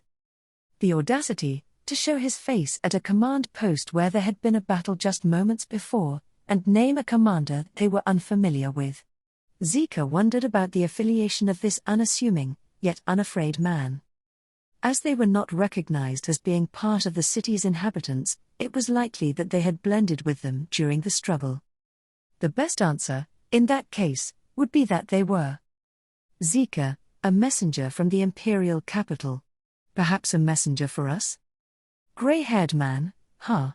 Oh, no, not at all. It is more complicated for us to explain any more at the moment, but we are not related to the imperial capital or anything like that. Waving his raised hands in denial, the young man hurriedly denied Zika's suspicions. If he were to take his word for it, the young man's position would become all the more incomprehensible. So, in Zika's stead, as he furrowed his brow, Jamal yelled out a bastard, gnashing his teeth. "Jamal, first dibs on him. You come in here after me. I'm gonna kick your ass." "Gray-haired man, I am very sorry about that. I do not expect that we will be able to have a calm conversation at this point in time. So, if you could just give me permission." "Jamal, permission? Permission for what?" "Gray-haired man, to assist in the treatment of the wounded and in the repair of the city afterwards. To assist with the aftermath of the battle, so to speak. I am certain my companions and I will be able to give a hand in some small way." In response to Jamal tensing his cheeks, the young man sighed, speaking although his own face, somewhat tired and somewhat exasperated, relaxed slightly, and "Gray-haired man, since we have already started, approval would be retroactive, if only partially. Zika, I appreciate the offer itself, but it is. It's nothing so complicated, Zika. There's no lie in what the man said. Before Zika could ask a litany of questions, a dignified voice that he could not help but listen to attentively interrupted him. The sound of a cane on the floor echoed sharply, and a shadow approaching the stairs lined up with the young man. It was Myzelda, her valiant figure bathed in blood, which increased her ferocious beauty. From the looks of it, the entirety of the blood that stained her beautiful body appeared to have been spilled by someone else, as there seemed to be no noticeable external injuries other than her leg, which had been injured previously. Zika was relieved to see her back in one piece. Having returned, Myzelda clapped the young man on his thin shoulder like she was familiar with him. "Myzelda, this one's companions have already started their work. I assure you." "Zika, Miss Myzelda, I am so glad you are safe." "And him?" "Myzelda, I don't know him. He's not our enemy, he's just a guy with a handsome face, so I let him through." "Zika, Miss Myzelda." Myzelda's aesthetic sense was somewhat different from Zika's, but she was certainly correct in saying that the young man's features were pleasing, beautifully arranged. The atmosphere he let off was somewhat neutral, but there was a strangely strong sense of purpose in his eyes. That he was not a bad person, was what Zika believed. But he also had a gut feeling. "Zika, I do not believe that there would be anyone willing to help with this situation and not want something in return." "Who are you?" "Gray-haired man, as I said before, the situation is a complicated one to explain. However, I do not intend to be hostile towards you. There are people who we are looking for, just that." "Zika, looking for people." Towards Zika, Repeating his words, the young man nodded, followed with a yes. Then, he removed the green hat he was wearing and placed it on his chest as he bowed, a polite gesture that displayed respect, but not in the way someone from the Empire would do such deed. "Grey-haired man, my name is Otto Suin. I am looking for my friend, as well as my friend's younger sister." Thus, with eyes like those of a cunning hyena, he stated his purpose. Miles's mistress, Serena Drakroy, was a high countess and a woman of fierce character. As a young woman she had fought hard against the upper echelons of the Empire's aristocracy, and, in accordance with the code of blood and iron that was the embodiment of the Empire, placed great emphasis on meritocracy, favoring the talented. On the other hand, she also possessed integrity that did not allow the strong to humiliate the weak as they pleased. For that reason, the children brought home by Miles were not mistreated. "Serena, I've heard about it. Miles, who avoids trouble, has even brought you to this house. He must have taken pity on your situation. You're free to do as you please in my territory." Serena smiled broadly, as she welcomed Flop and the other children. Flop was overwhelmed by the intimidating feeling of being in front of an entity more massive than him in height, which made him want to grovel in his childish heart, also, by the interior of the house, as he had never seen anything so ornate and spacious before. "Miles, people such as the Countess ain't got a reason to go out of their way to bully those below them, even if they've got the leeway. After all, the adults who beat children were beaten by adults when they were children as well." Miles responded as such with his usual coarseness to Flop and the children, who had been bathed in hot water, devoured a belly-filling meal, and changed into clean, good-smelling clothes.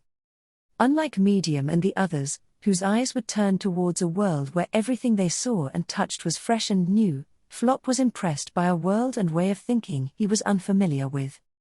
In particular, he was greatly influenced by the philosophies that Miles spoke of so casually.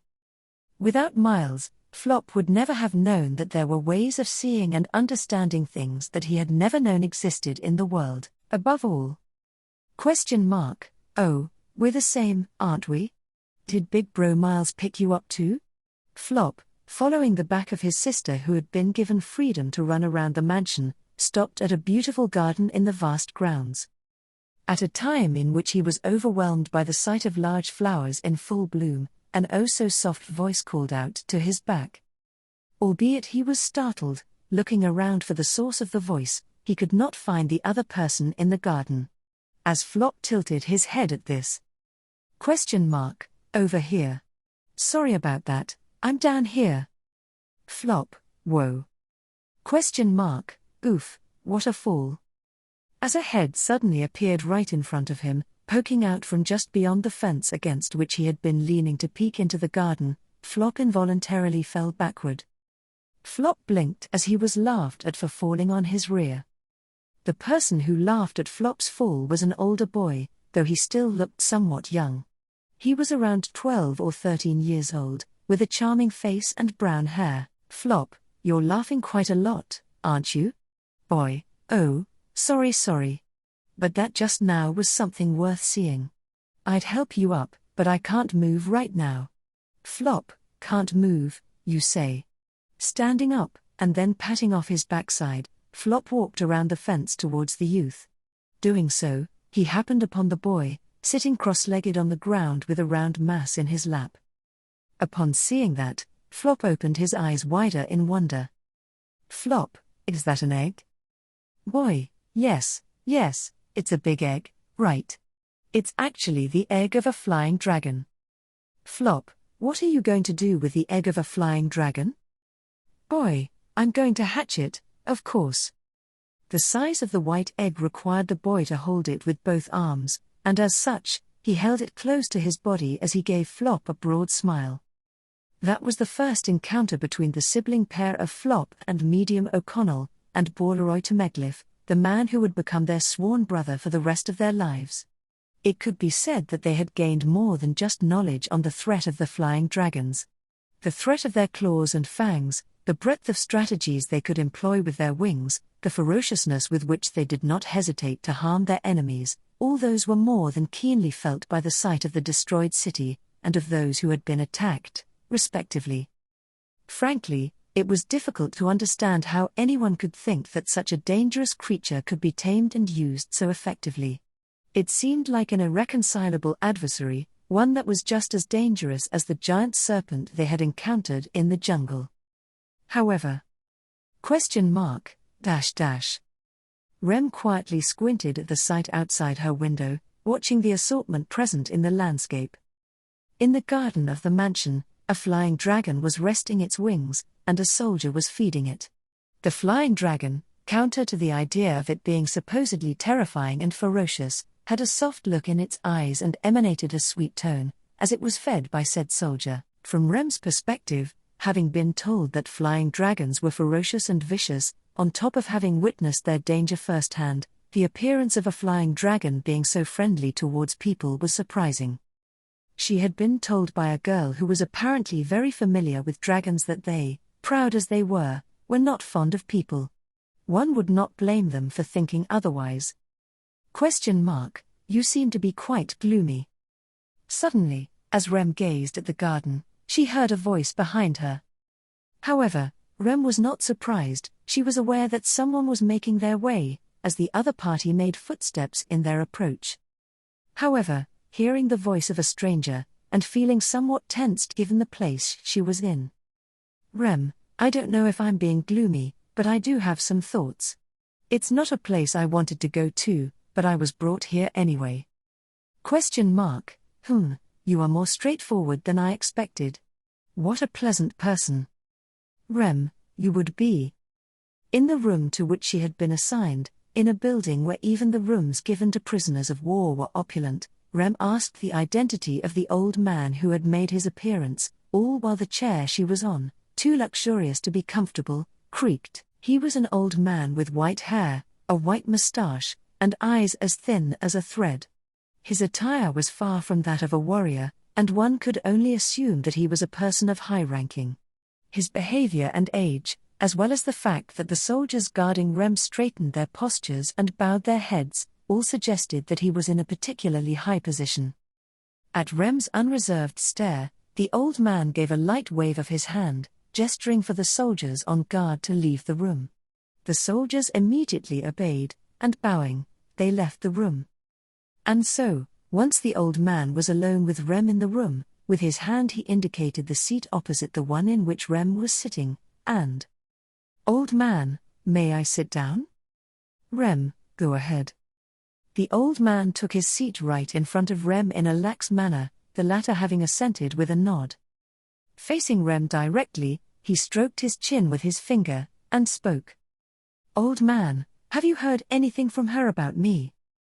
Rem, "No, nothing. I've heard nothing but heal him and rest, and if you try anything funny, I'll kill you." Ruminating on the instructions of the master of the house, Madeline, who would not listen to her, Rem shook her head. Rem was under house arrest, guards posted on her. She had been given strict orders to not attempt an escape. While she had no intention of running away, it was true that it was not a very pleasant situation. The old man then nodded his head, responding with "I understand." "Old man, I possess a few issues regarding her attitude towards a guest. I shall give General First Class Madeline a word of caution." "Rem, you can caution her?" Rem was taken aback by the words of the unfamiliar old man. Having spent neither a long nor a short time with Madeline between the events at the fortress city and being brought to this mansion, Rem was annoyed at her lack of communication. Madeline was obstinate and headstrong, although her having a persuadable candor had been her saving grace. Rem, I believed she was someone who didn't like to be told what to do by others. That if someone were to tell her something, she would become angry and violent immediately. And having conveyed her own feelings to such an extent, Rem put a hand of hers on top of the other. Now that she mulled over it calmly, she felt ashamed of herself, wondering what kind of face she was making as she declared that, as a person who had once broken another person's finger because she had not hearkened to what they had to say. However, the old man broke a slight smile at Rem's self-reflection with a "Old man, contrary to your expectations, you are not mistaken in that. Even if it pains me to hear it. In fact, She failed to follow my instructions correctly this time as well. However, Rem, Old man, this time, though, another factor was seemingly more important than the whims of General First Class Madeline. The old man maintained his lips relaxed, but the hint of a smile had disappeared from the tone of his voice. Rem held her breath for a moment as she was shot by his gaze, something beyond those narrow, penetrating eyes seemingly assessing her. The gaze had eloquently regarded Rem as another factor.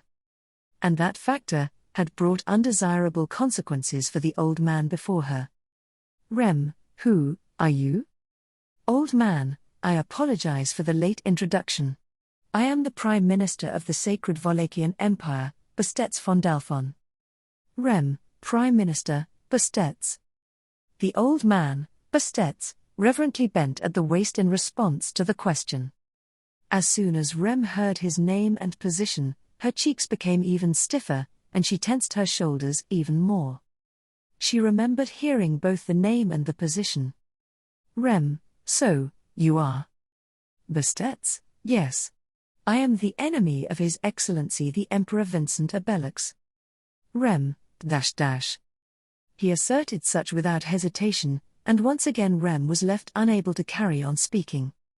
It was an affirmation of what she already knew, but she had not expected it to be spoken in such a straightforward fashion. Additionally, at the same time, this was a major problem which she had gotten roped up in, regardless of whether she liked it or not. The fact that she had ended up being brought to the place closest to this maelstrom was something she could not help but conceive as being terribly out of place and ironic. It should be Abel, Priscilla, and Subaru here, and not herself, to begin with. With that point in mind, Rem was glad that Subaru was not at this place. Rem, had he been here by himself, he would have been reckless, definitely. There was no room for doubt about the black-haired boy's quick thinking and his ability to stretch the boundaries of one's imagination. Even in this situation, he would cause outlandish events beyond Rem's imagination.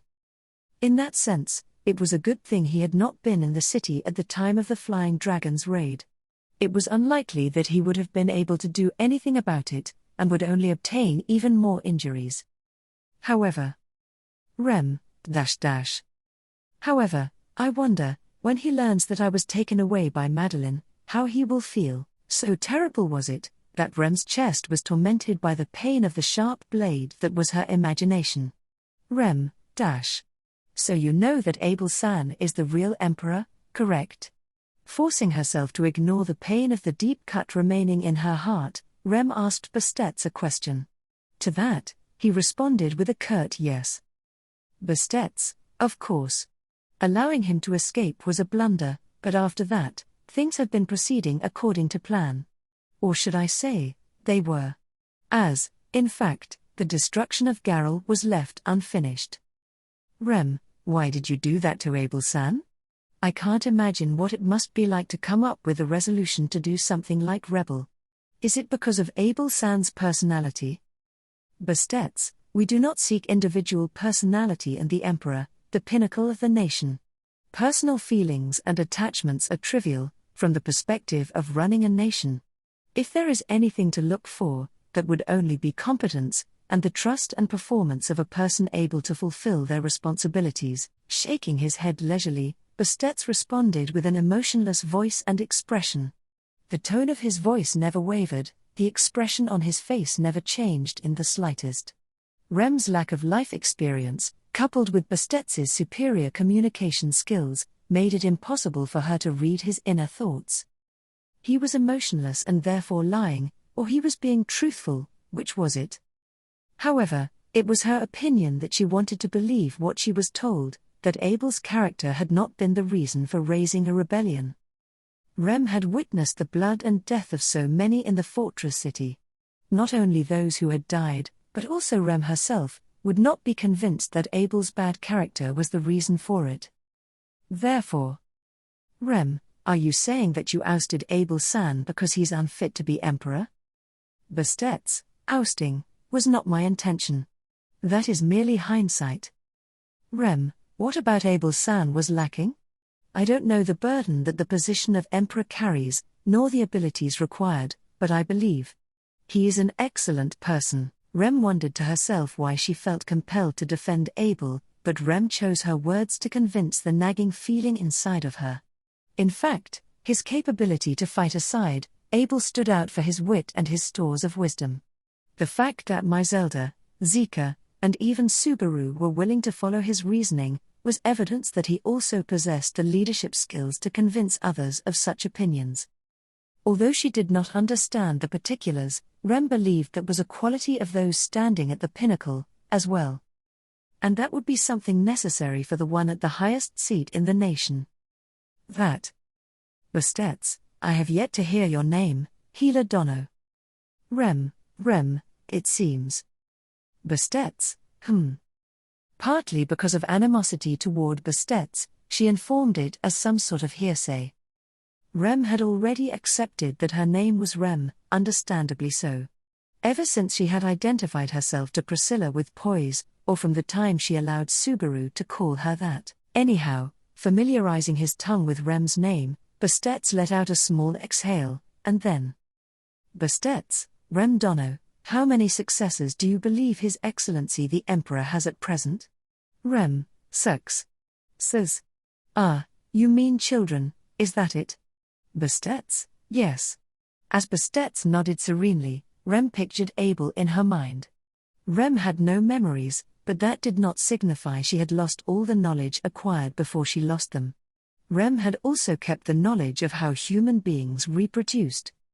However, it was doubtful that Abel would be able to establish a relationship as proper as that with another person. In the first place, Rem could not imagine a woman who would be able to stand on the same level as Abel. Rem, I can't imagine it. I guess there aren't any. Bastetts, You understand very well. You are correct, none exist. Rem, oh, of course it's like that. Though I guess that's doing Abel-san a discourtesy. Rem was about to continue, only for her to interrupt her words there. Not that Bastetts had stated anything towards Rem, nor that she had been told to be silent. It was, however, that the narrowed eyes of the silent old man opened slightly. His expression, eyes visible behind it, came right up close to Rem's face. Rem's voice was silenced by an aura so ghastly that it was unfathomable. Quietly, Bastetts placed his hand on the table between them. Silently overflowing from his entire body was unimaginable, intense rage. Bastetts, there are no successors, you see. Therein lies the problem. Rem, Bastetts, the empire must be strong. Otherwise, this nation will. As Rem before him let out a hoarse breath, Bastetts cut off her speech, opened his fist placed atop the table, and exhaled. Then, once again hiding his eyes behind his eyelids, the old man looked at Rem. Bastetts, I beg your pardon. This is the first time I have been a rebel, and I must say that I have become slightly agitated. Rem, why are you saying this now, to me? Bastetts, Rem, telling me all this wasn't necessary. Bastetts's words were loaded not with emotion, but with something much weightier and clearer. Rem did not feel that it had been a lie, but that was exactly why she was questioning him. Why had he allowed Rem to hear such things? Rem did not consider herself to be in such an important position, and in fact, she certainly was not in one. There were times when Rem happened to be in a position close to Abel and Priscilla, but that was merely because of how things had come to pass, not because Rem was special. Rem, so why? Bastetts, you are a healer, and belong to the Oni race. I would like to bring you in if possible. You are a precious existence. Rem, Albeit not a lie, that answer was not entirely true. However, Bastetts seemed to have resolved not to dedicate any more time to Rem, who was in search of further answers. Slowly, the old man rose from the chair in which he had been sitting. Bastetts, I would like to converse with you a little longer, but a man like me has things he must do. Excuse me for inconveniencing you for a while now, but I will offer to make things as accommodating as possible for those in the mansion, so please, be at ease. Rem, Bastetts-san, what are you, In regards to Madeline-san? Bastet's, calling me a collaborator would be most appropriate. Of course, there is the impression that, in her point of view, she is utilizing a wise human being. This mansion is also my mansion. Unexpectedly shrugging his burly shoulders, Bastet's answered that, which prompted Rem to look around the room and towards the garden. Since Madeline spent her time there as if she owned the place, one would assume that it was her mansion, but it seemed that even that turned out to be wrong. However, the elegance of the building and its interiors convinced Rem. But I don't think I can spend my time lounging around, nor do I want to. Bastet's, a candid manner of speech, quite delightful. So, once again, good health to you, Rem Dono. Donning a minute smile, Bastet's once again bent at the waist and left the room. She considered attempting to stop him, but unable to find the right words to say, and judging herself to perhaps be unable to stop him, Rem went without saying anything. Replacing Bastet's, who had left the room, the guards who had been sent outside returned. Their stern stares directed at her, Rem once again looked out.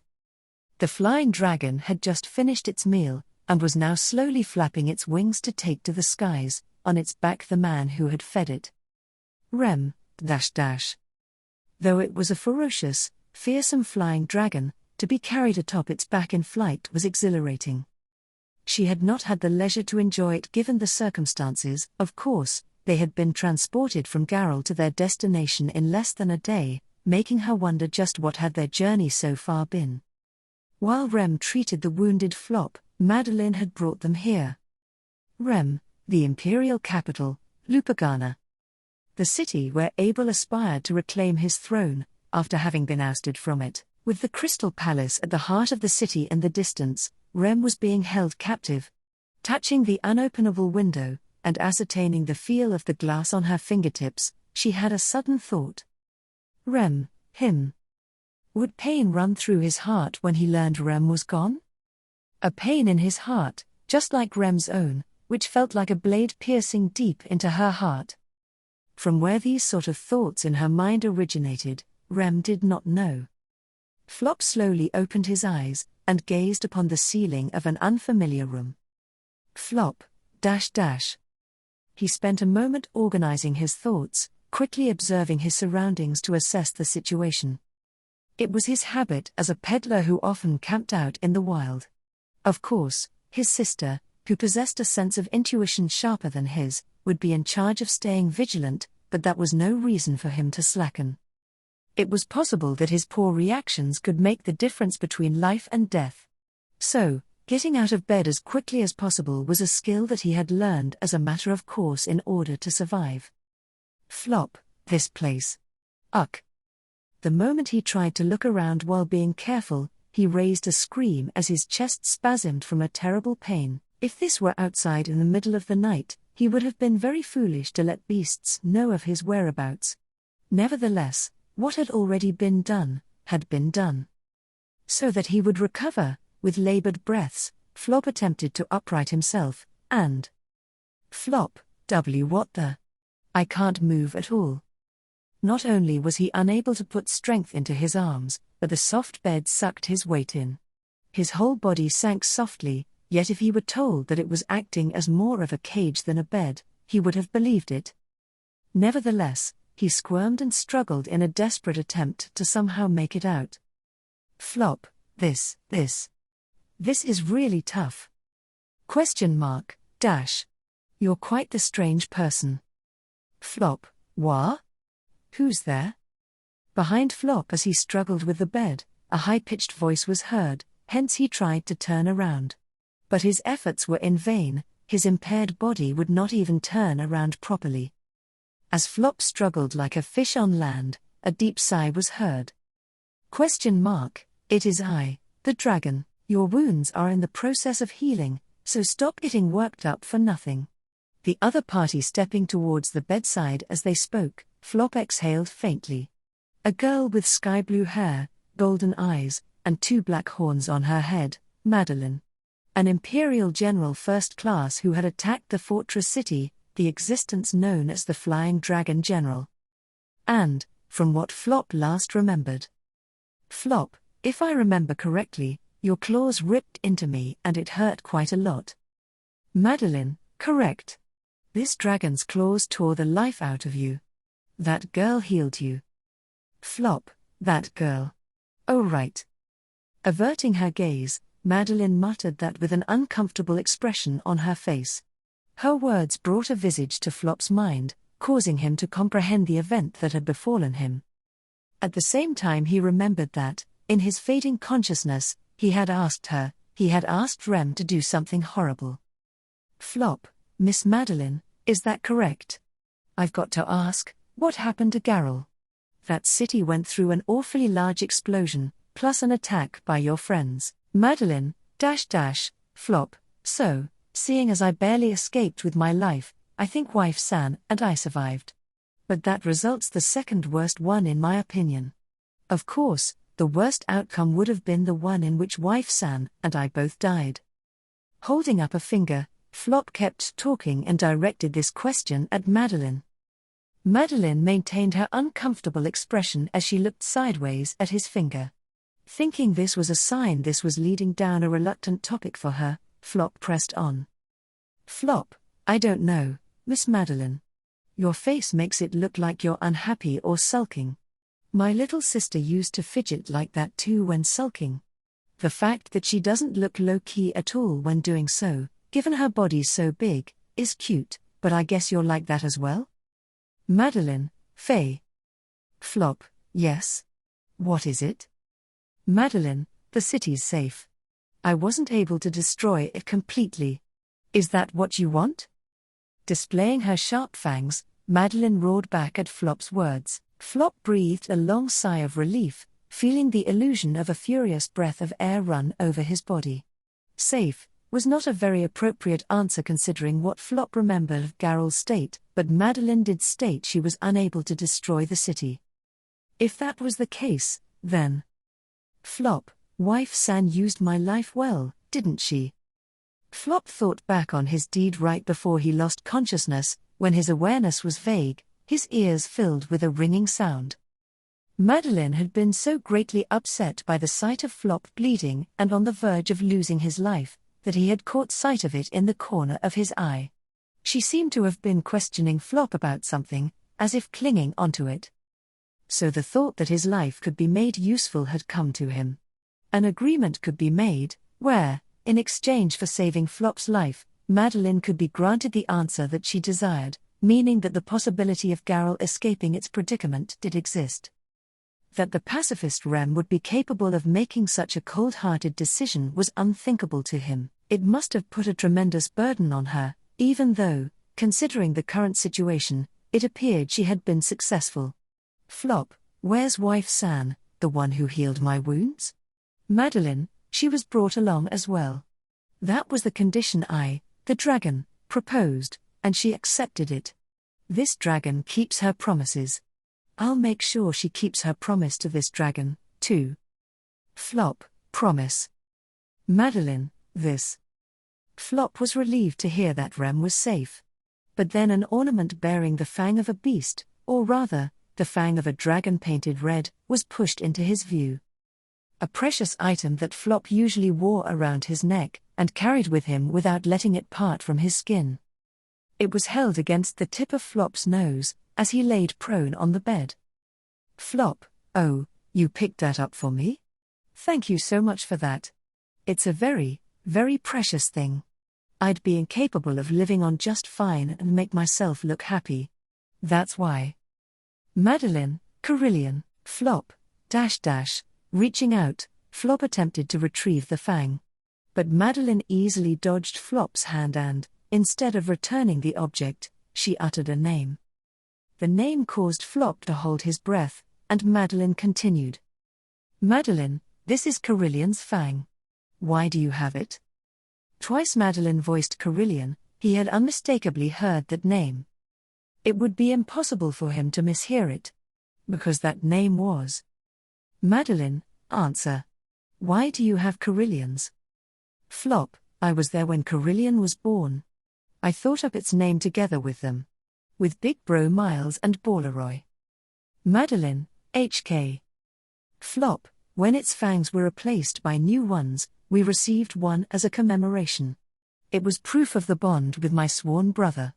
My family. That's why my sister and I have Carillion's fangs. Quietly, Flop replied, as if lifting the lid on a precious treasure chest deep inside his heart. He responded to the questions about the origin of the flying dragon fangs swinging in Madeline's hand, their precious family members, their benefactor and their sworn brother, a memento of two people no longer in the world. Upon hearing the answer, Madeline was rendered speechless, her lips quivering, her eyes widened. Based on her reaction, and on the fact that she was familiar with Carillion's name, Flop also made some assumptions, and, prefacing with "May I?" "Flop, where did you get Carillion's name? You even recognized its fangs at a single glance. I don't think that the relationship you had was a fleeting one. Besides, you..." Madeline, HK. "Flop, you're the girl who took Bauleroy's place as ninth. Perhaps you'd known Bauleroy and Carillion for some time." Her reaction expressed her pain. Hounding the young-looking Madeline like this made his chest hurt.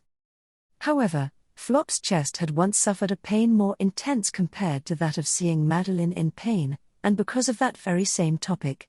Nothing in the world was more devastating than the face of his sobbing sister, for him, so he did not hesitate in cornering Madeline, to get to the bottom of what laid within her heart. Bauleroy to Meglith. One of the 9 divine generals of the Wallachian Empire, a sworn brother to Flop and Medium, a rebel who had lost his life in a revolt against the emperor. A kind and beloved man, who deeply loved his dear dragon Carillion and his benefactor Miles. What was the relationship between him and Madeline? And Flop, why did you become a divine general? Madeline, for revenge. There was a beat of hesitation before she gave her answer, but the words that came out were transparent. Madeline's lips quivered, her eyes widened, slowly, her expression changed as her golden eyes were filled by the fury that had wrought the distortion of her face, a radiant rage. The violent rage of the little girl accompanied by dragons, scorched Flop's entire body as he lay down on the bed. Madeline's rage was of such violence as to make him hallucinate that. Madeline revealed that she had taken up the position of divine general to seek revenge. The word revenge was something Flop also had thoughts about. For Flop, it was his life's goal. However, his target for revenge was not a single person, but rather the world. Revenge against the world itself, a world in which people were forced to make decisions against their will. The anger in Madeline's eyes, however, was wholly different. As for the violent emotion that burned in her golden eyes, he knew who it should be directed at. Flop, for whose sake do you want to exact revenge? Madeline, for Bauleroy, revenge for the man who was to be this dragon's mate. Flop, Madeline, I, the dragon, will never forgive the one who killed this dragon's darling. For that reason. She would exact revenge for Bauleroy's death. Madeline's small frame overflowed with rage as she replied. Flop did not know how Bauleroy and Madeline had met, what experiences they had gone through, or what form their bond had taken. However, he did understand that Madeline lamented and mourned his death from the bottom of her heart, and so, therefore, that was why. Flop, who is Bauleroy's killer? How can your revenge be fulfilled? If Medium were the one present here, she would certainly have embraced Madeline outright. If it were Medium, who had shed a waterfall of tears and wailed loudly at the deaths of Bauleroy and Miles, she would certainly have taught Madeline how to cry. Someone dear to her had been killed. And at that fact, Madeline was furious. She did not know how to grieve. As a being of tremendous power with black horns, a being to whom flying dragons obeyed, she could only think of a single way to grieve. Rage. And it was the same with Flop, who had forgotten how to cry.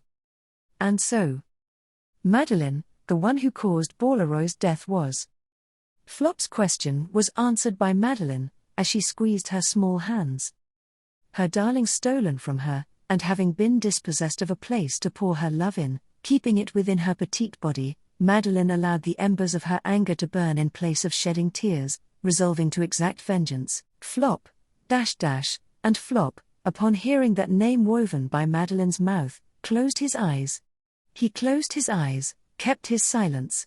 For once, he forgot the ache of the still healing wound which Madeline had torn into his chest, and surrendered himself to the darkness behind his eyelids. On closing his eyes, he could still recall the faces of those dear to him. Miles, you and Medium ain't thinking straight. Those who should stay at the Countess's place, I won't be able to take care of y'all, good grief. Bauleroy, this is Big Bro Miles's way of showing his concern. Though, if you were to stay here, he'd end up taking care of you forever. He ain't very upfront, now is he? Miles, shut your trap, Lil Ballet. Those who get ahead in life shouldn't come back so often. Bauleroy, nah, that wouldn't be like me. Spending time here with Big Bro Miles, Flop, Medi and the others, that's far more suited to me. Ain't that right? This brought back fond memories of Bauleroy, who had gone out of his way to come from afar and stop by on the day of departure, and Miles, as well as those two's late-night exchange. With a big wave of his hand, he and Medium both left the place that had taken care of them for so long, and then, having finally arrived at the imperial capital, Flop O'Connell's blue eyes were alight. With those eyes of his lit up, his lips weaved words. They were. Flop, Bauleroy's killer would be Village Chief Kun. No, the Emperor, Vincent Volakia, would be Village Chief Kun. No, the Emperor, Vincent Volakia.